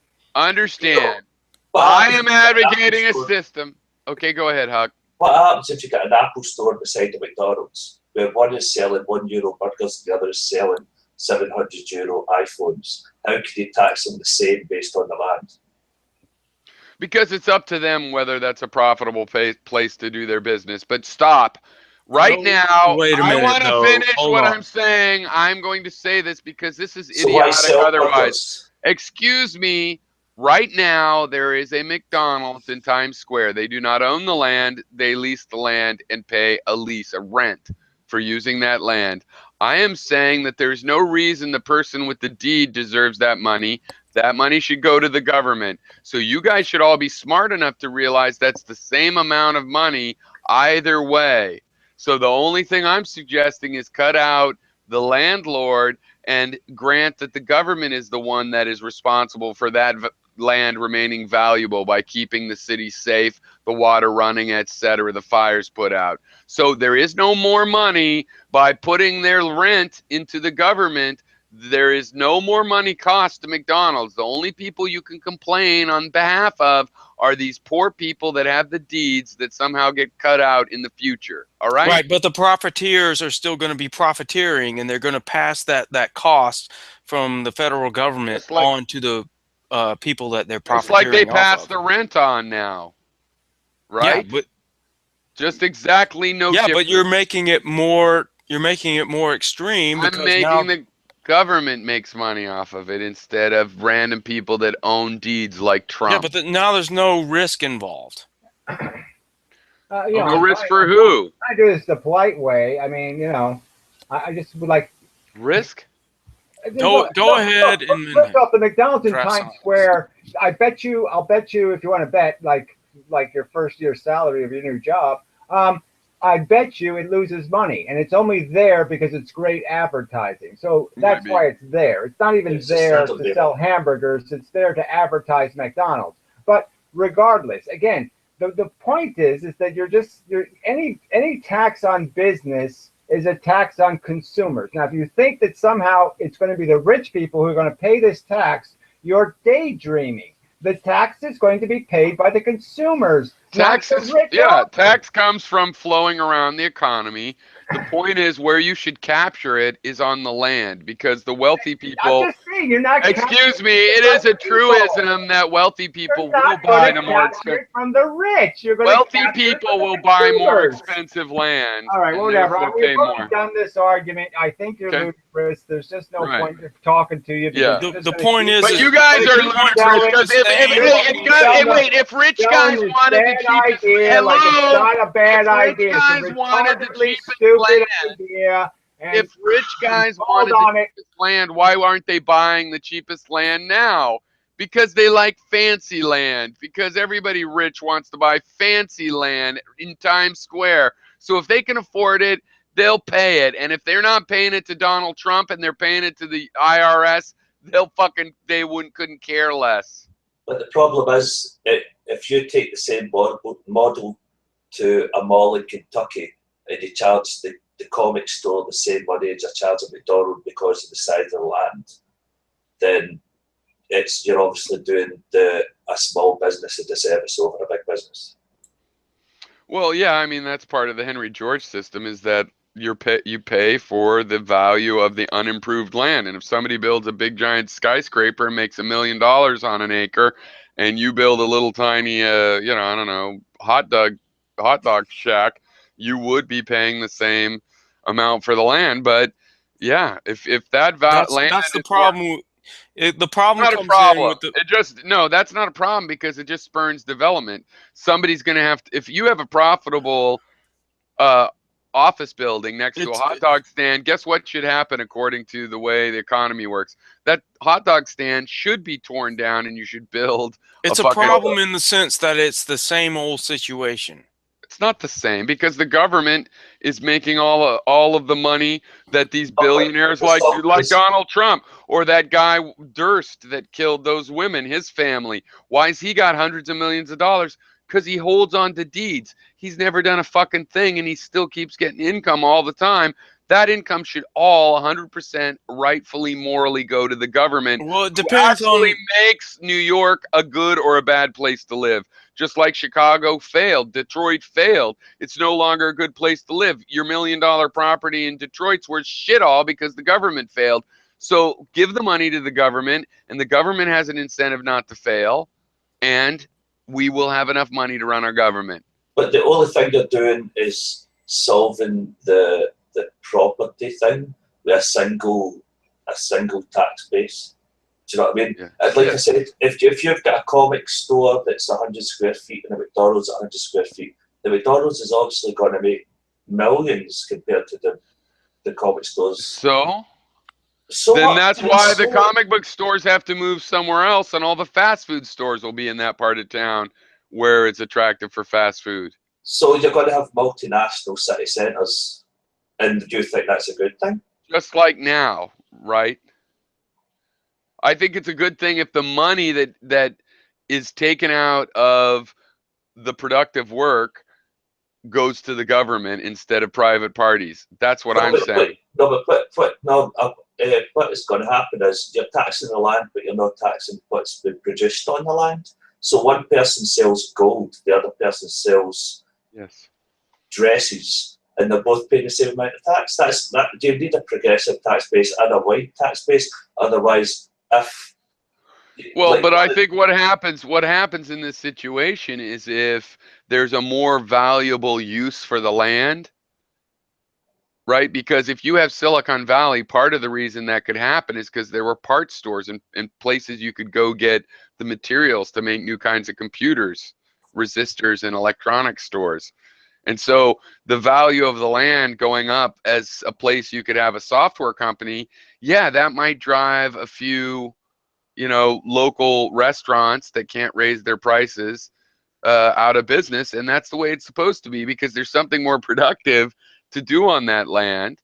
And meanwhile, people that get moved off of that land have places they can go own for nothing, as long as it's on the outskirts of town.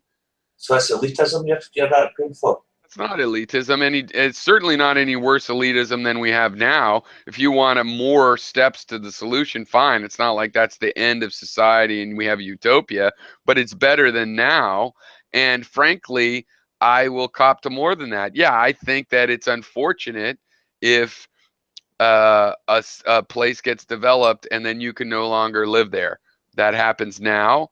It's a part of nature, and it has nothing to do with how the government should collect revenues. If you want to hold really valuable land that would be more valuable to turn into a theater, but you want to live there, you have to be as rich, right? You have to be rich enough to afford that. And if you're not rich enough to afford that, you're going to have to sell your lease to someone else who wants to build a theater, take the money, the winnings from that, and go move someplace that is less expensive. And that's the way the world works right now. Only Well, more hard. I can see how it might be better than what we have now, but it's still going to basically be the same thing. You're just creating a surrogate. Well, in the sense that this system of Henry George's that I'm advocating is pro development. And if you're a anti-development liberal, anti-gentrification, like most of my liberal political friends that I've ever been activists with, they would disagree with me very strongly because they're anti that gentrification, and it would cause that. It Well, would probably enable it. let's talk about what we want to eliminate, because I'm not really clear on what you're trying to eliminate. Well, that idea is just about how to collect, revenues. On terms of what you want to eliminate is, Well, this in terms isn't of that a how the cultural economic issue? system works, how it Well, like we were talking what about Black Lives outcomes it Matter. produces. I would What, like to solve racism enough that people don't have some weird fit like they've seen a giant spider well, you're about a not going to black. do that with this No, of stuff. course not. Yeah, so that's what I'm saying. It's separate. This, I just think it's a matter of if you Well, look that's at what the I'm economy. asking. Like, with this, what sort of economic outcomes are you Oh, trying well, to eliminate? you'll have this. It would lead to more distribution of wealth. Because I for don't see it. because here's why. Because if you have, I was in New York last summer or whatever it was, and we're walking down and we're in a populated area, walking distance from Times Square, about a half a mile or something. And there's a lot of abandoned buildings, empty buildings, I should say, not abandoned. And theoretically, under this system, that wouldn't work because right now, businesses that are holding on to empty buildings in New York get to say we're losing money because it's empty. Right. We got to refurbish it. And we can't afford to do that, and nobody will rent into. And in reality, if they had to pay the rent of the building next to it that's being successful, they would not hold on to that building. They'd get rid of that building and that lease. They'd sell that building, give up the lease, and co-ops and other people would move in and use those buildings. So you would have development, first of all, filling in the empty spaces in a place like New York, and that would lead to a distribution of wealth because that's enabling smaller businessmen to have access to property that's just being held off as a tax liability where they get a benefit by doing nothing with it. But I also think you have a problem with this whole um, evaluation that has to take place. Yeah. For to get a tax break, to say, hey, I'm developing the land, here it Right. is, I'm developing it. How do you figure that out? But here's the thing. That's the Doesn't funny that thing. just lead to collusion? Look, that's the funny thing. And this was one of the first things I researched, but also then I bought a house. I bought a house. It has a building on it since 1967. It's the same age as me. And guess what? The price of the land is listed separately from the price of the house. Yes, It of turns out course. assessors know if a building burns down, what the market rate for an acre in that neighborhood is going to be. So it's not, okay, I'm sorry. I thought that's what you're talking about. It's not hard to assess how much the unimproved land is worth.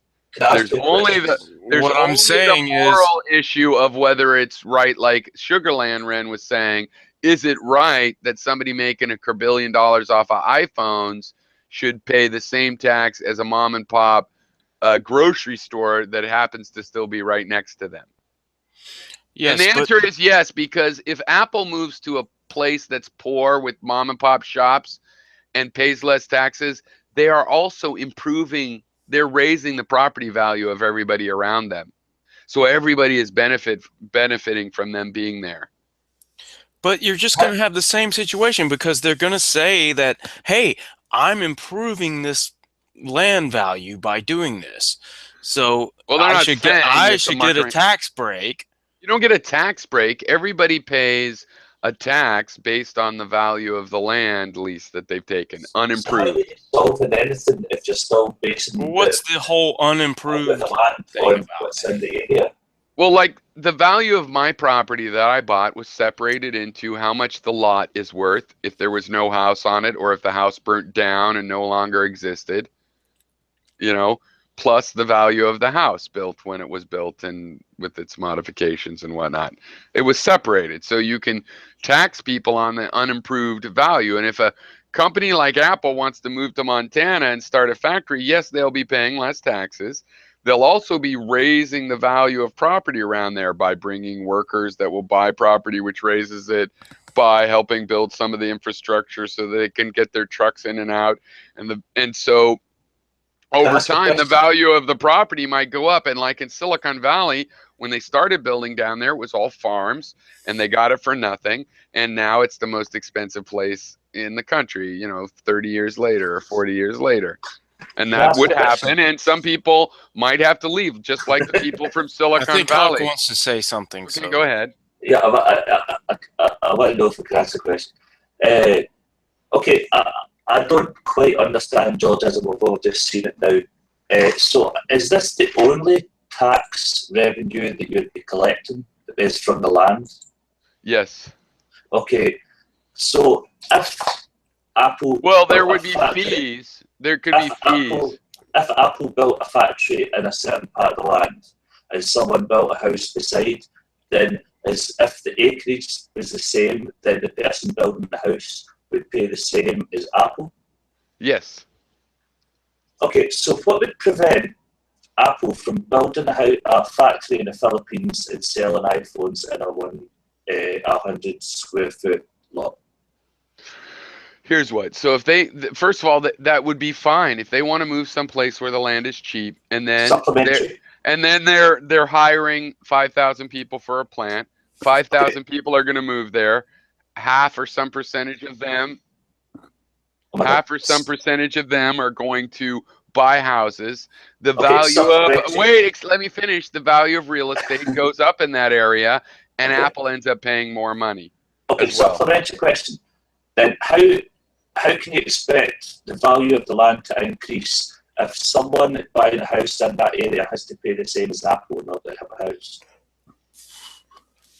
That makes no Well, no, sense. you don't understand, because the house itself is On wealth. land. It is, but it's wealth. You could, if you build a house on a piece of property and you want to leave that piece of property, you can take down that house, take all the material, take all the wood.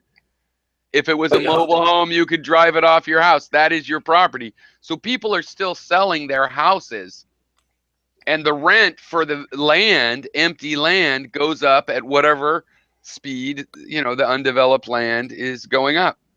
no, see, here's my problem, and I So apologize. when I'm I not buy trying. a house from you, I still have to give you Okay, 100. okay. I have to let. I know you're, okay. What's happening here? Okay, I apologise. It's probably me that's misunderstanding this, and I accept this, right? But if you had 100 houses and Apple all in the one area, let's say, then Apple is paying the same as each of these households, The same tax for the same amount of land, yes. but making. So how? Here's what you're not getting. Apple is Apple, not, here's what you're not getting. Apple is not going to build a factory in the middle of the woods and pay all the money to bring people out there, build a city, see the land value go up, and then be paying city taxes. They're going to move straight to a city or a suburb of a city and pay the taxes there, not for the same amount of land, because they need 500 acres and the other person only needs a tenth of an acre. And so they're going to build the city there I mean, No, the they wouldn't. factory there where there's already people and already pay the going rate. No, they wouldn't. They'd build a factory where they can transit people. No, they, well, They that's, do it wherever it's most cost effective. then why aren't they doing that now? Because But the they are. taxes, the They are taxes doing in that the now. country. I No, don't know if you know. I don't know if you know excuse if you me, the are. taxes in the No, country are. shouting doesn't make you right, Pyro. Can I Uh, finish a sentence? Okay, hold on. Let him Right. finish. Let him finish, please. If the fact is, building a factory where they build factories now in urban areas is 10 times more expensive than building out in Montana. The 100,000, 1,000-acre warehouse in Montana is worth a way lot less than one in Chicago. So it's already going on that they'd prefer to be in Chicago. Why? Because they have resources and infrastructure next to them. There are workers they can hire. There is supplies they can get right then, that day, close by. That's why people do business in cities, even though you might have noticed cities are way more expensive.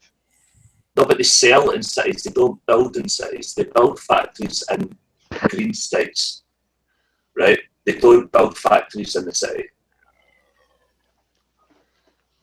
They build factories in the middle of nowhere because they don't need the That's city like a infrastructure. UK perspective. I don't know what you mean by that. In California, we have places where there really is nothing, and no, they build it on the outskirts of the cities where the land is cheap but close to the city. That's what I mean. That's what I mean. Yeah, on the outskirts of the city. You don't need to shout, but you don't. Apple will not build a factory on expensive land. They'll move to somewhere cheap so they can make it more cost effective. Well, first of all, and then sell the product. That's why you have to tax the product. Apple headquarters is on very expensive land, and almost Yeah, everywhere Apple buys is expensive land. Then you'll just get governments going, hey, I'm going to build all these roads and all this infrastructure to your fucking factory. And then everybody around there has that infrastructure. But they don't move next door. To the factory. They transit to the factory. Where do you think our roads came from now? It's between factories. No, it's not. Yes, it is. No, it's not. Oh, well, there's a road from LA to that's Chicago. some of it. You're both technically correct. Interstates have to do with our national roads. No, the factories built on the interstate. Hold on, guys. Go to national parks or something. Okay, guys. Vite is trying to say something. What did you say, Vite? I was gonna say you're both technically correct. Yeah, the history of roads in any country are pretty long-winded. Some roads have been used for a long time. Other roads, like Piero was saying, go from one spot to a point. But there's actually something to be said about just building unnecessary roads, though, because that's an issue. Because once you build a road, that wildlife that you tear down is gone for good. So. Yeah, what I would like to say is that multinationals tend to build where it's cheapest. Huck, you need to refresh again. You're really picking up a lot. You are.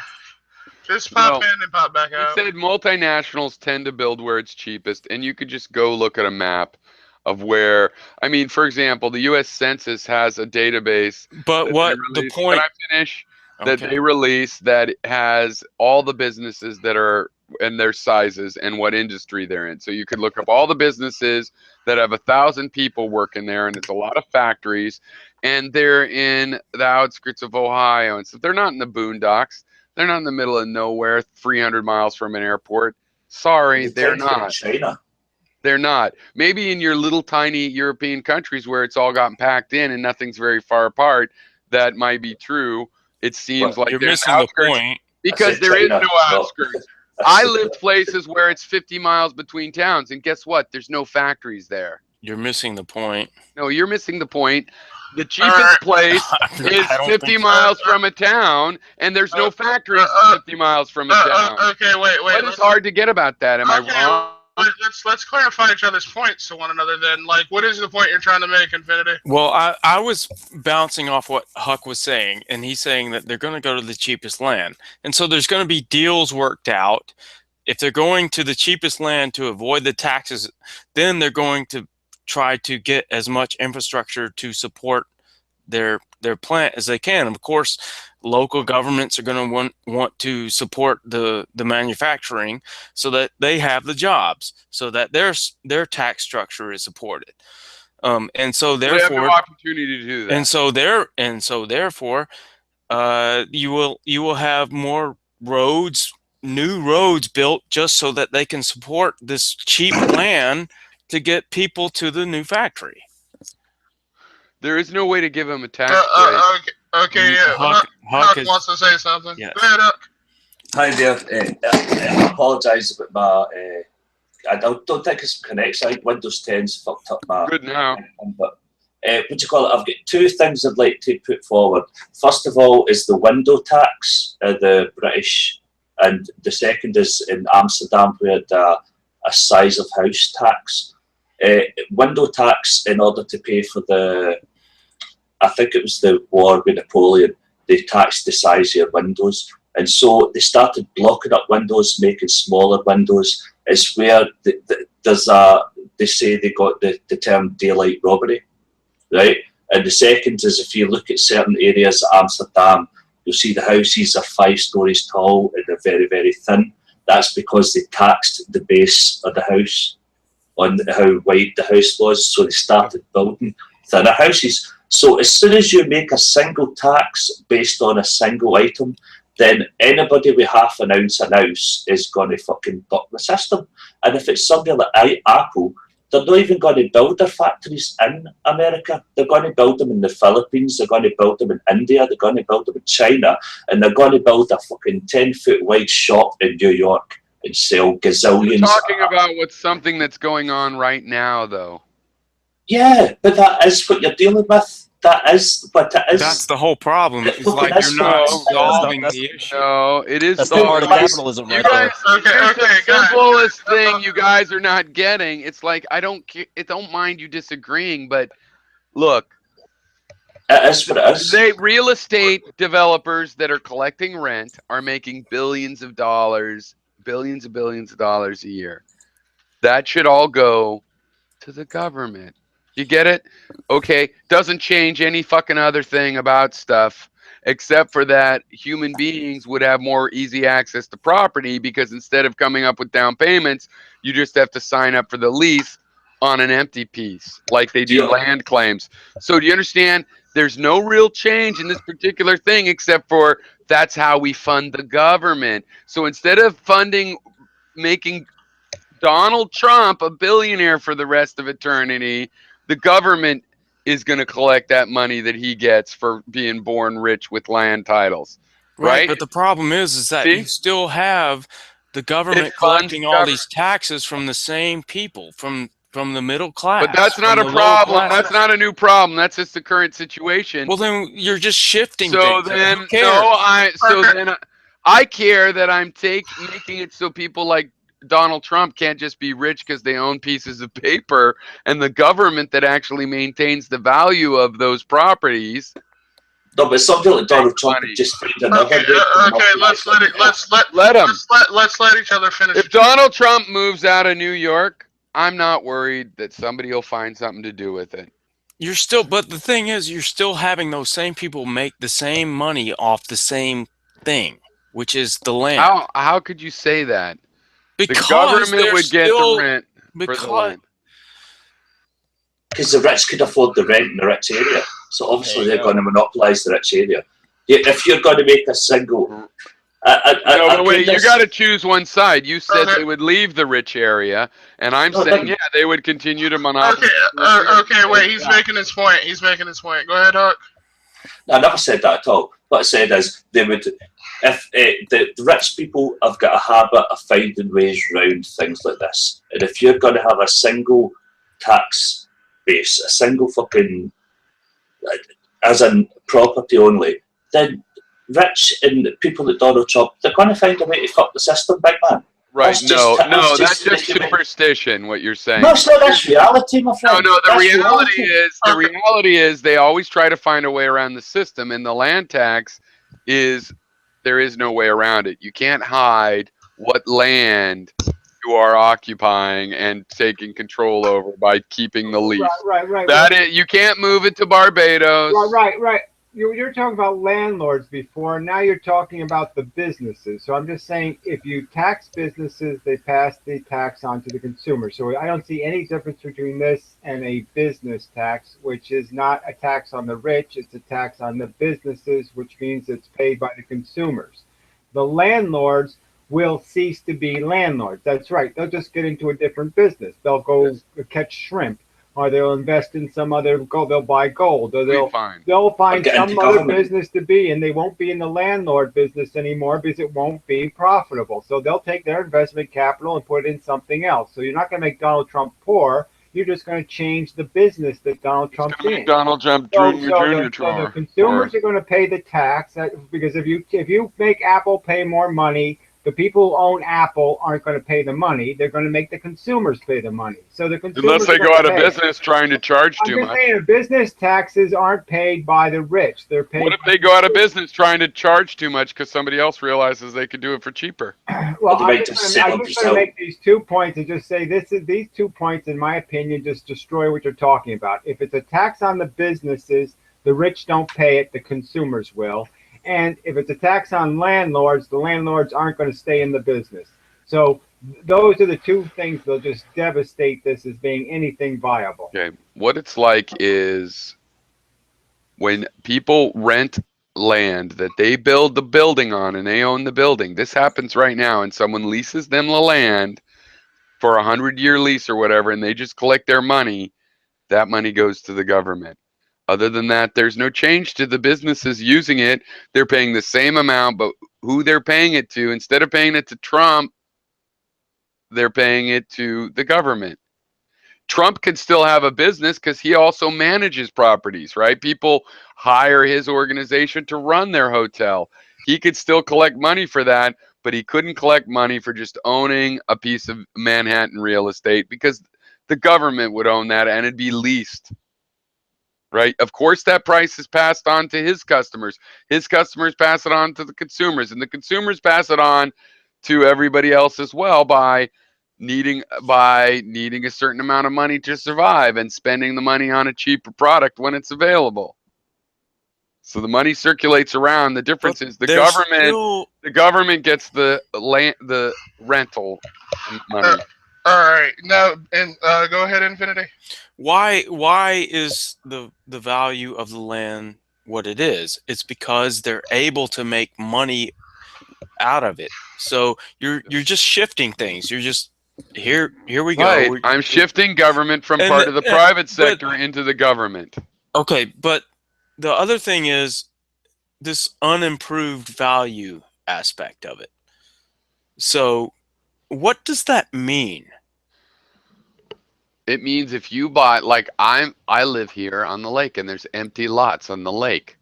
The value of my land is related to the value of other land that hasn't been developed.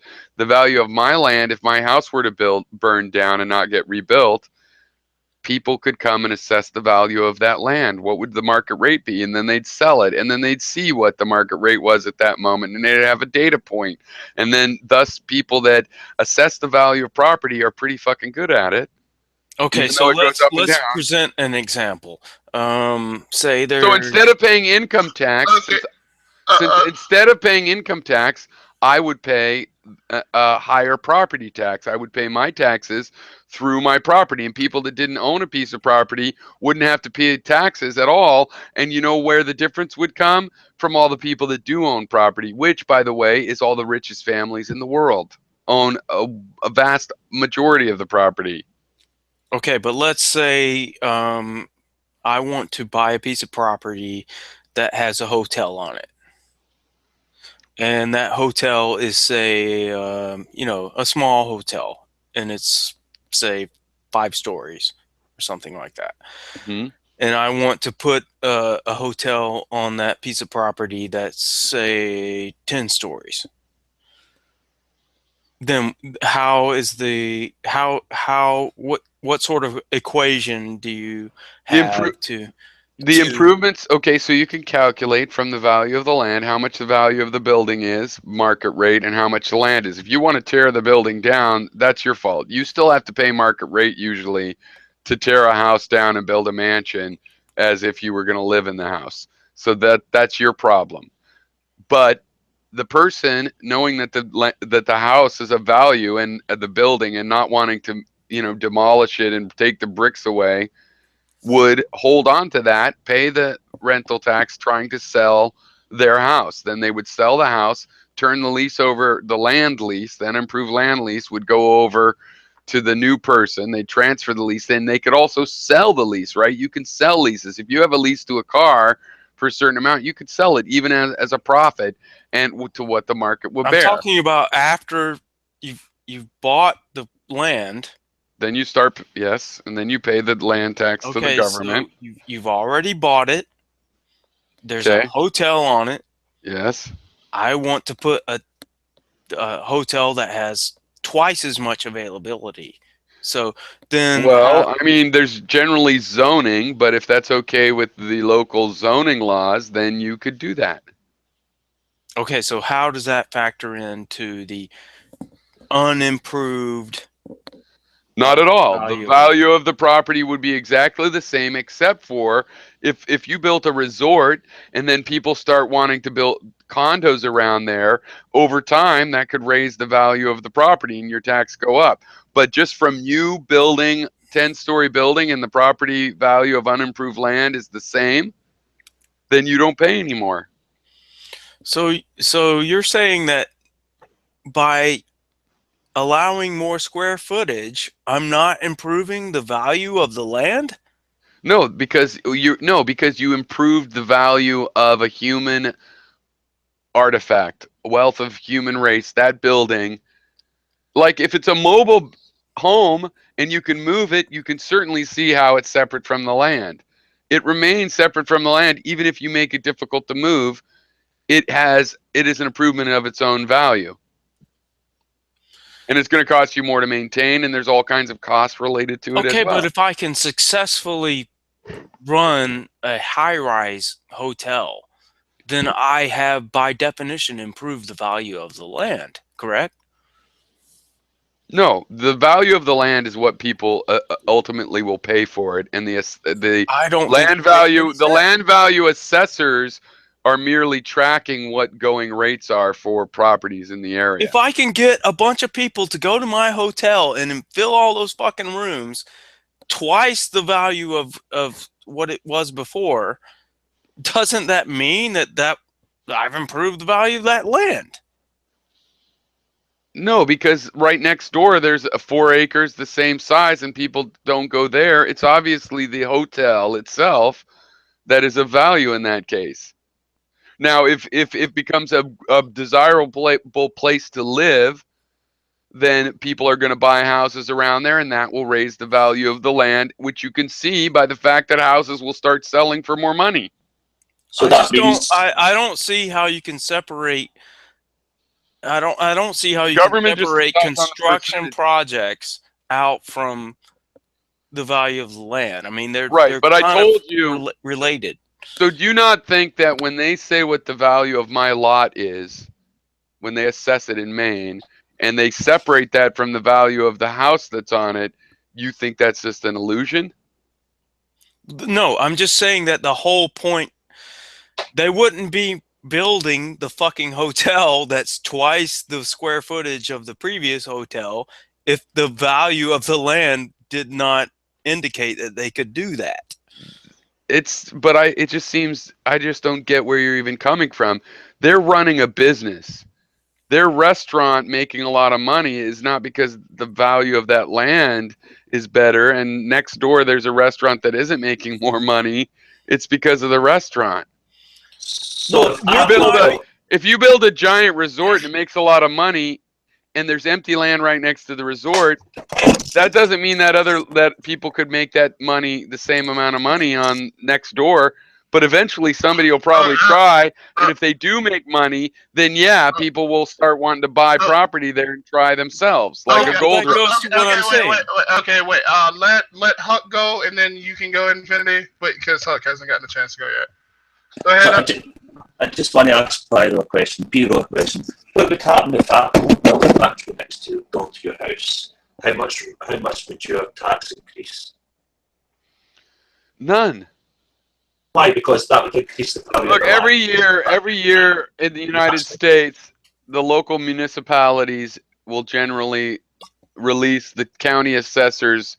No, but you can't bring reality Estimation. into it now. You can't bring reality into it now. We're talking about fucking a utopian society. You can't bring reality in when you want to.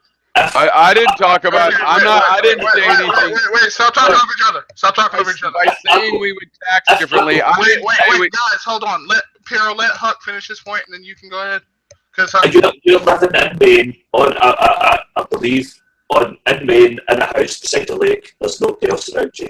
My guess is your tax in this utopian scenario would be very low. If Apple decided, oh my god, that rent is very fucking low, I'm going to build a factory there, then because people would move, infrastructure would move, your rent would increase, your house would no longer be affordable. So what you're doing is, although you're making a more fluid, I don't know how to say it, you're making it so that people would move around more, right? But the end result would be big business would move to where cheaper land is. And it would mean that you would end up not being able to afford a house. First of all, it's desirable that people move to where the land is cheap. That's how development happens, and it's also how people can spread out. And me, myself, if I'd had this chance, you see, I could have bought a piece of property when I was young. I could have got a land lease for the price of my rent. I wouldn't have needed a 40% down payment. I would have just gone to an unused piece of property and used it. And there's been plenty of empty, abandoned properties where I could even get the house for free because it was basically abandoned back to the state. They never sold it to another person. And so I would have had a piece of property and stayed put for years. In this current system, I have to move around every couple of years. Not in my system, no, because you could, if you didn't want to move around, you wouldn't have to. Now, might you be forced by price? Yeah, that's how it is now too. I'm not solving that problem. Okay, Infinity is gonna go after. Is gonna go now. After you finish, Piro, I'm guessing you are. That's it. All right, go ahead, Infinity, and then Huck is gonna respond because I think he has something to say. Well, I mean, I was just saying that. Well, I was saying a lot of things. One of the things I was saying is that you're not going to relinquish collusion between the government and these big business enterprises that want to create these projects. To a large degree, you would. Because because you're talking about tax breaks, and right now the kind of tax incentives they could do are just a million-fold, including raising taxes on other people. If there's only a land tax, if they're going to lower that business's land tax, then they have to lower everybody's land tax. What? No. If they build roads to it, no. Why would they have to do that? They build roads to it. They have a democratic government. Maybe it's because the people in that town think that they can make a living off of the jobs getting to that factory. That should be their decision. Right. That's the whole issue. Well, it still would be because we're talking about democratic government. More fucking taxes for a bunch of useless fucking roads. I really don't like that you keep saying more fucking taxes because you haven't made any argument why the taxes would be more when I said the same taxes. Because you have to all of the support the extra roads. Wait, let him finish. All right. You don't have to support extra roads and pay more taxes unless you decide to do that. I don't see how that's an exact argument. That's what you just said. They're going to decide to do that. What do you mean? This is a weird hypothetical where we don't even know. Yeah, if people want to have the Apple store, they will build roads and all kinds of things. Right? They do that now, and there's nothing wrong with that except for when they make the wrong decision. The factory goes to the cheaper land because they can manipulate the government to build roads to get to that factory. That means that there will be a more heavy tax burden than there was before. All right. Doesn't make any sense since they already do that and can give them tax breaks. No, they don't. No, they don't. You don't think governments build roads where the roads already are? Well, I'm sorry. I've lived in a lot of rural places, and when they build a Walmart, the town goes out there and builds. I'm sure that happens, but as a general rule, The factories I mean, go you where guys the haven't fucking even interstate is. you guys haven't even accepted the fact that for some weird reason you can't explain, businesses already are in expensive areas. And the No, jobs are in expensive areas. Okay, well, wait. no. Better, There's all we'd sorts be of better off if the jobs were in cheap there's areas. all sorts of business and infrastructure in the rural and like out. Just because you haven't seen it doesn't mean it's not there. I've lived in rural almost exclusively. I don't know what you mean by rural. I Okay. mean the I entire live in rural where country. Wait, The Piero, country's a hold on, big Piero. place. He's gonna explain what there's he no means. town for 10 miles. Piero, I he's mean, gonna yeah, explain the what you mean country by the country's rural. a big place, and that's another issue here is because the changes that you're talking about, and I'm sure you'll be the first to agree with me on this. I think this is the bigger point that the Infinity is really getting to is that you're not going to be able to change this system without changing the lawmakers If because you they look, all are in. Well, give me a second. They're all in positions that they're benefiting from the way the system's set up now. They've got everything greased up the way they want it. So if unless you we actually change the lawmakers on the local and the federal level, then there's nothing that's going to get done. Like, I mean, and that's the sad truth your of the idea state that about we're living in. ruralness and People are just cheapness. going to keep getting people are just going to keep getting poorer and more poor, and we're going to see everything get sold out to the private sector.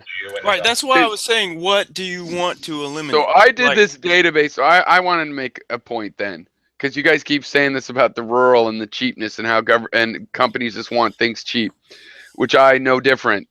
But let's just put it this way. So as I told you, I mean, I happen to have played with this data because in playing with this programming pipeline I got from the census, all these businesses, where they're located, what industry they're in, and how many employees they have.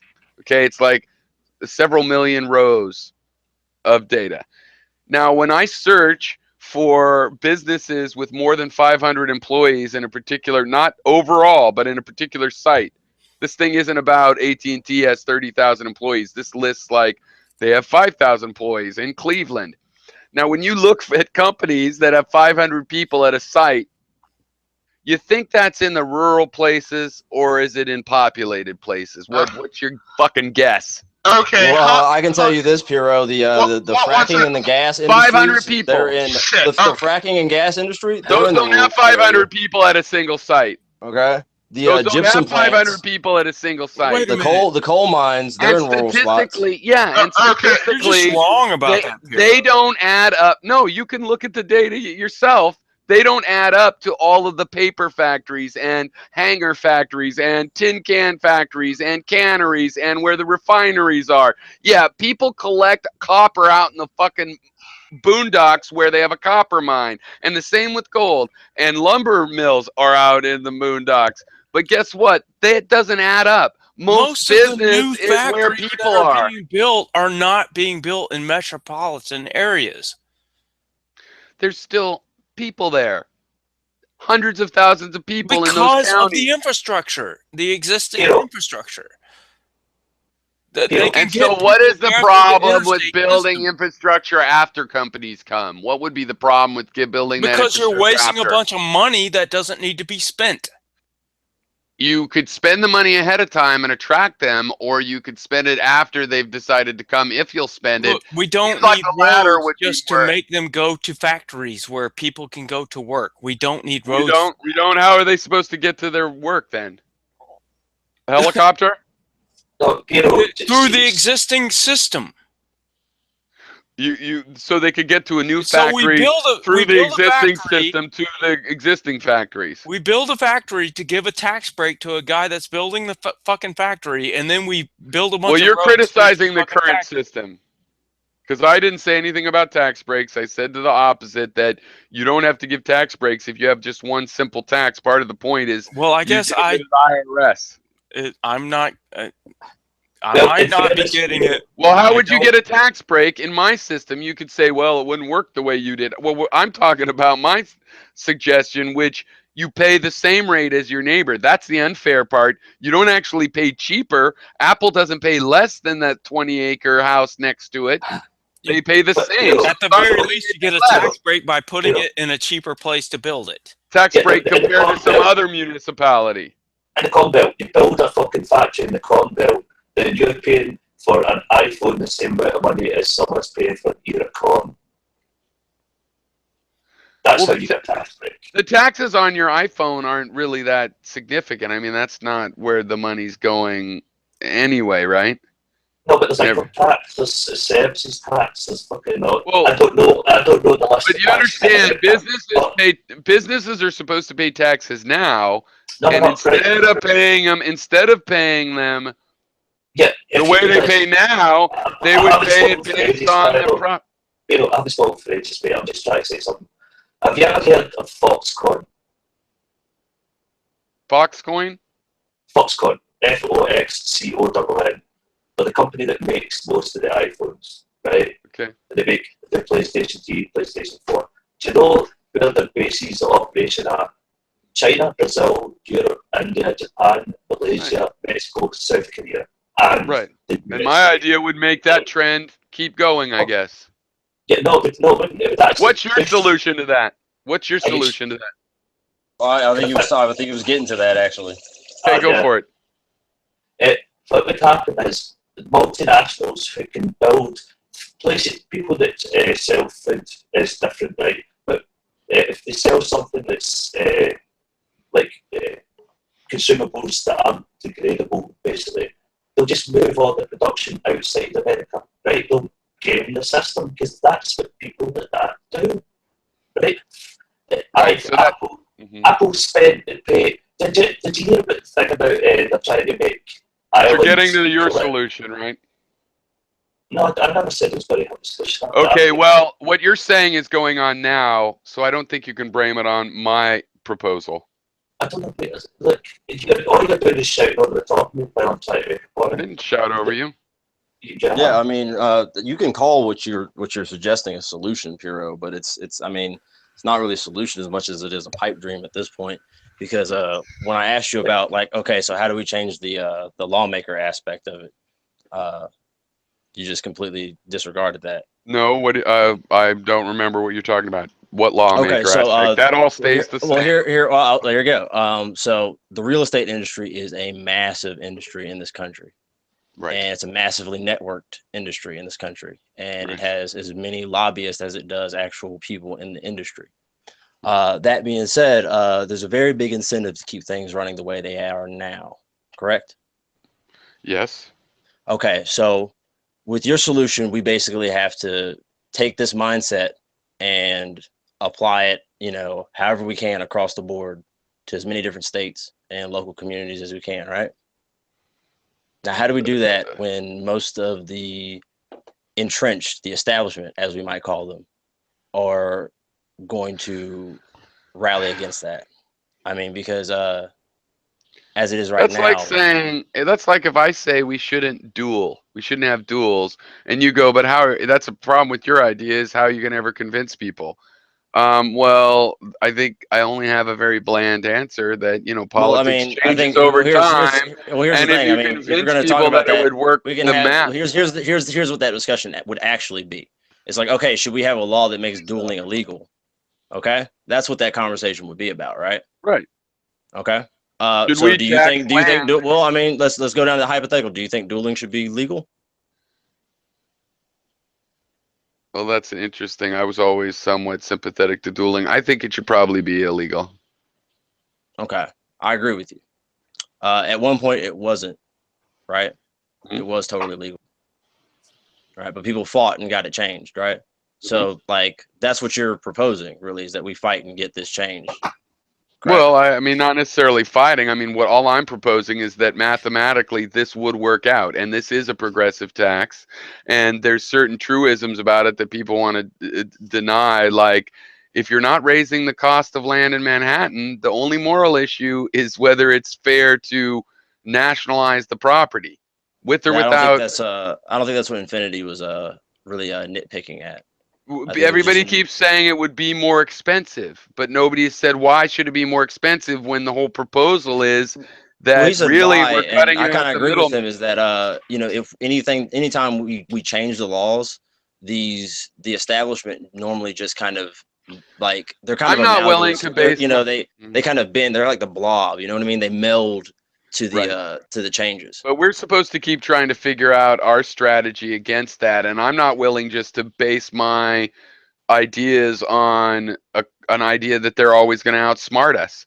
The whole Well, no, no, one no. of the Well, whole yeah. One thing we can arguments do. that One thing we can do is we can get more one people out to one vote. of Henry George's arguments is that this is the one tax that can't be outsmarted and doesn't repress production. If you tax luxury yachts, then less luxury yachts get made, which in a way that's not people's choice. You're retarding that. With land, there's a fixed amount of it, and you can't hide it in the Cayman Islands. So that's part of the argument for it, is that it's much harder to game the system than it is now with the millions and thousands of tax laws that allow every kind of game and favoritism to be played by a municipality for a business. And they're doing all of this terrible stuff you guys are complaining about. I'm agreeing with you, but it's like you're blaming it on a system that hasn't been tried. Maybe it's our system that's causing that. Well, here's another thing to add to what you were saying. I mean, you mentioned it earlier that yeah, the most of the land in the United States is owned up by a relatively small amount of people. When you actually talk It's about the sheer amazing, numbers, yeah. no, yeah, no, it's absolutely amazing.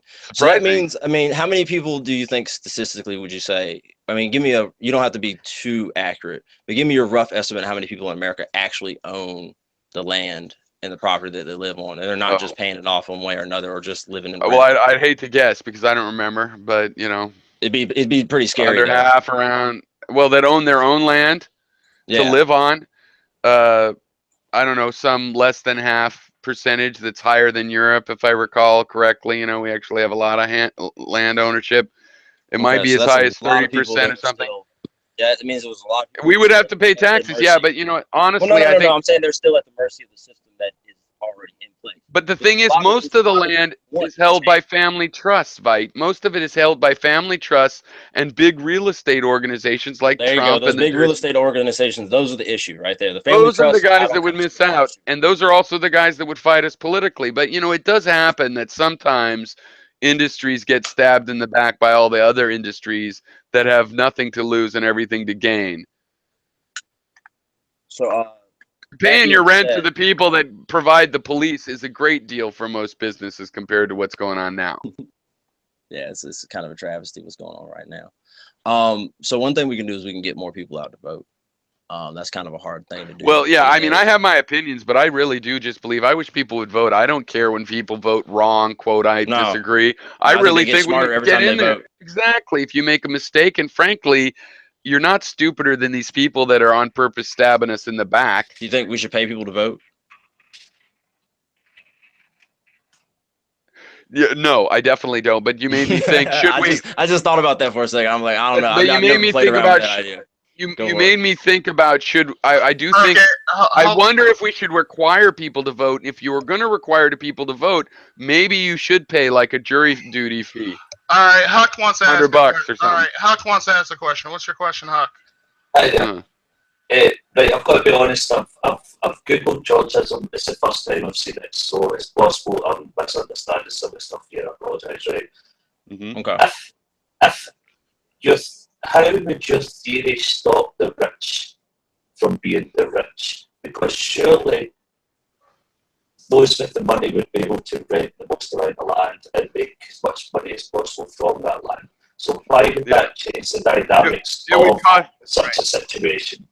The idea is that it would cost them more money to hoard land, and it wouldn't take their money or make them less rich. What it would do is it'd make it harder to hoard land. For example, holding on to an empty property of value, instead of it being a tax write-off, you'd be having to pay rent just like there was somebody in it using it.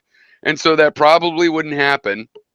And therefore, they just wouldn't be able to hoard the land. And therefore, when people want to come start businesses, they'd have access to the land. Right now, it is very hard for working class people to get a hold of the land. Even if I could afford a $5,000 a month for some property, I cannot afford the $60,000 down payment it takes to get such a piece of property. In a lease thing, it's like in California, we actually have gold claims that are leased this way. For a you just start paying your monthly lease value, and you have all the rights of an owner as long as you pay that lease value, and it would make it a lot easier for working class people to get access to the land.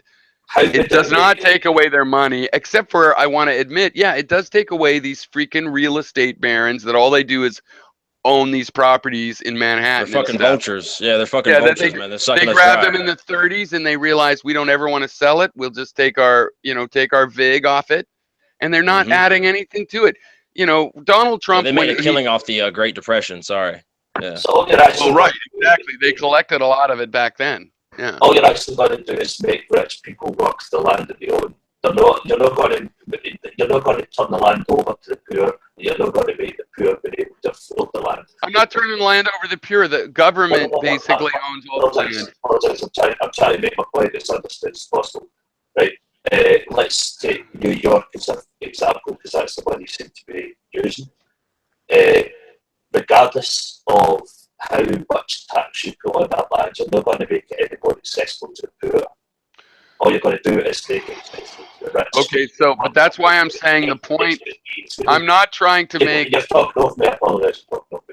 If you're in Times Square, there's no poor person going to be able to afford Times Square, right? All you're going to do is make it that because Apple is selling a product, making profit off a product, and all they're paying is rent off the land. If they can sell more product, if we more money, but the land value stays the same, the rent stays the same, doesn't it?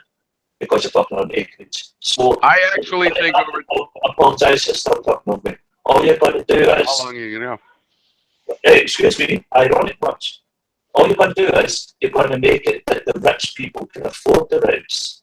The poor are never going to afford the rent.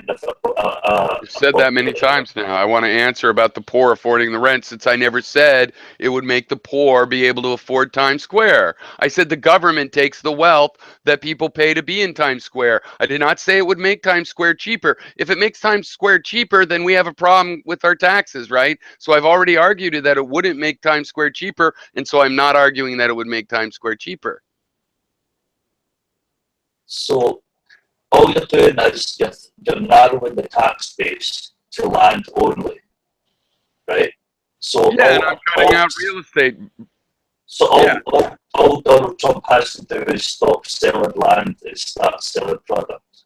Well, he does all of the above. He could do, he just. So it's not going to change Donald Trump. Frankly, you know what? It wouldn't really probably affect Donald Trump. His inheritance would be affected, but my understanding is his real business is he just runs the hotels that other people own and pay the taxes on. So as far as I know, it wouldn't affect his wealth, other than he inherited actual real estate rental wealth. That's what his dad built, was rentals. QED.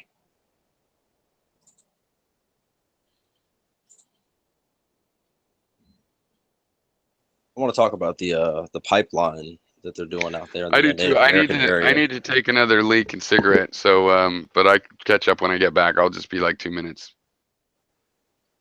I'd like to talk about, you're talking about the Dakota one or something else? Yeah. Particularly, the I'll go and Infinity. It's nice to talk I'm pretty to you, much by up the way. to minute on it, but maybe not the last couple of days. Last I heard was the Obama injunction thing. Yeah, it's still complicated.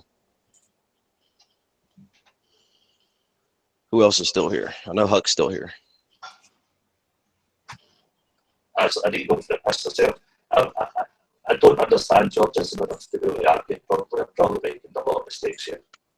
I hear you. I think you might need to refresh again. Your thing's getting all static, or it's been staticky actually. I don't think anybody had the heart to tell you though, because you're. You still there, Infinity?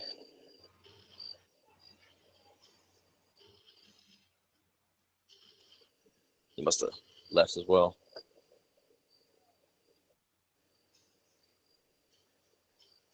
It's starting to get chilly out here.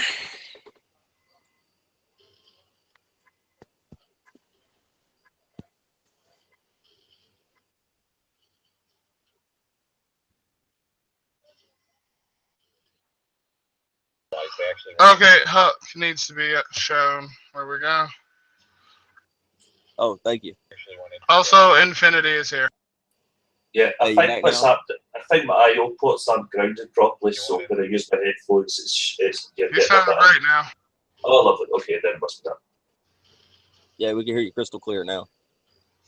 Yeah, I don't know why that's happening in fairness. It's very odd.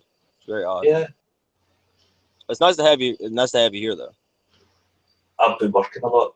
I've been atrocious with the work, so I haven't been able to do anything on a Sunday. I've listened a couple of times. I've listened in, but if I don't understand the argument, then I don't come in because there's nothing I can contribute. You know what I mean?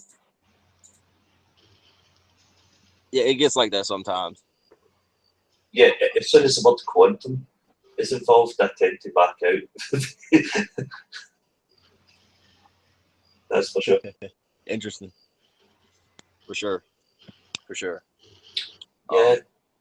Well, see, in Dublin, we had this big thing with Apple. That's what piqued my interest, where we've been forced to claim the tax that Apple's been dodging. Some of the seriously? 13 billion, yeah. Because Apple's got a company that is registered in Dublin that has no staff. It's basically a plaque on a wall in a building.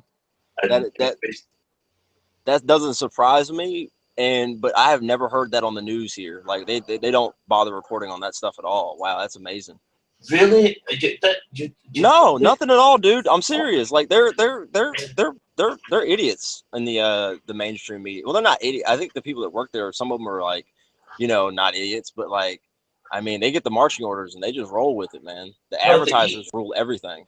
The European government made a decision that Ireland has to claim all the tax that Apple hasn't paid, and it runs into the billions. Yeah. Ouch. But what it also says as an addendum to that is that any country that believes that part of that tax is theirs can claim it from Ireland, and Ireland is fighting this because Ireland's basically collected all the tax that it believes is due.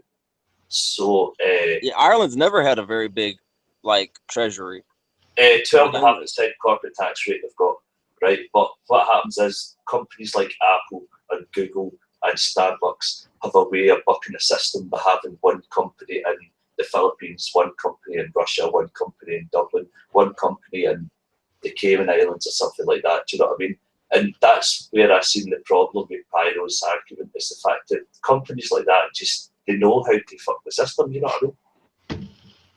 Yeah, and I'm about to say he agreed to that to a certain extent about the malleability of the corruption.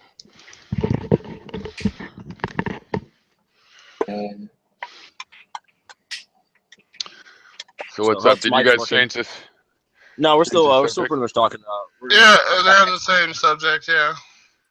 So about the pipeline, what I was going to say is I just don't think it's fair, the criticism. No, I admit that it doesn't solve a lot of other problems. I have other ideas. So do you guys. We've talked about them. But anyway, on the pipeline, what's going on the last couple days? Because after that injunction, after the dogfight, they're still just rolling with it. They're still just rolling with it. Like they're just gonna what their plan is that Obama's gonna be out of office soon. So they're just going to keep doing construction around, there's a perimeter now that's set up that they can't actually do construction on, but it's a very small amount considering how big this pipeline is going to be overall. And by the way, another interesting note that the news is not noting on, the people in North Dakota aren't the only ones protesting this pipeline. It's people all up and down that whole stretch.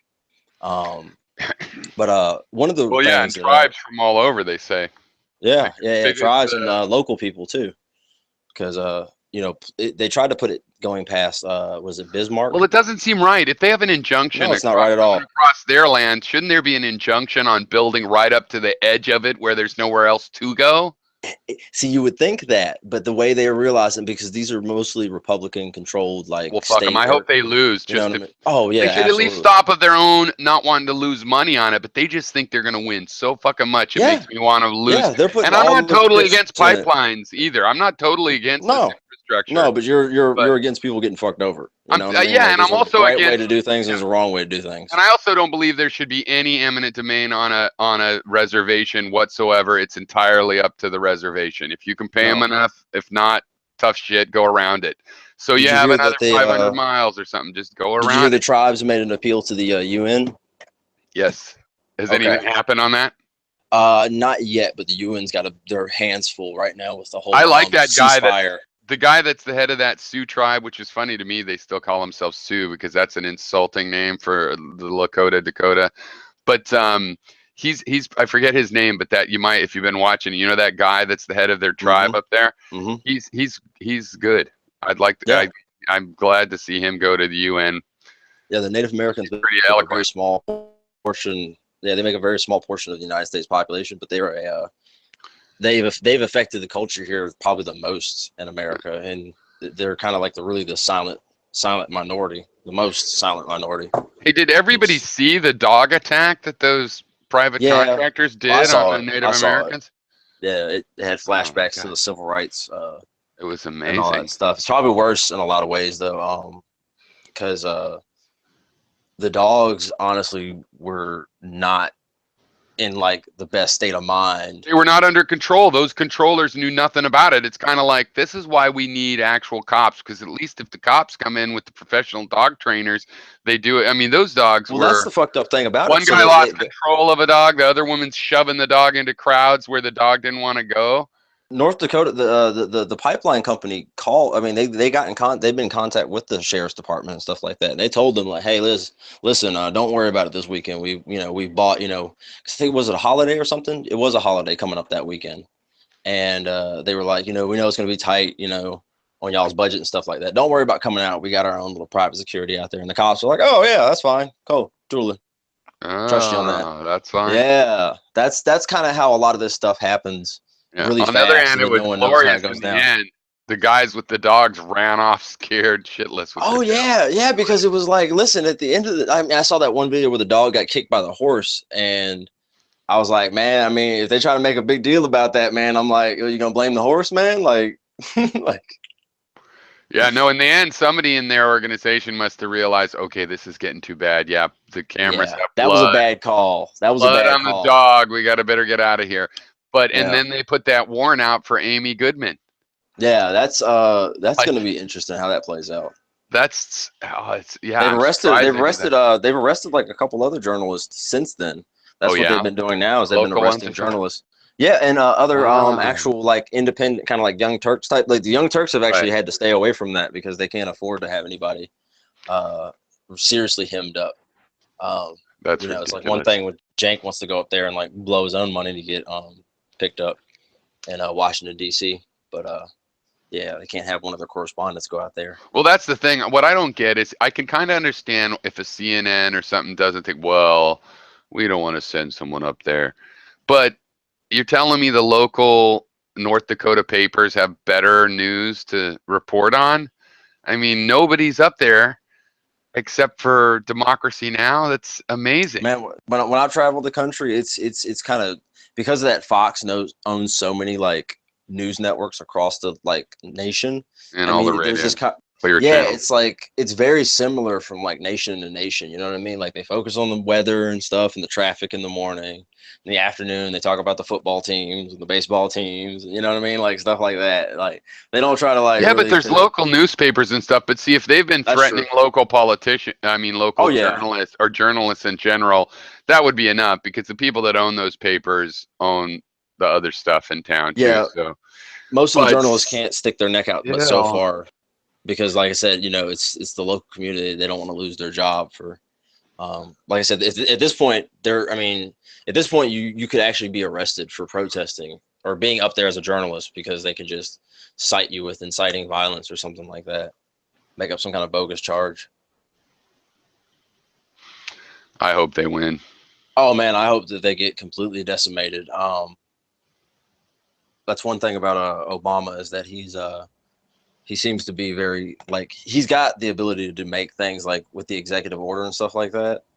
But he always seems to be really hesitant to like take it to the next level sometimes.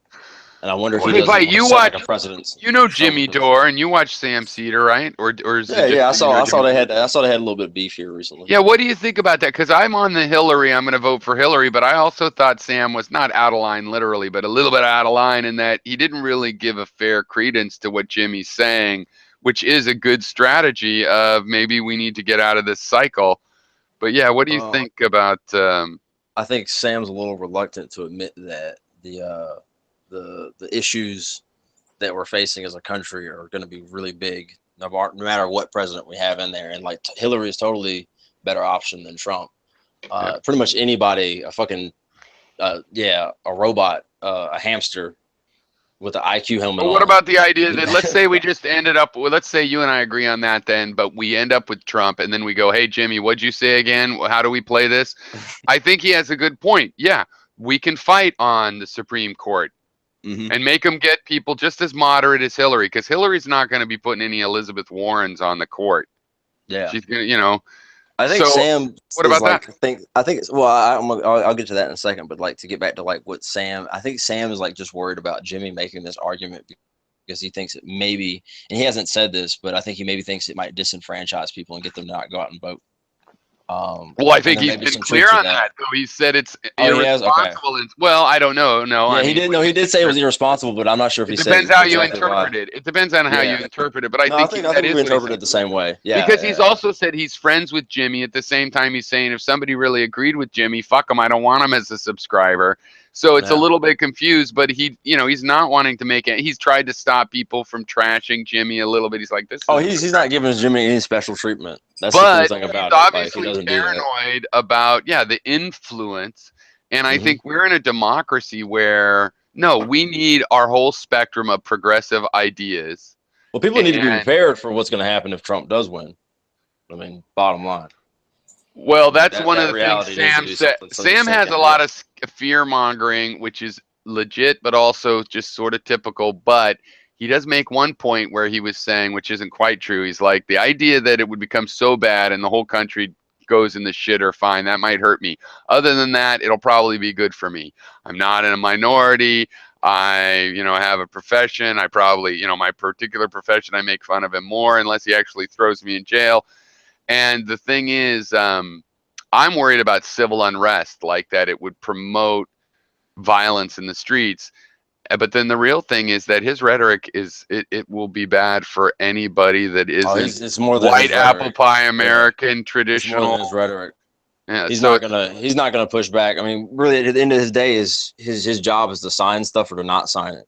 And knowing the type of person that Trump is, he's gonna be well fed and kept happy, so that he does pretty much. I mean, he's gonna be way worse than Bush was in terms. Well, that's what Sam is saying too. Is that you got to realize he doesn't really care about anything. So it means that Ted Cruz is going to get whatever he wants, or whoever it is.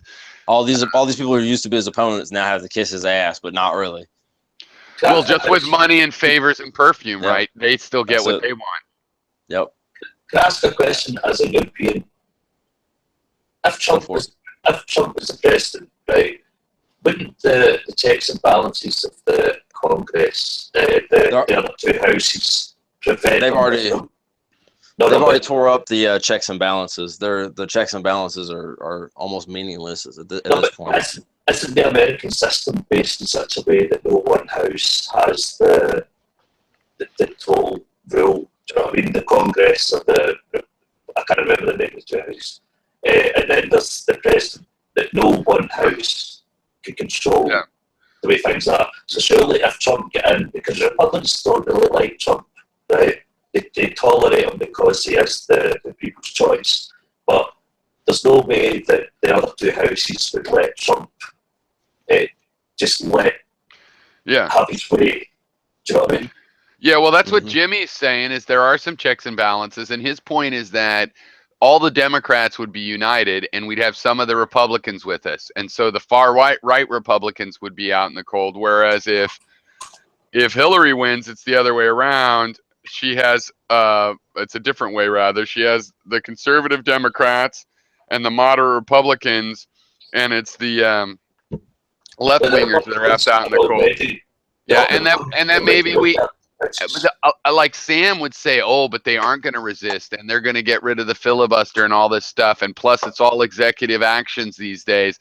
And I think Jimmy is saying, well, this Democratic establishment or the liberals have to learn how to resist better.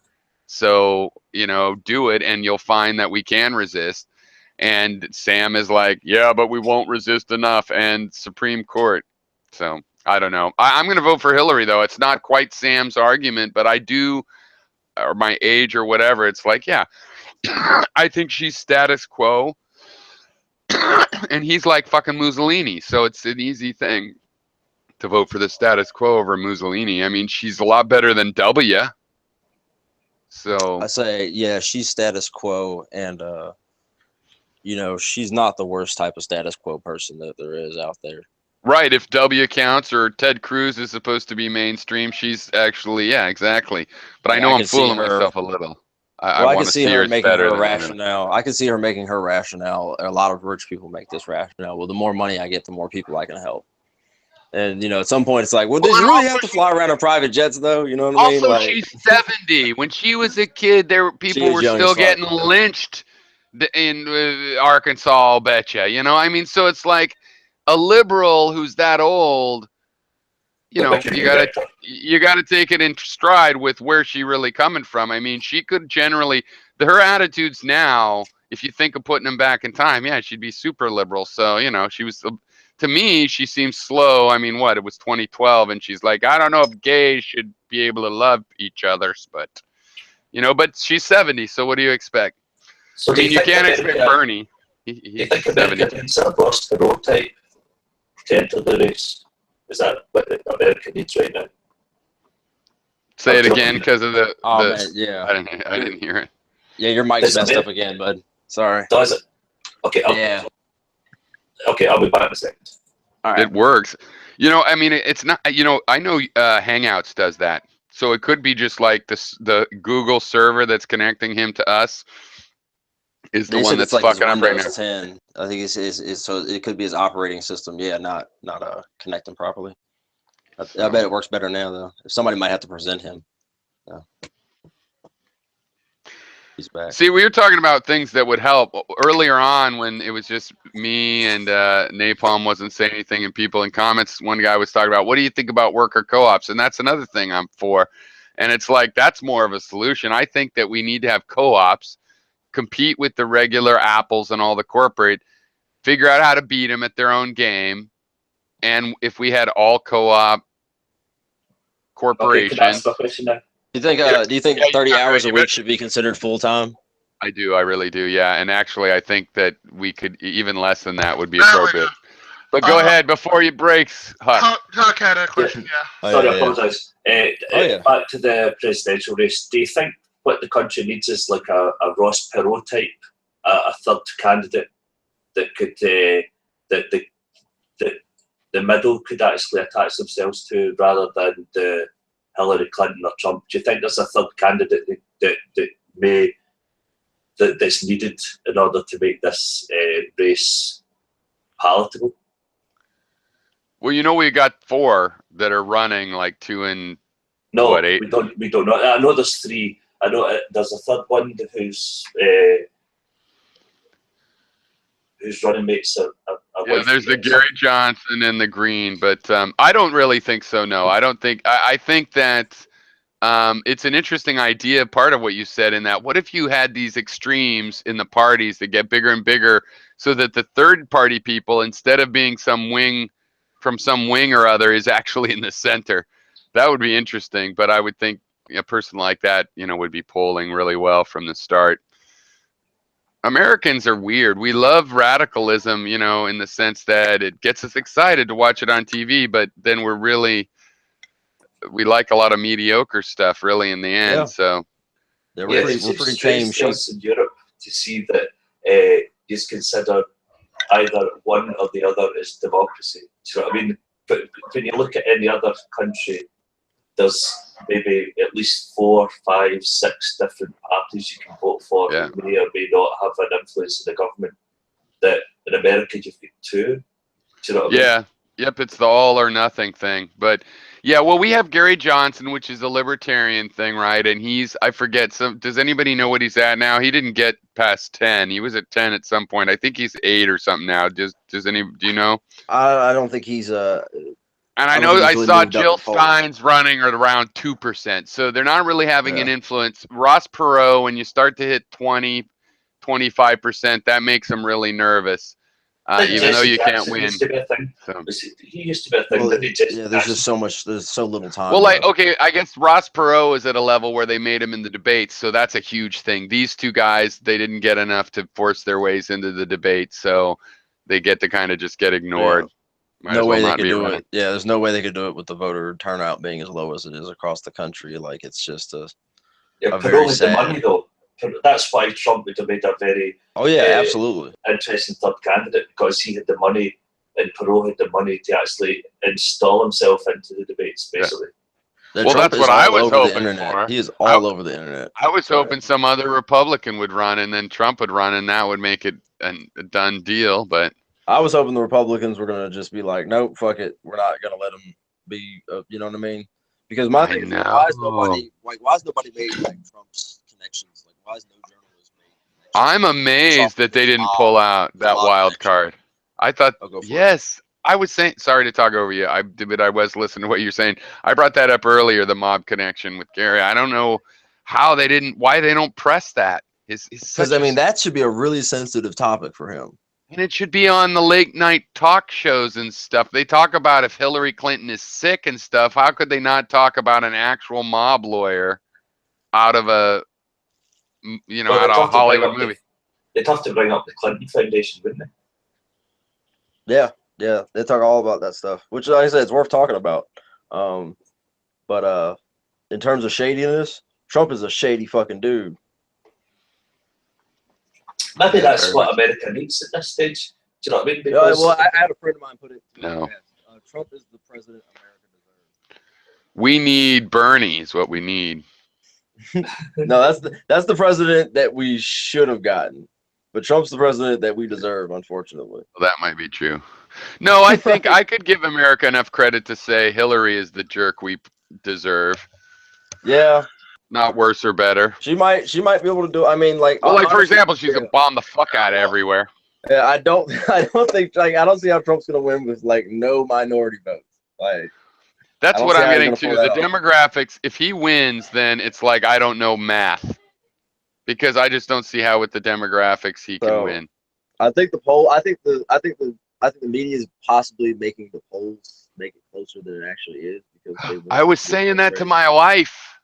I was just saying that, like, or no, maybe also I was telling earlier in the day, yeah, because I was thinking Hillary might think that with the demographics she can't lose, and if she just got everybody to put it a little bit pessimistic, maybe that'll scare us out to the polls. Yeah. But you know the problem with the can't lose philosophy is that some people might not come out to vote if they think that it's a shoe-in. Exactly. Yep. Really at that point, if they're doing that, then that means they're doing some chess level shit. So that's pretty subtle, I should say too. I think that's pretty subtle in that she's been such a terrible campaigner. I mean, some of the polling it's not like a lie. The polling. I mean, her campaign, Bernie marathoned Hillary Clinton to death. Like, she literally lost a couple of years on the campaign trail this time, because Bernie went to every single state, at least had rallies, 2 or 3 different rallies in every single state. So that's all 50 states. Hillary didn't hit all states like that. I thought she was just spending all her time with the rich donors, but now I'm wondering if she wasn't ill. At the very beginning, she was trying to kind of go, she was doing very similar to what Bernie was doing with the grassroots stuff. But Bernie, cross country runner, basketball player, you know what I mean? Do you think she was ill? No, I think that this campaign has taken a huge toll on her. Well, it's hard, yeah. Yeah, totally, and hard. Your baseline of health, you know what I mean? If it's already at a lower state, which I think it kind of is for her, because depending on whatever habit she's had in life, drinking, or I don't know if she smokes or anything like that, she might. None of you guys are old enough to remember, but when Reagan ran, they made a huge deal out of how old he was. I bet. And it seemed back then that Skeletor. A 70-year-old was about to die at any minute. But people live a lot longer now, and so now it's funny to me that we've got just nothing but 70-year-olds were running there at the end. That's the biggest problem that Hillary's going to have. Oh, sorry. Well, she's just come off the back of the Benghazi thing and the email thing. Do you know what I mean? So she's been on one thing the after front another. line. She's been on the front line for the past 2 years, basically. Yep. Longer than that, actually, really. Can you imagine having the money she has and being 70 and wanting to do that? What sort of weird compulsion could possibly make you not just, like, you have hundreds of She has the thing is, like, if couple hundred Obama million hadn't dollars. She won, could go to south of France and just, if Obama eat hadn't fruit all day. won, if Obama hadn't won, she would have been the first female president. Let's be straight. Let's be honest She about just it, can't right? take it. And Yeah. like, all right, so losing sucks. You know what I mean? But like But even losing that, running for the president, like her and Bill sank like but even damn near that, almost all their money in the campaign because they were like, even we're gonna that, win. We got why this, be the right? president at the end of your life though? It's like if you can't be the president by the time you're 60 or so, and then be like when you're 75, you're like, I was fucking president.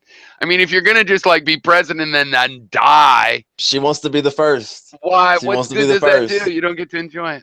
She wants to be the first, man. It's the dream that they tell kids when she was like little, hey, you can grow up and be the president one day. You know what I mean? Like, I'm Well, not I sure never she thought. completely understands why she wants it so bad, but Well, you know yeah. what? I also remember that this went in the air when Clinton was running.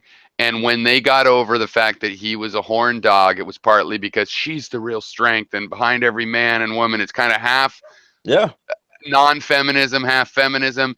And Mm-hmm. people got this idea. And frankly, I've never liked her, but I have come to admit, maybe just because Trump's out there, that she's pretty fucking accomplished as a person. You look at the resume, She's an American figure for and sure. she's not a bozo slacker that doesn't even show up. She makes mistakes, but it's not like she's not showing up or not doing Well, her she's been homework. there.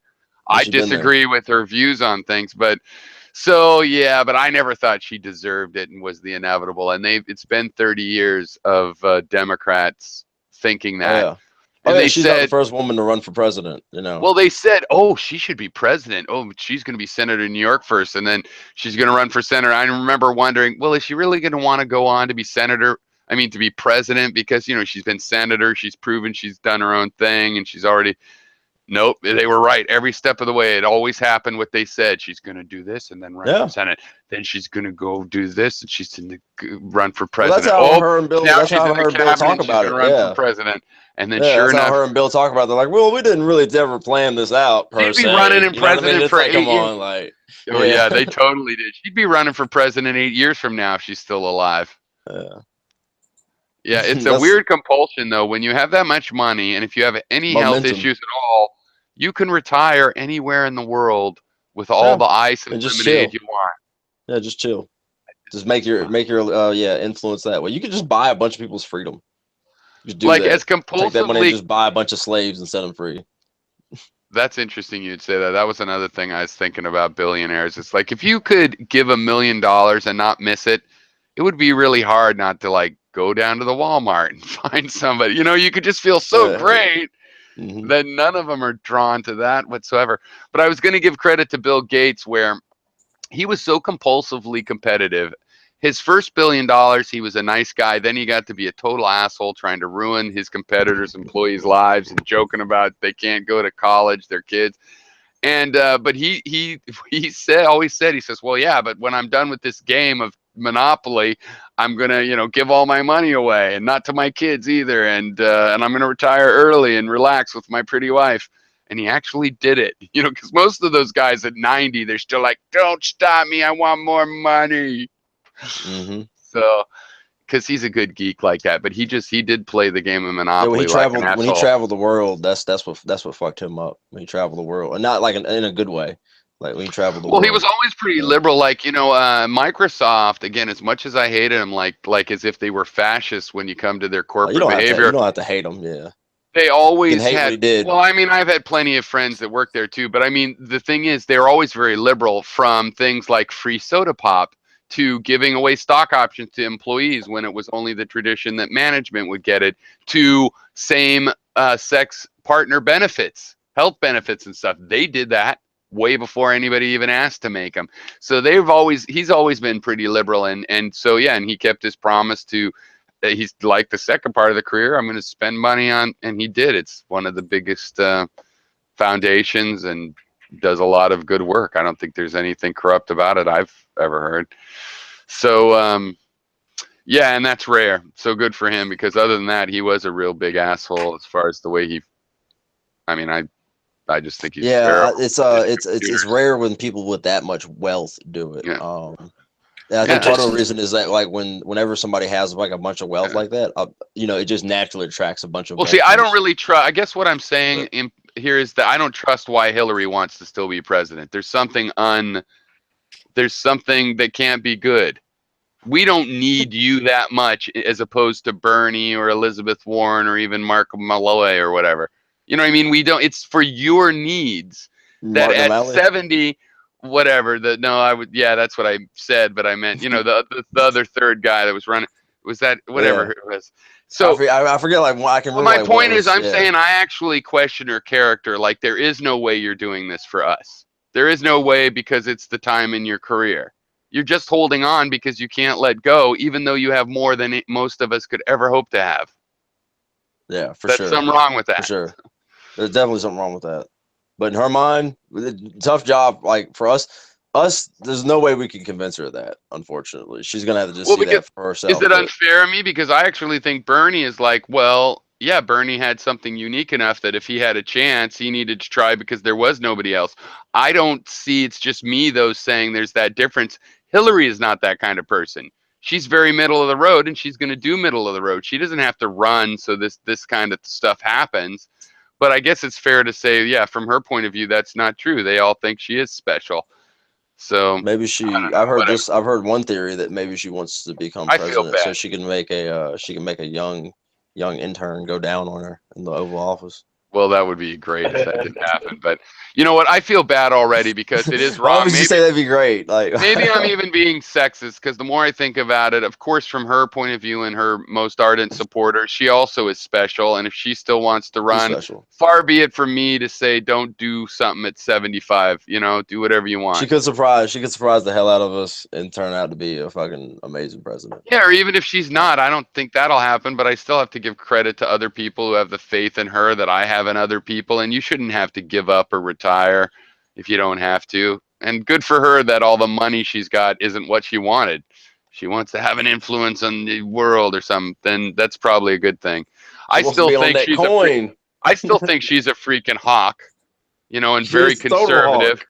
and totally conservative. And No, I wish here's what she is. She's an opportunist. she Like, was our Republicans. If our I think Republicans were when like she Hillary, I'd be okay with that. when she said those comments about gay people not being able to get married, I think she did that because she was like, I don't want to offend the religious people and stuff like that. And then she's like, wait a minute. Then like in retrospect, like, Yeah. I should have just answered that question. Like, Well, it's really don't care that much.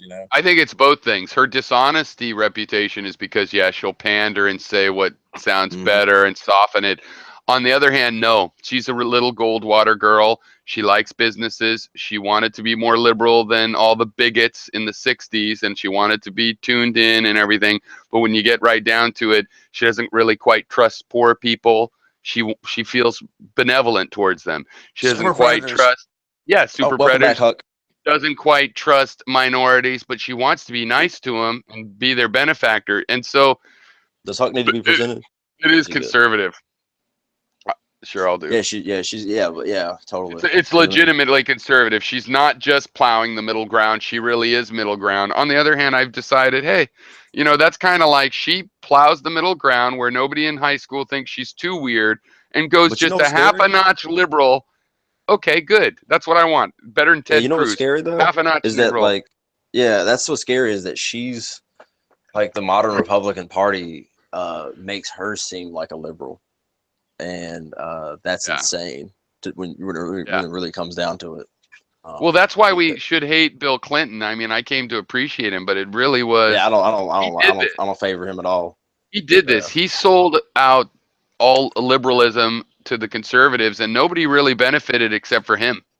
Well, no, the country benefited under him, but I mean, long term politically, not really. it turned over politics to the Republicans.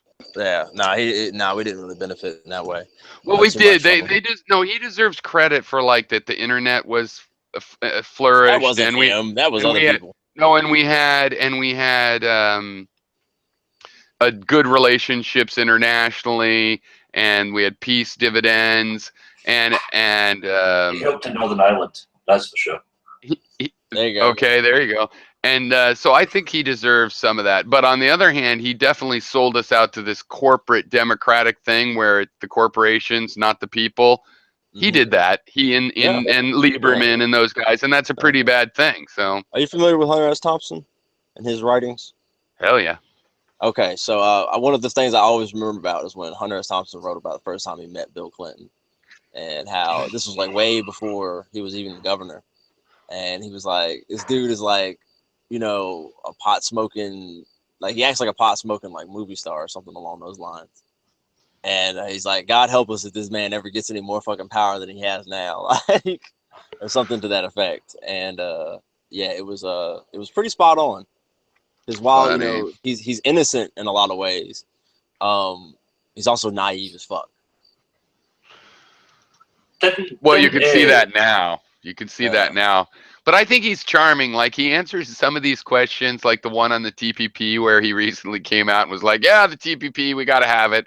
You know, and it's like, that's not really the message your wife's campaign is running at the moment. But it's kind of charming because he's just such a policy nerd and wonk that he can't not talk about it. When it gets right down to it, at least he does care about all of that wonky stuff. Don't we need people to... Well, when he came out and he He is apologized naive, for though. the crime bill, and he was like, I got bad news, guys. Or I'm not sure how he said it, but he was like, we overdid it. You know, we sent too many dark people to jail. Turns out a lot of them were innocent. Like, you know, he didn't say it exactly like that, but I mean, that's what the gist of what he was saying. And I'm like, I appreciate the apology, but man, we could really use them pardons. Well, I was okay. I was way more liberal than him back then, so I knew he was conservative. We hated him for these reasons. Then I kind of did learn to appreciate him because maybe it was the '90s and that's all people could take. But then now you see how much whatever he had going on and being politically charmed, it's not his age now. It's that he's out of the time. It was like in the '90s, post '80s. There was a weird compromise that was somewhere where Clinton was, and he was lucky that he was that age at that time because right now he's saying the same stuff, and he might as well be Henry Kissinger or something. The way it sounds to to 20 and 30-year-olds now. The history's not too favorable for him, especially considering Jimmy Carter's still running around pulling guinea worms out of African kids. Yeah, but that's a funny thing too, because I think we were talking about this earlier. But I like Jimmy Carter, and he's a lovely person. But I don't think he was a very good executive. He didn't have the ability to hold it together. And whereas Hillary and Bill, they can compromise and they can work with the people around them. So, because Carter didn't do that great, and also he wasn't that liberal when you get down to it. He kept all that shit going on in South America. He didn't, do anything about the Shah. He let He was all of quite that. influential with the Chinese. Yeah. I don't know the words I'm using, but the way the American-Chinese relationship, he was quite influential with that. Yep. He the only reason he got in was because some people were so fed up with the whole Nixon shit. No. On the Republican end. Have this. Hold on. I think there's a cat maybe providing interference on Piro's end, but your mic's still working good. Yeah, that's why I came out and came back in. I realised it must be a connection thing in my end. I don't know why. Yeah, but I heard somewhere that Bill Clinton actually came off his campaign to be president in order to make sure a retarded black guy get the death penalty in Arkansas. Yeah, I believe that is a true statement. Yeah. Because Ricky Ray Rector or something his name was, and he shot himself in the head and he destroyed his frontal lobe. So when it came to because he killed a policeman, he actually requested for a certain policeman to come in and help him in the hostage situation, then killed him, and then shot himself. But because he only shot the front of his head, he survived. And then Bill Clinton came back to make sure that he got the death penalty, even though he was clinically retarded or something like that. Yep, that's Arkansas for you. Yeah.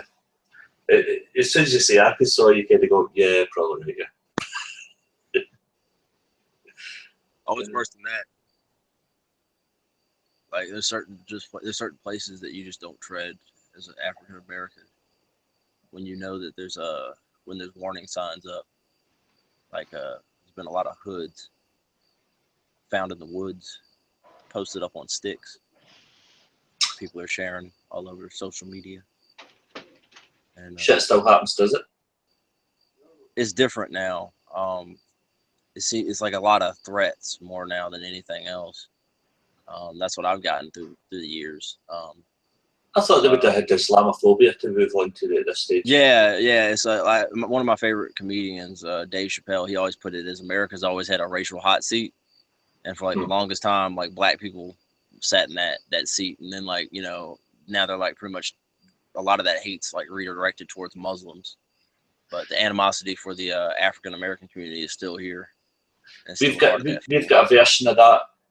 I'm Scottish myself, but the joke is that the joke is that the Irish are happy for Al Qaeda because it means that now the Muslims take the place where the Irish used to have, because it used to be the IRA and now it's Al Qaeda.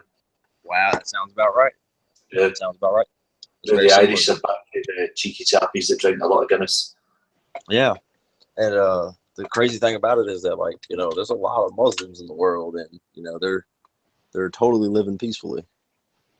Like, yeah, see, I'm actually ambivalent as far as that's concerned, because I do agree that there is lots of moderate Muslims, and I do agree that they should live in peace. But it is true that in a poll of Muslims in the UK, 100% of them said that homosexuality was inconsistent with their beliefs. Do you know what I mean? yeah, that's a big problem in parts of Africa and even the United States. Still. Oh yeah. They tried to bring the death penalty in Uganda, but they're actually like, and some parts of Russia, if I remember correctly. I'm not sure how the Asian community deals with that. I know like some Asian communities are like totally like. Yeah. I mean, you find that to be the case with I don't know, in my experience, my mom is deeply Christian and shit like that, and she knows that I'm bisexual, but she's just like, I don't want to hear it. So maybe it's like that with some of them. It's where they acknowledge that it happens, but even though it's inconsistent with their own beliefs, they're willing to just be like, well, I don't care. I believe the term is hate the sin, not the sinner. I think that's I wouldn't even really. For some, I would say that, but I don't even necessarily think it's that so much as it's just like, I guess, a sort of, just a sort of willful ignorance of that even existing. But yeah, I guess that works as well. Hate the sin, not the sinner. Yeah, but I know in Ireland they actually just voted for gay marriage, which is like, nice. We don't even have legal abortion in this country, but we have legal gay marriage. Do you know what I mean? So there's a difference between life and sexuality. Do you know what I mean? I moved to Ireland in 2001. I've been here for about 15 years. That's how it goes. That's why I talk as if I'm Irish, but I'm not. Yeah, it's strange. It's one of those things where if the Muslim community is going to come into the modern world, that's one of the things they have to deal with. Do you know what I mean? Otherwise, I think it has to be a red line in the sand. Do you know what I mean? If you're still going to throw gays off the roof, then you can't come in. Do you know what I mean? Oh yeah, absolutely. People got to follow the laws of the land. Thanks. Oh yeah. It's enforcing those is part of the issue with the violence and stuff that we see in the UK and across the world, is that like when you got people living in slums on top of each other and stuff like that, it makes it really, really easy to like mask criminal activity and shit, because the cops are already like, I don't want to go there. When they do go there, they're in and out. They're kind of just responding. We see the same stuff happening in like inner cities in America.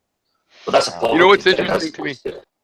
I was just reading in the New Yorker about another town that's like Tulsa. I think it was Garland somewhere.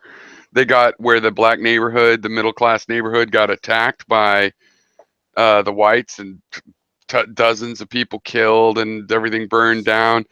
In 1898, I think that one was, and Tulsa was in 1920. And yet did you see that racist woman Trump campaign manager? Yep. Yeah. And it's just so funny because like what she's saying, they've had 50 years. And in reality, what happened is within 20 or 30 years after freedom for the slaves, they had built black communities like in Tulsa and stuff. Mm-hmm. and then those were murdered Oh, dude. because they were respectable, not because anybody thought they weren't. No, no, yeah, People were man. afraid that they had their own Yeah, hardware man. store, Yeah, and that man. went on into the 20s or 30s at least.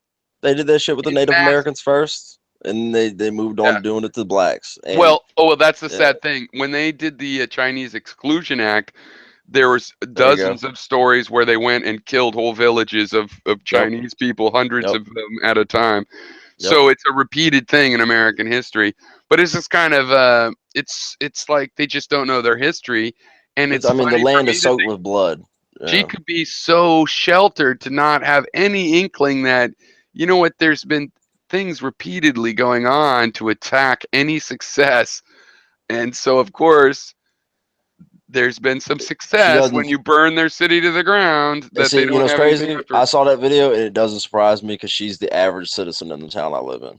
You know what I mean? Yeah. Like, What there's totally state like open-minded people here, is she from? but North Carolina? Was that a no, North she was Carolina? from Ohio or Oregon. I think she was from Oregon. Oregon. Wow.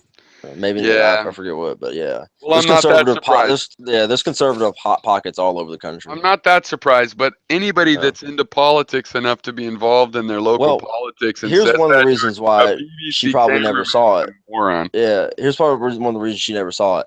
Like out west and stuff like that, there's no real like, you know, historical evidence of like stuff like that except for what happened to the Native Americans.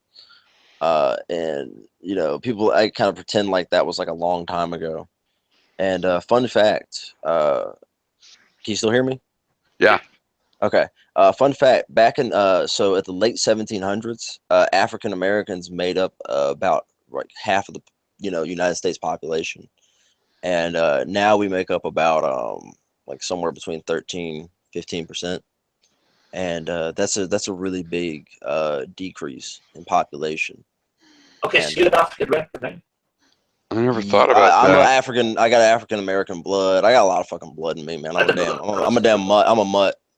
Okay, Yeah, Yeah. me too. I'm Yeah. a white mutt, I guess, but yeah, I never really thought about that, but that's true. Yeah, no, and you're saying Yeah. that And that's the Native because Americans is even worse. For them, it's that's even worse. because of the Yeah. actual culling of Yep. actual killing, and Time you and kill time and time again. Yep. well, and Through you the kill physical 300 mess. Yeah. people here and 400 people there. That's Yep. 20,000 people now, The right? That physical would have been stress. born. Yeah. That would have been born from those kids of those kids, and so on. Mm-hmm.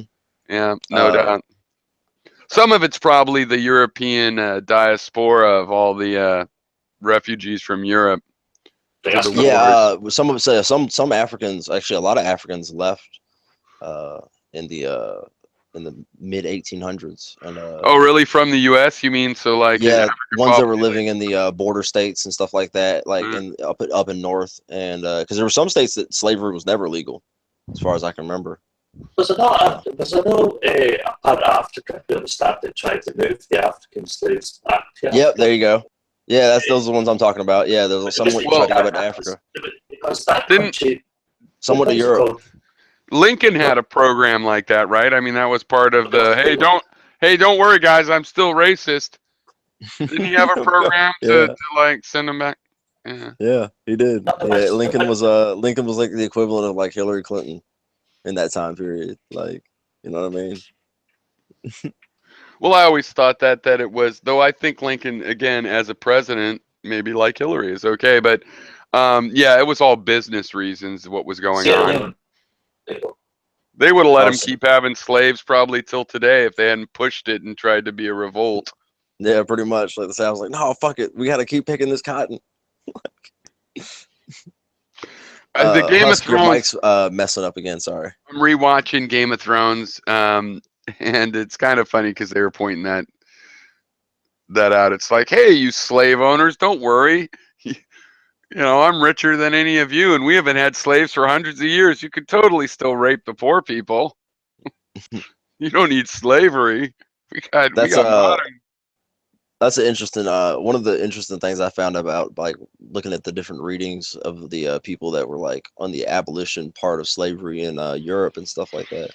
And one of the reoccurring like themes in their writings is that they one of the main reasons they want to outlaw slavery is because they're like the shit is just bad. It's just bad overall. Like it fucks up the people that are the slave owners. It fucks up the slaves. It fucks up the children. It fucks up everybody. And on top of that, like if we let this system like go on, then there's really no safety for anybody else. Like this is just a part of our society that anybody can fall into at any given time. Yeah, no, I think that's true too. If you look at how uh, Jefferson's life, he was born, probably the first person he saw was the slave, he ended up with the slave, and I mean, it's just all melded into his life in a really weird way. You can't exactly say it was healthy, and even if he didn't mind it, I mean, I think if we're not in that situation looking at it, we have to go, that's not healthy, even for the rich guy that supposedly gets all the benefit from it. And if it was good for him, it wouldn't matter because I don't think it's good for anybody else. I mean, I'm for paying people a living wage, but there is truth to the fact that people don't have to be slaves for you to get an unfair advantage. So even if Oh, somehow the rich absolutely. should get an unfair advantage, Yeah, it's mental it do- chains now. Yeah. it doesn't develop, yeah. So People I selling do snake oil and stuff. I do think we're basically still in a slave economy, but we've For really, it's sure. been watered down. We're treated way better. We have certain rights. But then again, slavery in the US was particularly bad, right? Back in, Greece and Rome, slaves did develop rights, kind of hmm equivalent to any It's child been an welfare ongoing rights or struggle. whatever. Yeah, it's been an ongoing struggle. This like building of civilization and like society. Isn't democracy Greek for mob rule? I'm not sure about that. That is. I wouldn't have said it otherwise. No, but what you call it? In the UK, a lot of like towns and villages became such because of the industry, and so Yeah. that people could work in the factories, similar to what you would get in certain small towns in America, but on a larger scale because of the Industrial Revolution.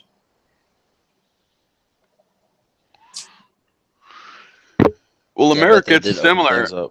I mean, except for in the West, I know of plenty of places where there was only ever one company, right? And so when they died or moved on, the town went away. But then every town that didn't go away, it was a similar situation. But before it died out from that one business, somebody else opened a headquarters there, or somebody else thought, well, there's a car manufacturer and a bunch of car parts suppliers. I'll open a car manufacturing business. And so pretty much every American town west of the Mississippi was generated by, primarily by some big business that started up there. Yep. I don't know Yeah, it's about on the East Coast. It's more. There's so much more established territory in the East Coast that I mean the dynasties live here on the East Coast. The dynasties of America really. It's really interesting. I'm well, then gonna it's yeah. I'm gonna step away for a minute. Via Infinity, you guys can also show broadcast in case Piro doesn't get to it. Okay, cool. Yeah. So, well, my impression on the East Coast is a lot of the towns here started long enough ago that There you you go. didn't have to move there for a job. You moved there because you knew how to live off of that kind of land. Yep, 13 Farm it in the colonies. summer, you could hunt in the winter and whatnot. Oh, And so you have land just spread out. Whereas the West, you can definitely notice it. It's like, oh, why is this town here?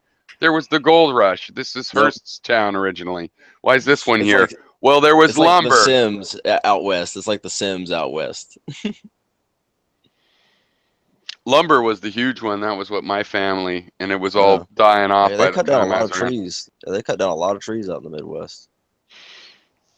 Well, in California, and then before I was born And then up in that too. Oregon, yeah, taking down all the Pacific pine and stuff. Because the trees out there don't grow as fast as the ones out here on the East Coast or the West Coast. Yeah, that's the amazing thing moving to Maine is like, because yeah, in So much more California lush. you can go and see somewhere 50 years ago they did some clear cutting and it's like, oh, they should never do this. It's still dead.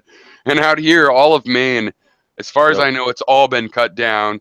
Yeah. And I'm sure it would look different if it hadn't been, but I mean, I can't tell. It's pretty fucking thick. Yeah, this shit Yeah. is amazing out here. I love it. It's because like I said, I'm on the East Coast. Like, even though you're all the way from Maine, Yeah. the geographic, like the stuff that you have to deal with and stuff I have to deal with is not all that. We're not that far apart, really, to be real honest. In terms Well, of that's the thing that geographical. I feel I should have been told about the East Coast is like this huge forest. Is there any There it forest? I is. mean, it's like they should talk about it like the Amazon. I mean, from all the way up in Canada above us, all the way down to the end of Florida, it's just Mm-hmm. forest turning into tropical. I mean, it's pretty amazing. I mean, Yeah. I never really thought of it as but I drive down to my mom in Virginia. I've done it, I don't know, 5 or 6 times now, and so I'm getting used to it. And it's like it's just woods, literally Mm-hmm. every second, unless you go through New York City. If you go around New York City, the rest of New York, yeah, all woods. Looks the exact same. So Yeah. who's Different, Maine? but Who's Maine? What state's Maine in? Maine is a state. It's the very most northern one on the Outside East Coast. Massachusetts. Beside Massachusetts. Yeah, it's past So North Massachusetts. Hampshire, New Hampshire. Yep, those are like our neighbors. We go down and it's Connecticut and Massachusetts and New Jersey and New York. I'm looking at the original 13 states. I've been to Rhode Island before. Well, I nice. don't know. Was Maine one of the original? It was some sort of territory. I don't No, think it was. it was not. It was not. Yeah, New Hampshire, no. New York, Pennsylvania, Massachusetts, Rhode Island, Connecticut, New Jersey, Delaware, It hadn't Ireland, quite got up Virginia, that North way Carolina. yet. Yeah. No. Yeah, no. Native No. Americans still had that territory. I The believe. British and French. The French got up here, and then the British, and they fought over it for a while, and then it's part of the whole thing with Canada that they finally said, no, this is ours, and made it part of it. Didn't the British buy New York off of Holland for saffron, for a saffron island? Is that not how that worked? They did get it from them. I didn't remember if that's the price, but I believe that could be. That sounds interesting.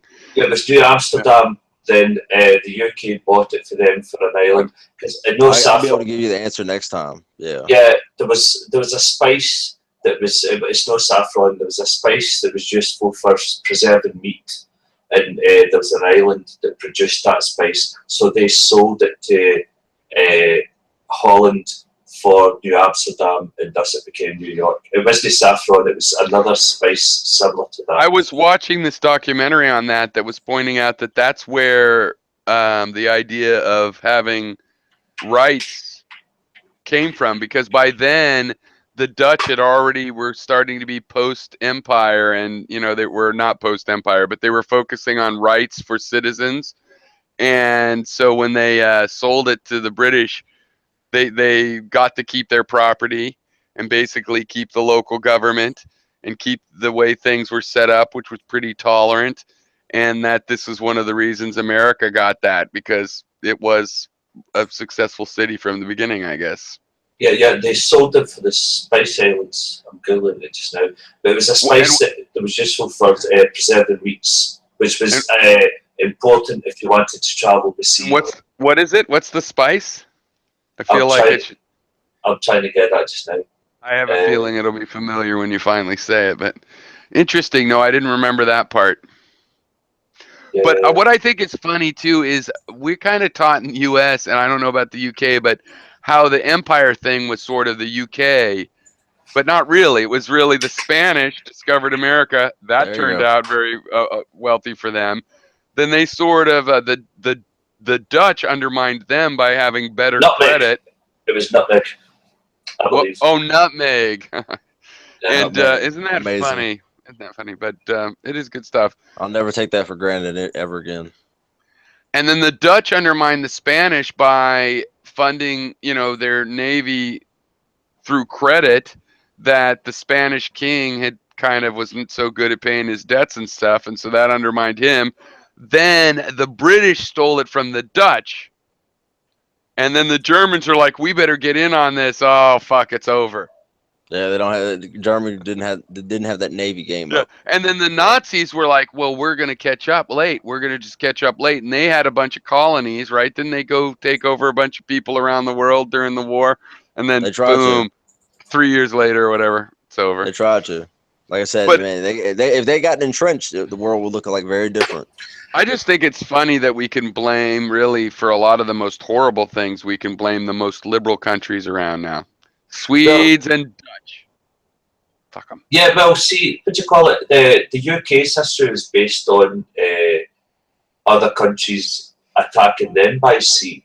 So that's how they became such a great naval country, because of like the Norse and the French attacked them. Do you know what I mean? Yeah. You can actually cut the UK in half, and it's almost like the Watford Gap, where if you take the town names to the north, they're all Norse, and to the south, they're all Norman. So that's how that history became, and that's how they became a naval country, because that's how they were colonised in the first place, or attacked in the first place. Well, wasn't there some basically? Didn't the UK, the British, were able to make huge advances in warships and the size of ships and stuff, and the speed of them? They had a huge surge in their technology. No, the Spanish Armada were the fastest. As far as I know, the two things that were the biggest for the British Navy were the citrus and gunpowder. I don't know about that second one, but I know citrus was a big thing. That's how they called them limes. Uh-huh. Because citrus prevented scurvy.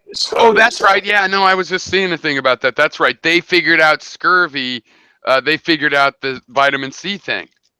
Oh, that's when whaling was a really big thing, or starting to become a really big thing. Yeah, It was part of the same documentary that was talking about how they also managed to make ships that were even bigger than anybody else, and nobody else could catch up.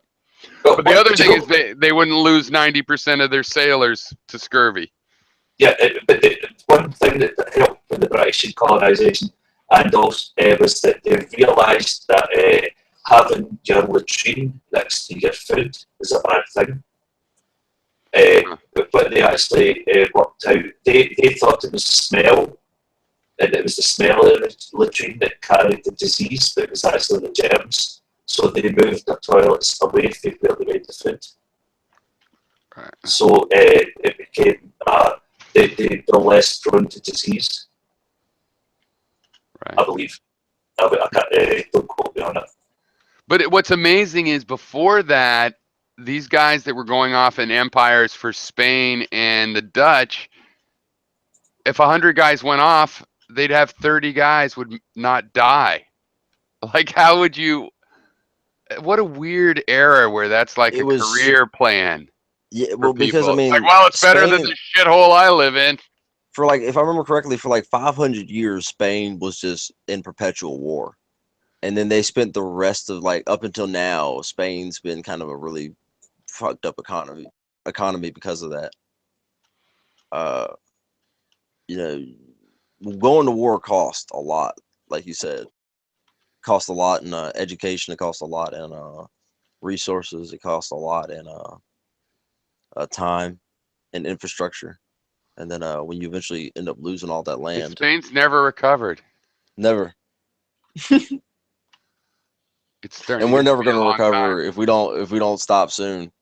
Because we, you know, in a lot of ways, Well, what the British example is that negotiate a settlement on your empire before it's too late, and you can still have the richest banks in the world. That's a brilliant thing that we could do, and we could just resort to being an entertainment nation. You know, tourism. We can have some production here for stuff like that. I mean, we should be able to produce most of our. But I just mean you have to free the people that aren't really a part of the willing. The coalition of the willing. You got to let them.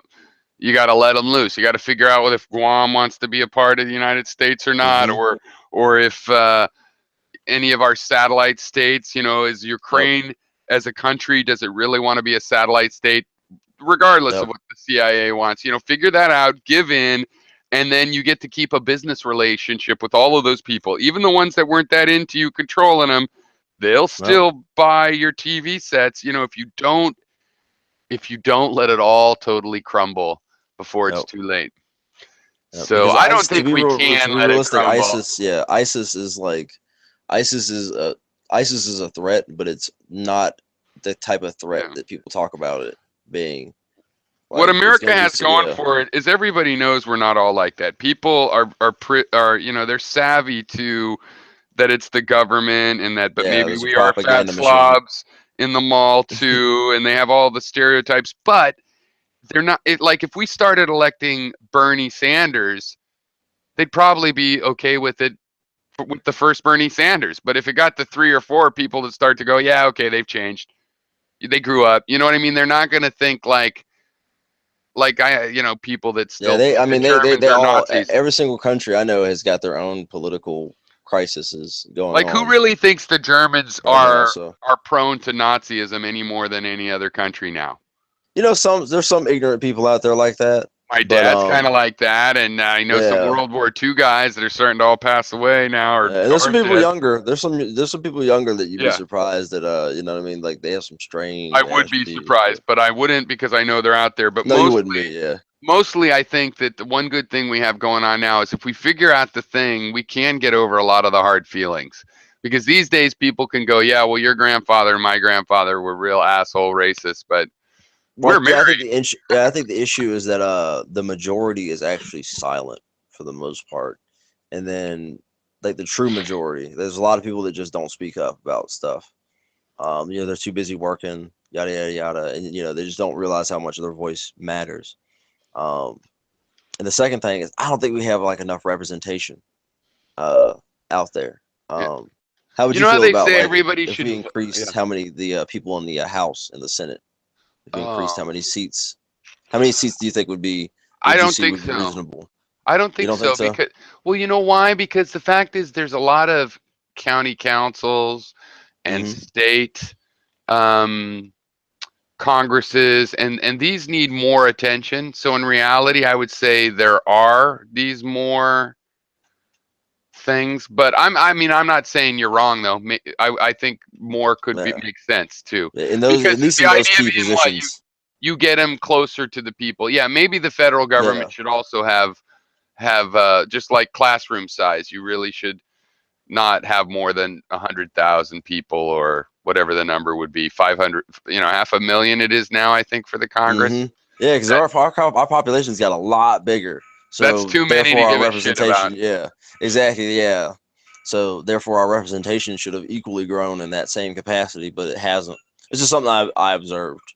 Yeah, And no, you know what? I just haven't thought about it, but that's good. But yeah, for some reason, it just made me think about the fact that I wish people would just be more involved with yep, local I agree. politics. But I guess I that's agree. unrelated. I definitely It's think. hard. I have to drag people to the fucking polls and stuff. Well, a related, just what if a thing Gary and I agree on, but he still manages to disagree on that shit somehow. But He's Gary. that I mean, he's on the yeah, offense but 90% of the do you time. know this one about geographic representation? He thinks it should all be philosophical, right? So you don't vote for your senator from your state, but if you all vote for, if you get enough people to vote for Bernie Sanders, then he's your senator, philosophically. Which, what I think, though, is we should do that with the Senate. Elect senators that way, but keep the Congress people geographic. And I think possibly have one more of them. I think one thing you could do is that government issued smartphones specifically for voting on issues. That Interesting. way, people, it's that's basically. I mean that would be a pretty easy way to do it. I mean that way you can do it on a secure. I mean you work in that field to a certain extent. You can make a secure network specifically for that, right? Totally. Yeah, you could have a secure voting through your browser, no problem. You don't And think that's the only feature on the phone. Other you than don't that, think it's they're got letting you do your banking? Yeah, that's true. That's true. So Well, that's just something I thought of a couple of months ago, and I was like, oh, I wonder if that would be like, the thing maybe is, possibly in the if like you had a Star Trek. Man, specialty device like that, it wouldn't have to cost more than $20 or $30. that's true. That's true. And it's basically the cost of what your driver's license is. You just pay that again, and you get that Well, that's an once interesting you register idea. to What vote. if we just start getting smart IDs that actually have little computers in them, and those would be our Mm. secure? Uh, And with that kind of thing, you can use this fancy new kind of security they're doing, right? You have a little chip and stuff on the mm-hmm. card, and it's a computer, and you could have secure voting and every other kind of thing, including ID for any ID purpose. Security emergency alerts. My problem with that would be once you've got so much information on one small piece of device that once somebody has hacked your identity, it'd be a lot harder to get back. This is very true. Plus the Yeah. fact the Because government it is, we're talking about controls like that how sort many of people, shit. like 50, 60 million voters, more than that in the Yeah. United States. You know what? That's a concern to me, but I guess I'm just at the point where I know all that stuff's going away. Like I'm Yeah, more I know what you mean. concerned. I'm more concerned that we get the laws in place to protect our data in Yeah, we got to get principle, ahead of the. Yeah, we got to get ahead of the because the issue. data is going to be kept. It's already being kept by the freaking NSA. Yeah, that was another thing I was going to say. If the NSA is going to control your data, then what they're going to do when they control all your fucking data. Yeah, Right, because like the just sheer amount of data that's being created every day is amazing. when I To was be first honest. on YouTube, I was careful not to show outside or anything because I didn't even want people to figure out where I was in the world. It was I don't do that. information. You got to control your own information idea. But now I'm like, if the NSA and Walmart and because all of the shopping carts that keep track of what you buy and stuff, if they're all going to have that data, it really is better to just have it totally out there. Here's all my data. You can't legally do anything dangerous with it. It's almost, Yeah. because what other protection can we have if the NSA and all the corporations are going to have it? And so, I'm more worried for Troll McTroll than I am for the NSA, because the NSA knows what porn I watch, what sites I visit, what stuff I do. My problem is the guy that's watching this right now who might see the uniform I'm wearing, who might want to fucking ring my boss and tell them that I make videos that question Yeah, X, that's Y, a and very Z. real Do you concern. know what I mean? Edward Snowden talked about people stalking people and stuff like that. Mm. Because you can, oh yeah, a you get lot to of follow somebody a lot, you can learn a lot about them. or just their girlfriends and things because they have Mhm. this incredible power. Yeah. Some Yeah. people say Gary's a CIA operative. Crazy. I fear the Twitterati more than I fear the NSA. The NSA doesn't give a fuck about a half-drunk hillbilly living in Dublin. So I mean, I know what I you think mean. There's so I much think in our traffic. Yeah. I think in our culture that is the legitimate worry, the trolls and stuff, because I still worry about that. I have my company and I'm going to put out some software and I want to share it with you guys and people will be able to dox me. But I've slowly doxed myself too for anybody really ardent could figure it out, just to prepare myself because I am hesitant about that. But it goes to the same thing. We need the legal rights where the trolls can't do anything. And we need the cultural right. The village needs to be open-minded enough that bosses go, yeah, whatever, that's the internet. Yes, I've seen the comment thread. Then they don't care. We need social and legal freedom so that if they reveal this stuff, it doesn't matter, right? Ultimately, that's the only safety. And it isn't just legal, it's also your aunts and uncles and bosses have to not have a big stick up their ass if it turns out that you want to vote for Trump or don't, whatever it is. well, there's a big thing. Suppose Hillary Clinton, right? Let's say in a dystopian alternative reality, right? Hillary Clinton's side runs the control of information, and you're a Trump supporter, right? How could somebody who wants to make you suffer? Do you know what I mean? So, in an ideal world, the information would be kept by a nondescript, non-partisan body, but that's just not the way the world is. Well, but I mean, what I'm saying is, I don't feel I'm at this. This is not the era that I'm from, but I am looking forward to an era where I think the issue really is that you don't need to keep it private because nobody really gives a shit. And there's nothing Yeah. anybody can really do with it. They just get to have their opinion about whether they want to date you or not. You know what I mean? That world's more than likely coming, I especially think with the it's globalized networks and stuff like that. I think But it's kind of I'm inevitable. gonna roll out. But it was nice meeting you, Husk, and good talking to you, Piro. Cool, nice talking to you, Vite. Thanks for coming around. Yeah, it's 11. Indeed. This would I'll be a see y'all good soon. time to end, I think. Sure. Any last words?